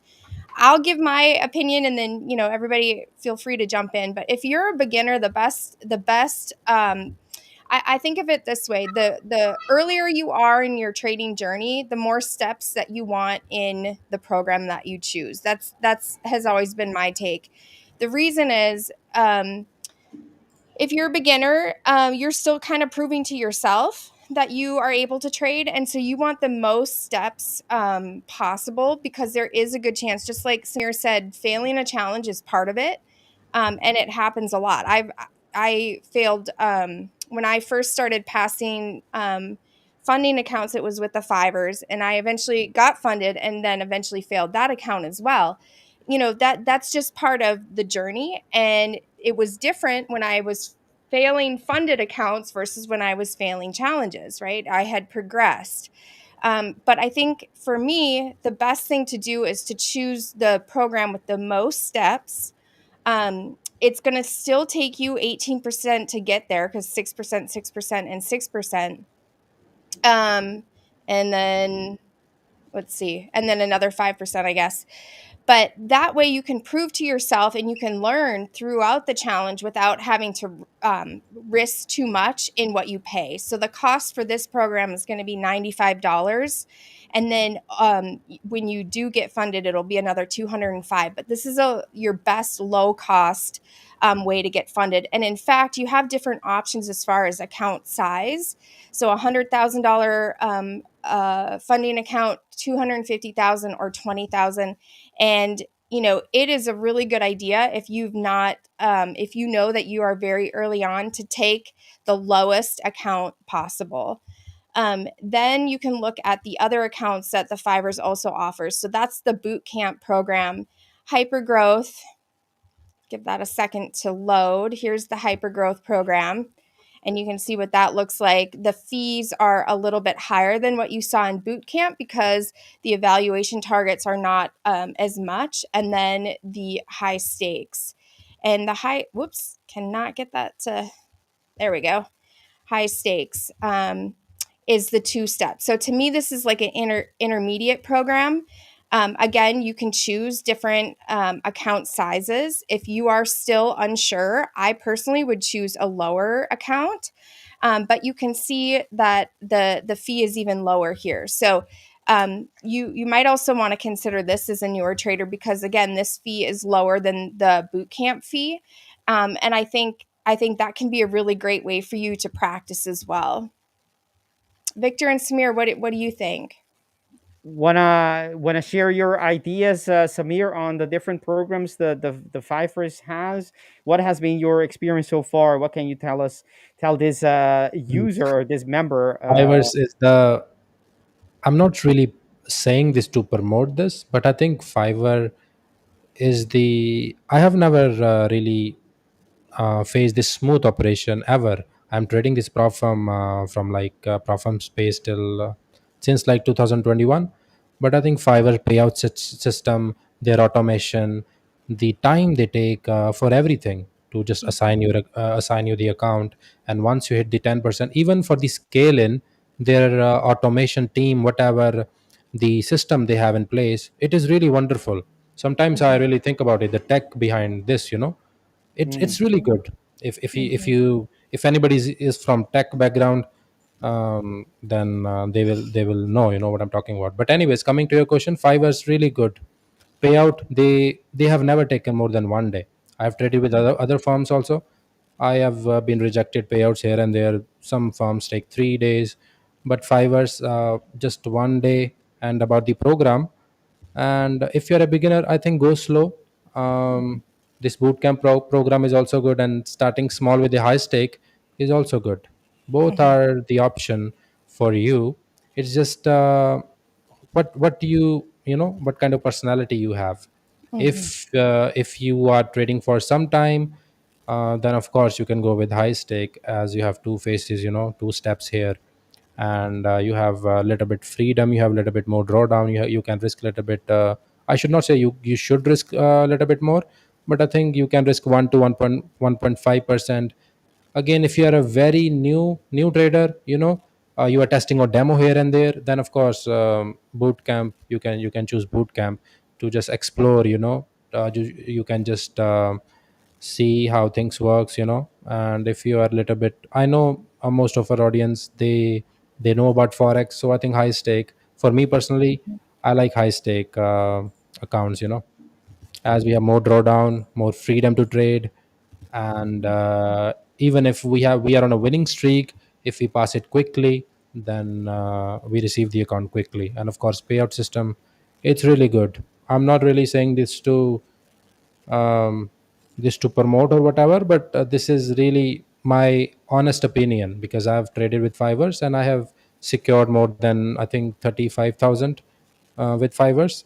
So my experience, every even to my friends also, I recommend fiver. So whatever, ask me, anyone, if he or she ask me, the fivers are the, top one for me also. And if I have to recommend, I will recommend the same.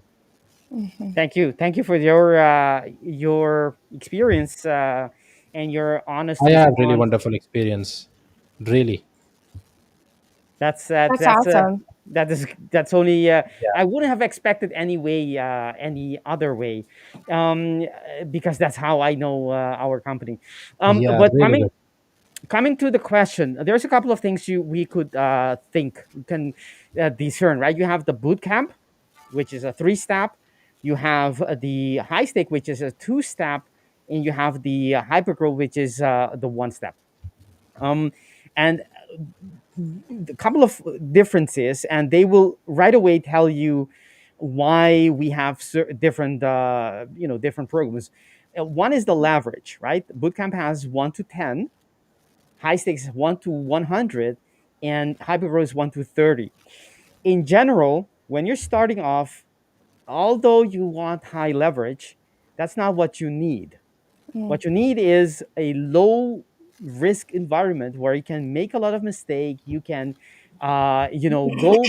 go crazy without really doing a lot of damage. And that the best place for that is the boot camp, because it's only 1 to 10. And even though I can argue, and with good arguments, that it's enough, it is, it's 1 to 10. It's the lowest leverage. And one of the things you have, the data tells us, is that, you know uh, lower leverage traders who trade with lower leverage tend to have to be more consistent, tend to go less on tail, and have better results.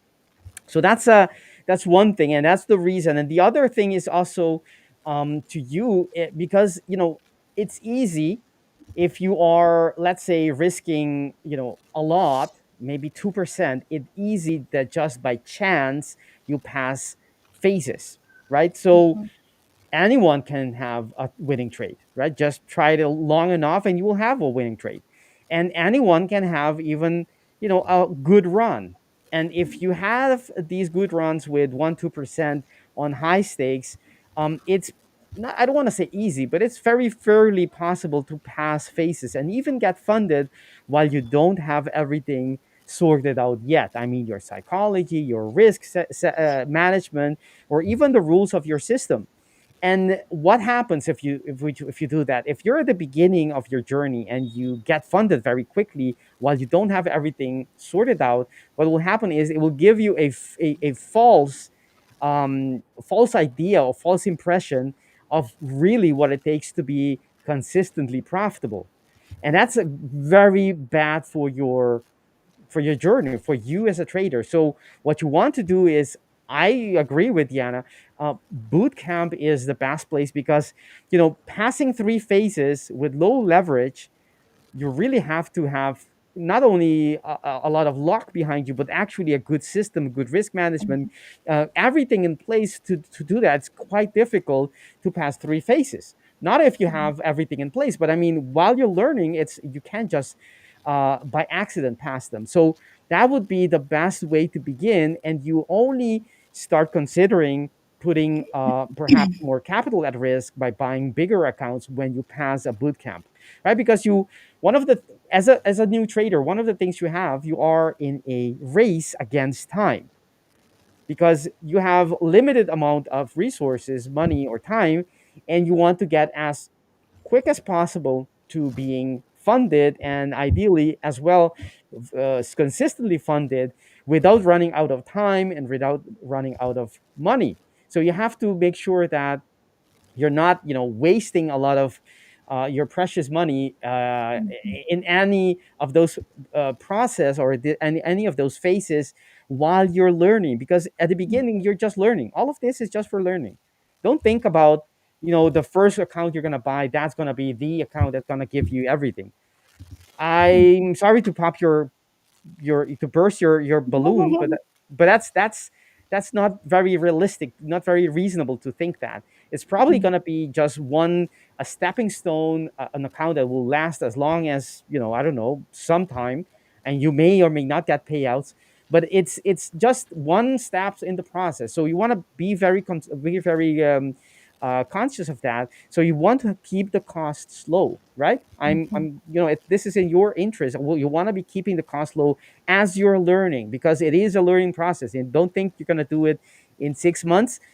Some of you will, but the majority of people watching us will not be able to do that. It will take you most likely several years. And I don't mean to say that in those year, you're not going to have any payouts and see good profits, but really to get to consistency where you can safely and confidently say, I'm a full-time trader and I live of this and I can live well.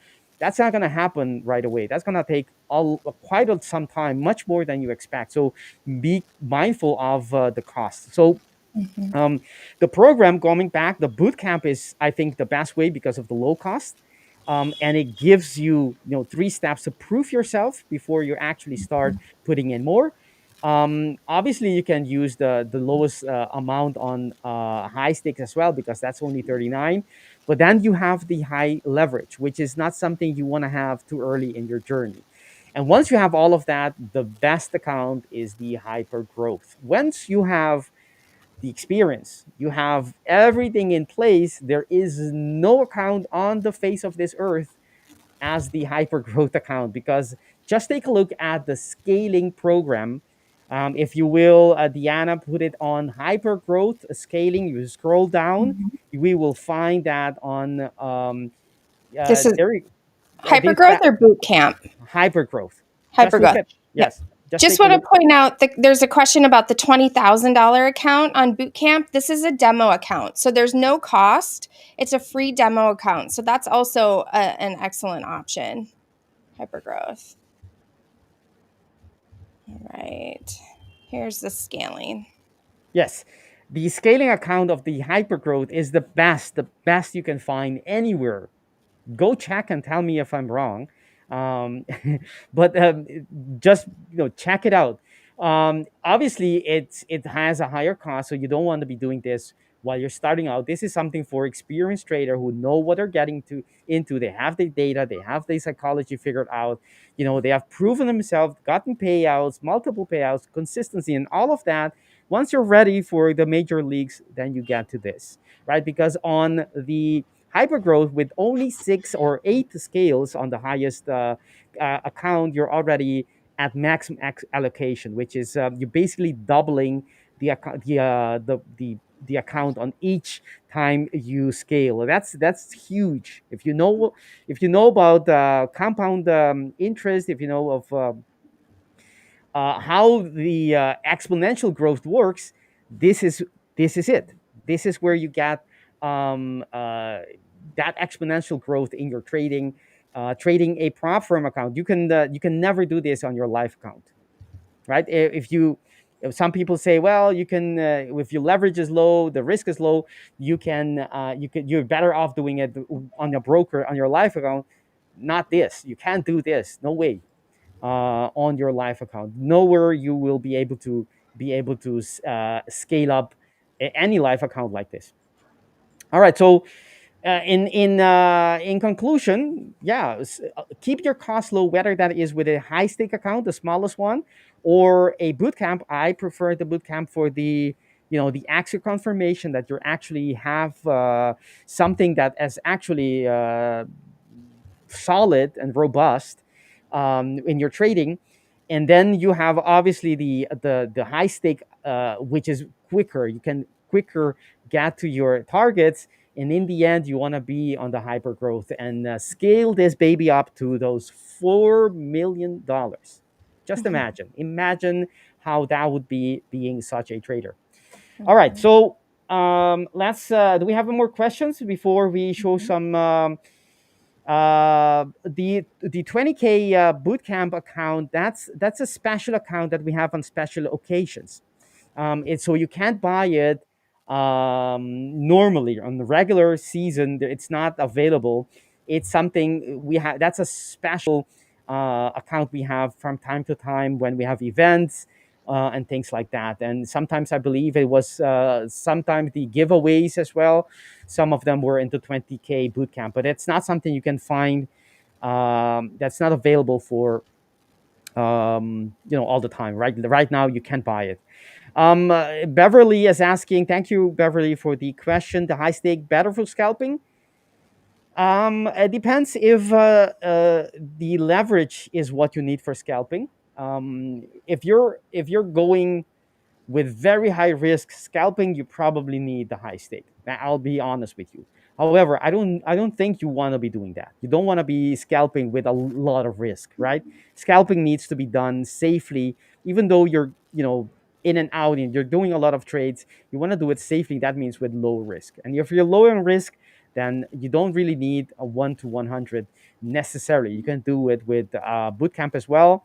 It's gonna be, of course, the growth and the equity curve will be much more conservative, but that's a good thing. That's not a bad thing at all. You want to be thinking about survival, not about getting to the finish line as fast as you can. I know it sounds attractive, but it's not what you want. You end up flying out of the corners instead of getting to the finish line, right? It happens.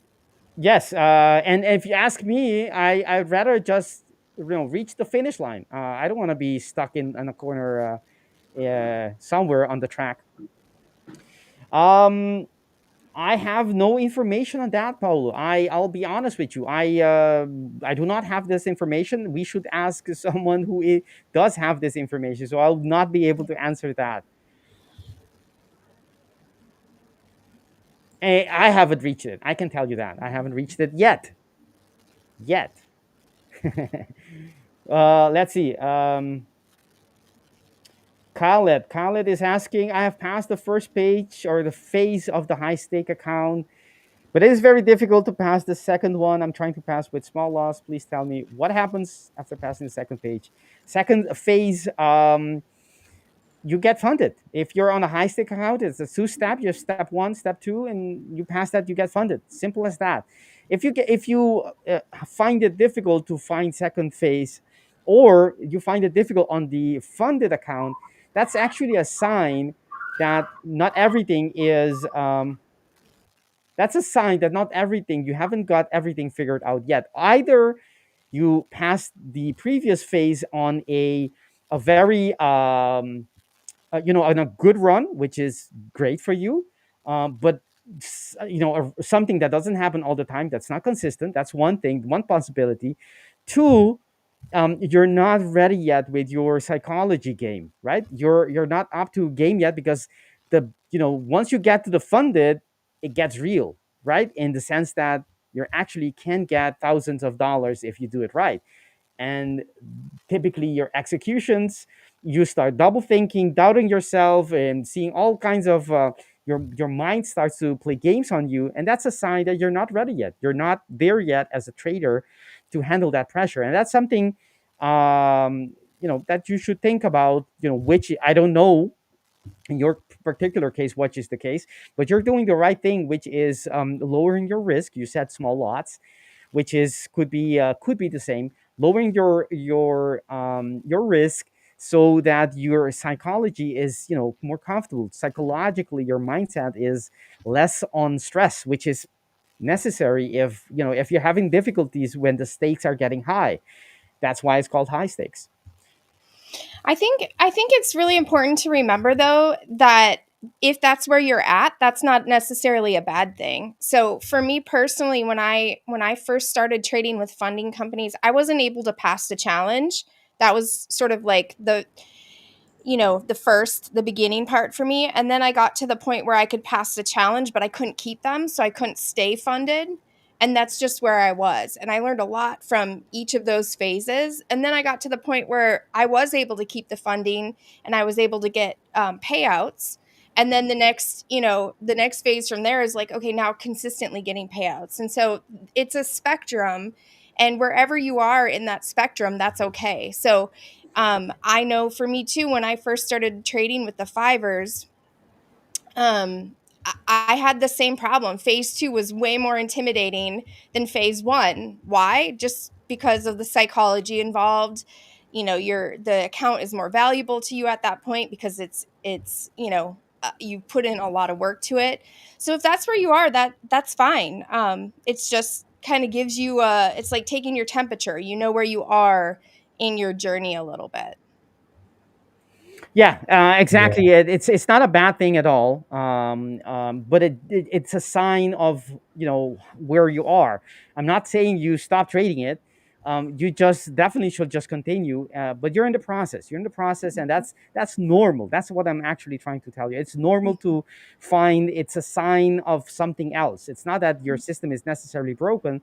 It's just a sign of your progress, and you're always learning. It doesn't matter where you are as a trader. You're always learning. There's always another level that you're still you can getting, perhaps you're already getting payouts. Doesn't mean your problems are over. You have other set of problems, Yeah. and that continues all the time. I mean, Samir, you, Deanna, you all can talk about that, Yeah, right? Yeah, absolutely. exactly. Problems are gonna be here only, no matter where you are. Doesn't matter which where what are your circumstances in trading itself. Once you achieve one certain level, then the problems, with different levels, you have different levels of problems. Okay, so God is making you ready to face, the next level. Once you hit that next level, then the problems are going to be a little bit bigger. Your current self might cannot handle the problems that your future self can handle. That's So I right. think Yeah, that's it's interesting. okay. Just enjoy the journey. Just Mhm. do the things that you are doing. If you're a new trader, don't just do trading alone. Just do something on the side also. If you're a student, focus on studies. Also, if you are in a working profession, focus on that profession also. Try to balance this thing out. Once you learn that, I think your trading is gonna get better anyway. So true, so true. Balance is a huge thing. We need to, I mean, in everything, in every Yeah, aspect of our life. and he mentioned about the phase two. I will never tell you follow this strategy, risk this much. I will just give you the advice. Just try to balance whatever you are doing. If you're a student, if you are a working profession, whatever you are doing, just focus on that thing also, and try to limit your chart time. Try to balance that thing. Then of course the phase two, whatever your goal is, you're gonna just smash it. Once you learn to balance the things, your emotions, if you hit a loss today, maybe it was your mistake. Just balance that thing. Just execute the next day. If you build this kind of habit, I don't think so phase 2, phase 1, even in future approaching a investor, these things are not going to be that much tough for you. So once you learn, you take the right decision, you just balance your life, you just working out also for your mental health. You're just doing these small things, completing small tasks, and yeah, your trading is gonna get better anyway. It's a journey. I know if you're a new trader, you might will not resonate with me what I'm trying to say, but try to listen to us, to Victor, to Diana, to me, and maybe we can make 1% or 2% effect in your journey. Put that thing in your mind so that your journey can be a little bit better. Try to whatever our viewers try to take these advices.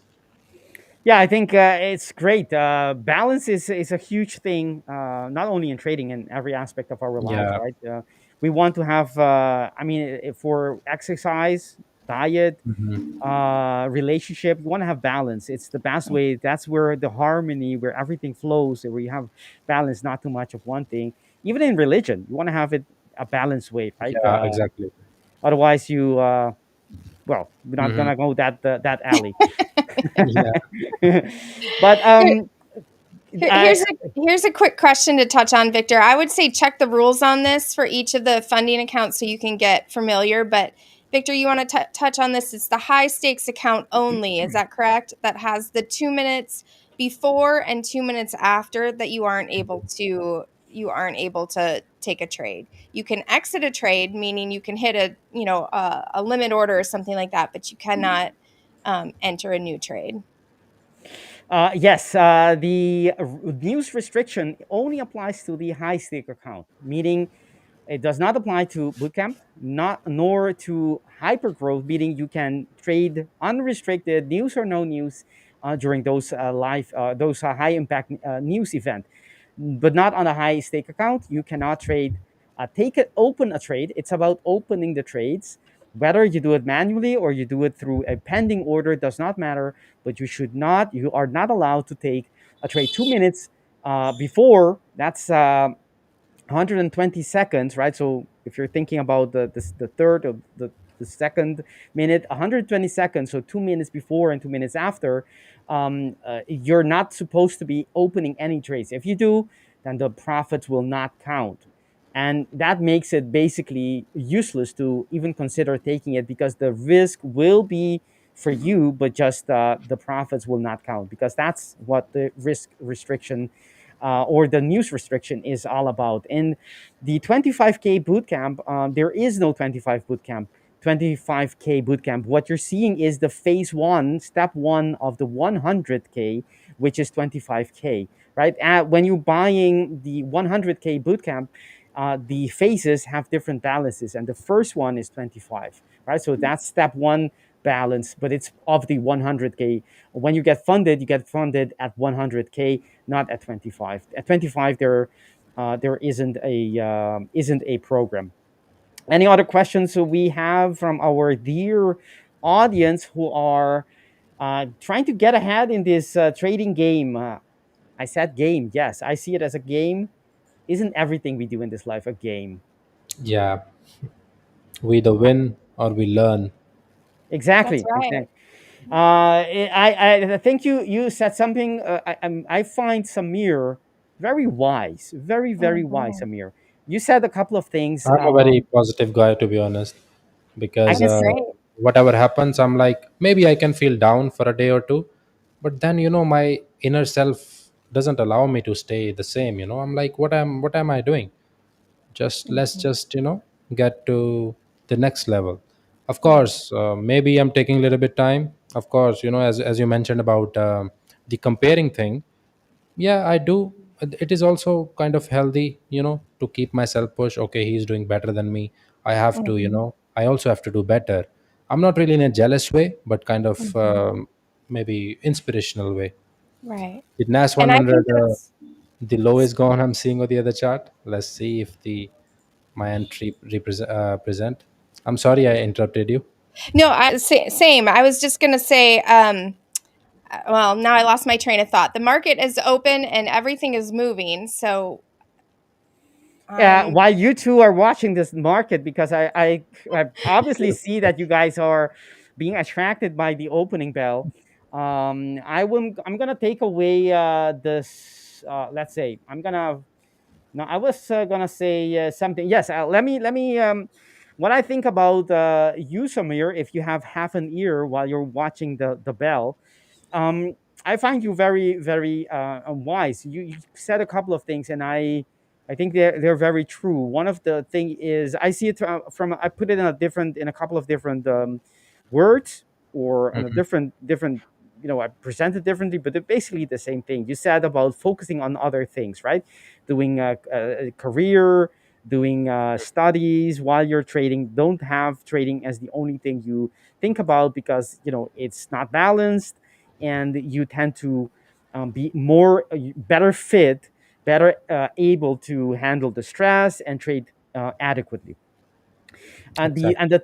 And the thing that I wanted to say was that I think, and you mentioned a couple of more things. One is that you basically you talk to yourself. You had a moment of honest talk with Hmm. yourself. You said, I don't want Exactly. to live this way. And by living this way, you meant going boom and bust, right? Having Exactly. successes and losing it. Having successes, Hmm. getting funded, and losing the funded account. You mentioned over 200, and I was wondering if all those 200 were funded accounts. But if Through phase one live, these combined accounts, I think there will be more than 150, close to 200. Yeah. that are funded, Though some were funded accounts, some were on okay, phase one still, live combining. still, everyone can understand that Yeah, going exactly. going through those cycle, that cycle of getting that high of being very very happy you're funded and then losing it and going through that cycle, not once, not twice, not I 10, nor still even 50 remember times. I was almost gonna go to the gym and I was having anxiety back then. I think it's a phase. Nobody can, skip this or can, Hmm. skip the ladder, you can say. Everybody Exactly. has to go through the phase. I have gone through this phase. If our viewers are watching, you also will go through the phase. There is no cheat code, or you are here. I might can give you a a candy, sweet candy. Okay, you do this kind of trick, and boom, then you are profitable. We are here to help you, to give you the right mindset how this thing works. Of course, it is gonna make you a lot of money if you just show up every day and you just do your thing on the side. The two tips that I will give you, that's it. Good, good. What I was going to say was that what I you mentioned a couple of things that Hmm. after those boom and bust experience where you had 4 years, I think you mentioned, where you Yeah. lost, over 100, over 150 perhaps Hmm. accounts. You came to the realization that you shouldn't care too much about it, right? It shouldn't be. It's best for you to take a little bit of a distance, not Hmm. be too, constantly pushing your trading forward, but just Hmm. showing every day and keeping it simple, and focusing on other things as well. To me, what I hear is that you need to put trading in the right perspective, and that's something that resonates with me.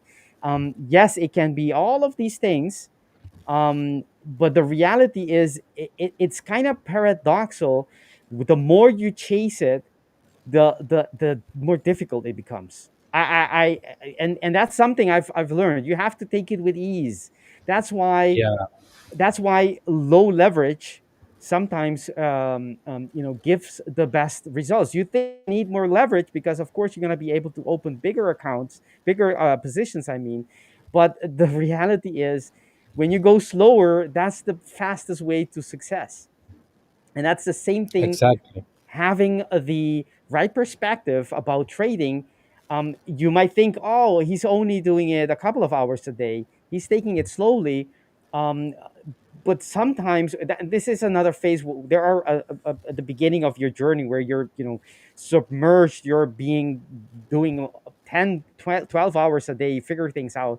But there's a certain moment where you have enough of that, that when you're executing, you do not have to be, all day executing constantly. Doing less is actually much better for your long-term longevity as a trader, and for your P&L, and your quality of life. Let's not forget that. All right. Someone is missing you, Diana. Who's missing me? A billionaire. I see a billionaire Oh, there, and he says he misses you you. missed me. Thank you so much. I'm here. Here I am. Thank you. That's so nice. George Soros is missing you. All Oh. right. Let's see. Yes. All right. So let's take to the charts. What are you? We have about 20 minutes, and I believe there are. I'm pretty sure it's not just a believe. I know there are a couple of things that you guys would want to look at, and that is the following. I've been, talked about this. Pound cat has had quite a run the last couple of days. But if we look at it from a top-down analysis, and let's do just that, I'll try to keep it short, if that's even possible with me. Um, but we are retesting a bearish order block on the monthly time frame. And on the weekly time frame, there is this is also a retest of a weekly structure, but it's not fresh anymore, and it's not the first attempt anymore as well. So that's less relevant. So the weekly hasn't shifted over yet, but there is. Let's see if I can find it. Yes, yes, there is. Let me switch back. So the weekly doesn't tell us anything, but the monthly there is, and the daily, we actually have a daily structure, and that's this. That's the quasi. And someone asked me to talk about a little bit about the quasi earlier, and I did not forget. If you thought I did, shame on you. No, I'm not gonna say that. Let's see where it was. I saw it somewhere. I'm still figuring out how to get to. Not sure. Well, someone asked me. I do remember. There we go. Now I found out how to use this platform. It's been some time already, and I'm still figuring things out. There it is. Siwa. Siwa asked me to talk about quasi, and I'll do that in this instance. Siwa, I hope you're still with us. I'm pretty sure you are. Okay, so on the daily time frame on this pair, the pound cat, we do have a quasi, which is the established uptrend you're seeing right here, and a break of the neckline, and price coming back to one of the two structures that are in here, telling us where is it likely, if, right? It's not a prediction, but if the sellers are going to come to the market, if this is a reversal pattern that's going to succeed, which are the areas that the sellers are likely to be coming to? And this is the area. That's the daily order block. So we have a daily quasi, and let's sidestep into explaining just a little bit what a quasi is. And you may have all kinds of price action, and you have this as actually, let me put it as a head and shoulder. This is the typical head and shoulder, right? Not all of that, but I'm just trying to make it more, realistic with my drawings.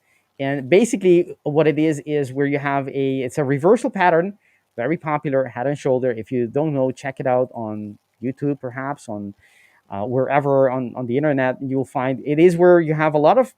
Typically, it's shown with a lot of symmetry. We have a head and two on each side, lower peaks, which are called shoulders, left shoulder and right shoulder, and you have a base, which is the troughs between, or swing lows between, the shoulders and the head. Now, typically in in a lot of places, the theory, the textbook example is that this is quite symmetrical. It's shown as very symmetrical, but the quasi is a variation of that. So it's much less symmetrical. Actually, it's not symmetrical. And this could be it, for example. And what the whole idea of the quasi is, it's short for Quasimodo, right? Which is not symmetrical, that Disney picture. But you have an uptrend, higher high, higher lows, and it breaks that last swing low, right? And I call that the neckline. Don't think about anatomical necks. That's gonna not make a nice picture, because I always talk about the break of the neckline, right? Think about the line, not the neck.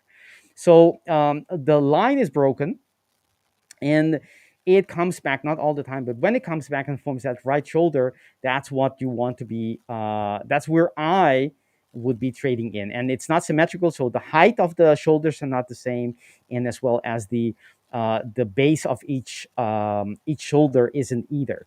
And it's a reversal pattern. It's a pattern that typically is telling us that the market wants to reverse, Whether it's going to reverse or not will depend on the market, but that's one of the ways the market uses to change direction. So that's the quasi, and that's exactly the pattern that I see right here. You have a quasi right here. I just talked about, which is on the daily time frame. That's the left shoulder. That's the neckline. That's the head. That's the uptrend that is then broken, and we come back to a right shoulder, or a possible right shoulder, I should say, where I would be getting in. And the way to use this is to watch, not to enter right away when it gets to this area, but to wait for price action to confirm. And the more it confirms, the more you can get in. That could be a sign of the sellers coming in, creating another order block. And if you go to the lower time frames, you can see why I chose this pair to show you today, because the shaded area, the orange brownish shade, that's the daily, right, which is within the daily entry order block on the quasi. And you can find on we do have an H4 order block right here, right? It's also an H2, right here. You have it on H4. That's a fresh order block for those who are still with us, since I explained my order blocks with fresh and quasis and all of that. That's a fresh order block on the H4, but on the H2, it's also a quasi, right? So you have multiple things, not just things, multiple time frames telling you that the market is changing direction, or at least trying to change it. And the different structures here are possible areas where price can switch completely and go in the opposite direction. So this is something I'm looking at to play out. We are currently in an H4, which also is a H2 quasi entry order block. If you take the retracement tool on our friend, the Italian guy, the Fibonacci right here. It sounds like a mafia name, but no, it's a very scientific person. So the H2, that's this person. Not person. What am I saying? This structure where price is likely. We don't know that. You just have to wait for price to do its thing here. But if it reverses, that's alignment. That's what you want to see. That's the confirmation you want to be seeing. The price that price is going to indeed move away from this area into lower levels. So that's something that I want to be watching. Let's see on the 15 minutes. Let's see. And the next thing that I would do is go down and see if we find reversal pattern. You can use anything you want. You can use double tops. You can use divergence. You can use whatever it is that you have experience with that indicates where the sellers are taking over. And once you have that, you get in and you target the levels that make sense on in this case. I would go as high as the daily, and I don't see anything except for structures that are way below us, which is the daily order block. I mean the weekly order block below us. So as you can see, that's why I chose this one. You have a weekly order block, which if we have a reversal from here, this is the Food and Drug Administration area, where we would be stopping and putting your target right there. I meant the target. All right. That's my view on pound CAD. Any pairs you guys would like to share with our audience? Well, gold is on the move, or was on the move, but now it kind of rebounded a little bit. I can chart. Let me get Samir. Unless you're ready, I can go ahead and get my. Yeah. You can show the viewers what you at.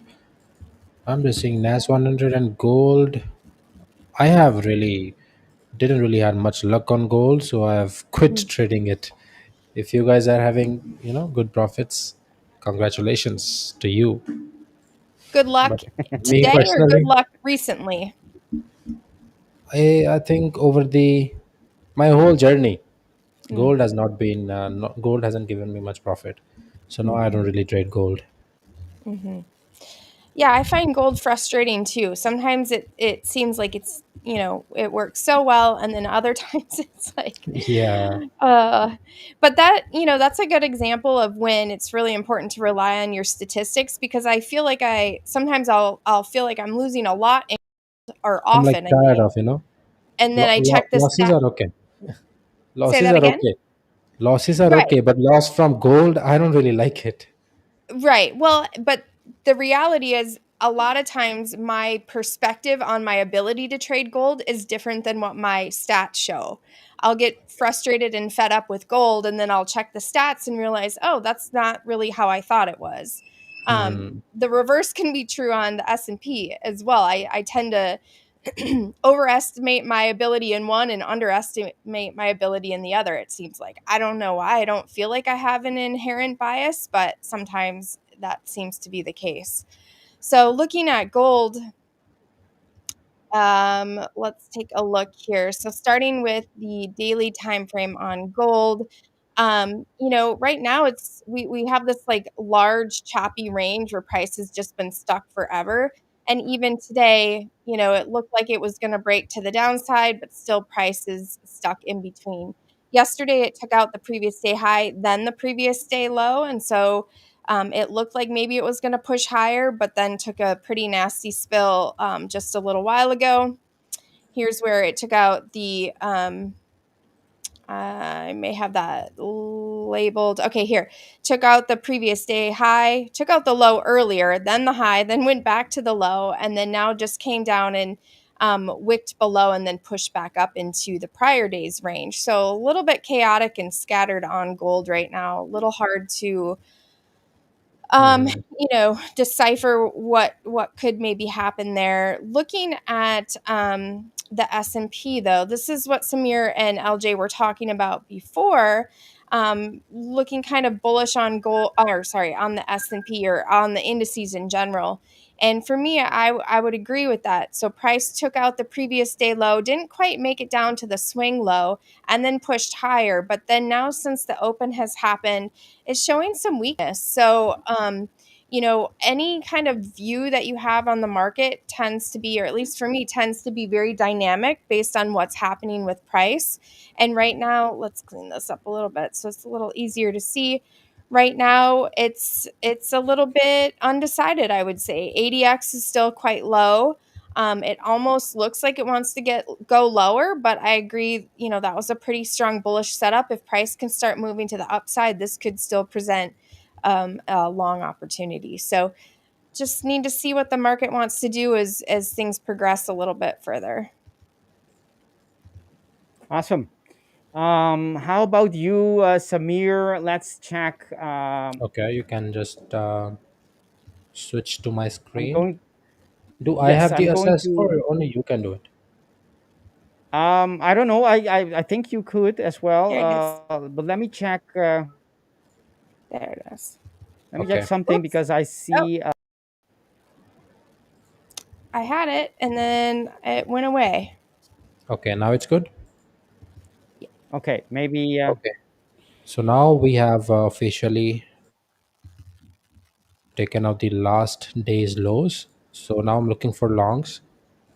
To go long, I would like to see price closed above these, this rectangle that I've marked. And why I have marked this, because of the FEG that we have right here.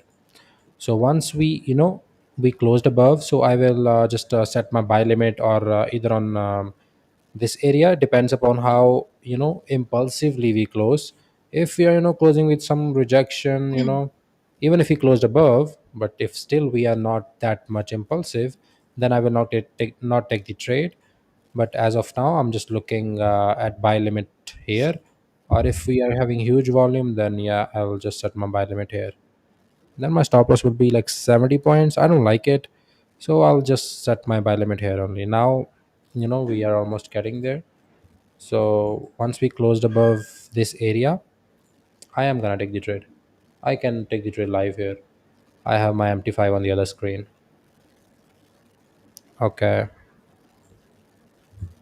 we have 10, 9, 8. I think I'll go with the 1 to 1 only, as it's Tuesday, I've mentioned. Okay. Normally I would have gone for 1 to 2 actually. but as it's Tuesday, so I'll just go for 1 to 1.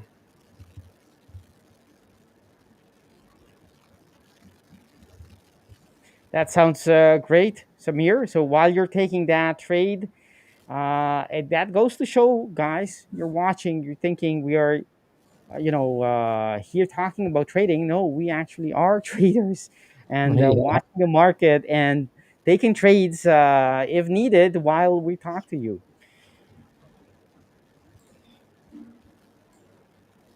I am having some difficulties here on my side, but not sure why it is. Need to figure out a couple of things.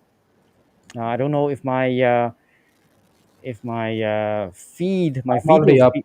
actually 1%, so I'm risking my 1% only. Even if this is Okay, a loss, I think it's fine. okay, 1% you're risking.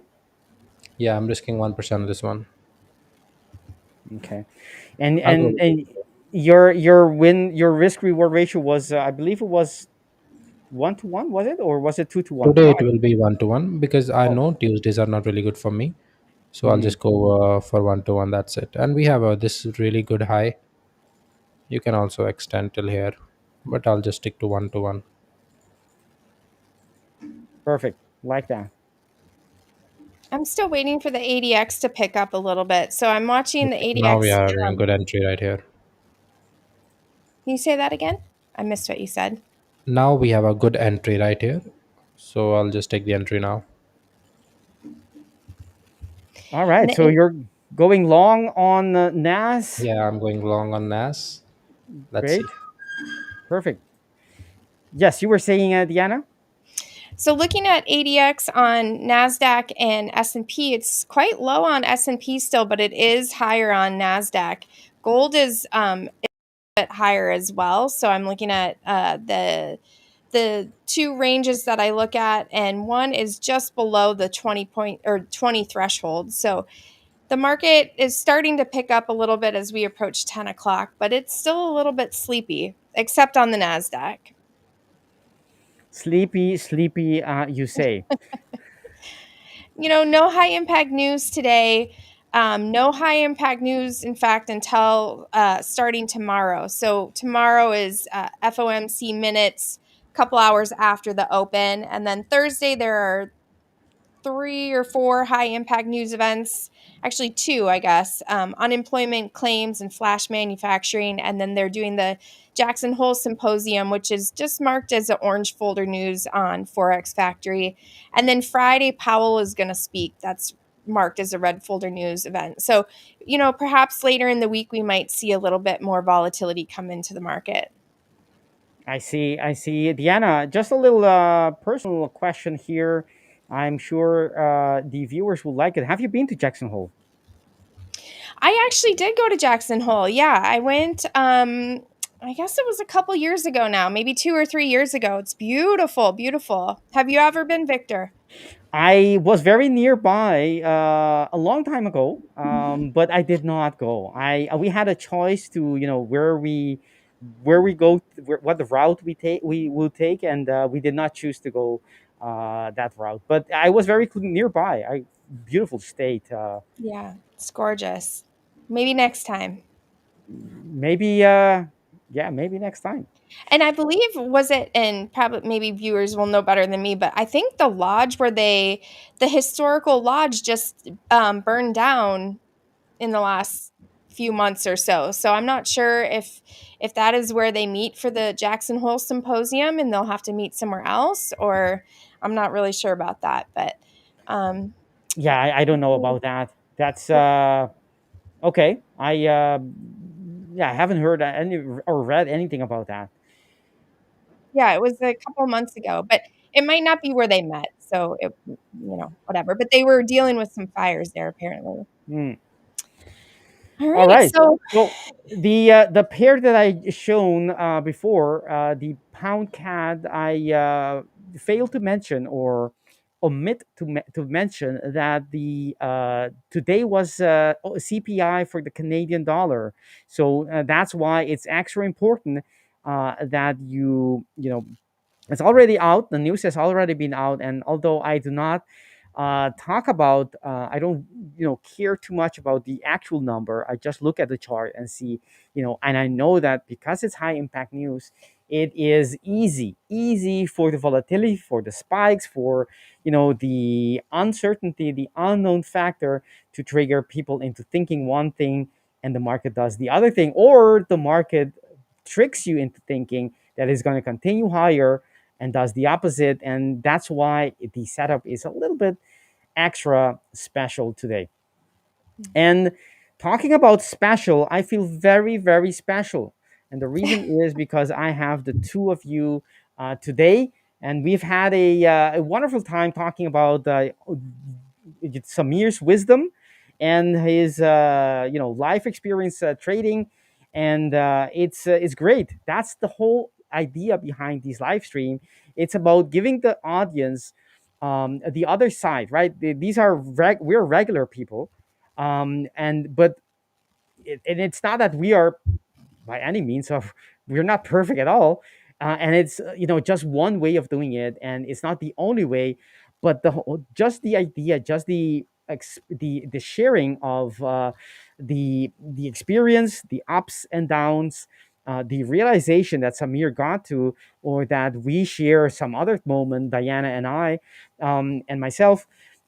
That's the whole idea. The whole idea is to get you exposure how others are doing it, and not to copy them, but to broaden your perspective about how to set realistic goals about trading, because that's one thing we fight constantly against in this day and age, where it's very easy to create an image and on Instagram, on YouTube, of an uber successful trader, which in our opinion is so far from reality. It's hard work, it's a long journey, and yes, you can be very successful, but it's such a journey that talking about just the success is not really realistic, and it's not serving all those people like yourself who think, hey, I think I can have a chance in making it, and perhaps making it big in trading.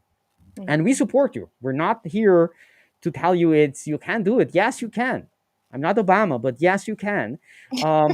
So you can be profitable, but that's the reason why we share these experiences. You have to have a more realistic, or we would like to give you that thought to consider, have a realistic, but especially data driven approach to the market. Samir and Diana, my pleasure, and I'm sure the audience have enjoyed a lot and are thirsty for more. I am. Would thank you very much for spending the time, your precious time with us. Any last words on your end? No, it's great to have everybody in the chat. Really active chat today, and I'll look forward to seeing Samir and Victor. See you next time. Yeah, see you very soon. See you guys, and yeah, hopefully our viewers liked the information we shared, and definitely we'll come up with new things and very informative things upcoming. So yeah, just tune in, and yeah, thank you for having me. Yeah. Anytime. Perfect. All right. Take care, Perfect. guys. Have a good one. I'll invite everyone, or I am inviting everyone to join us on the Discord. We have a workshop in about 40 minutes where we will be looking at the charts, trading, and looking for opportunities together. So join us on the Discord community. And that's it for us today. See you next time. Bye-bye. Bye.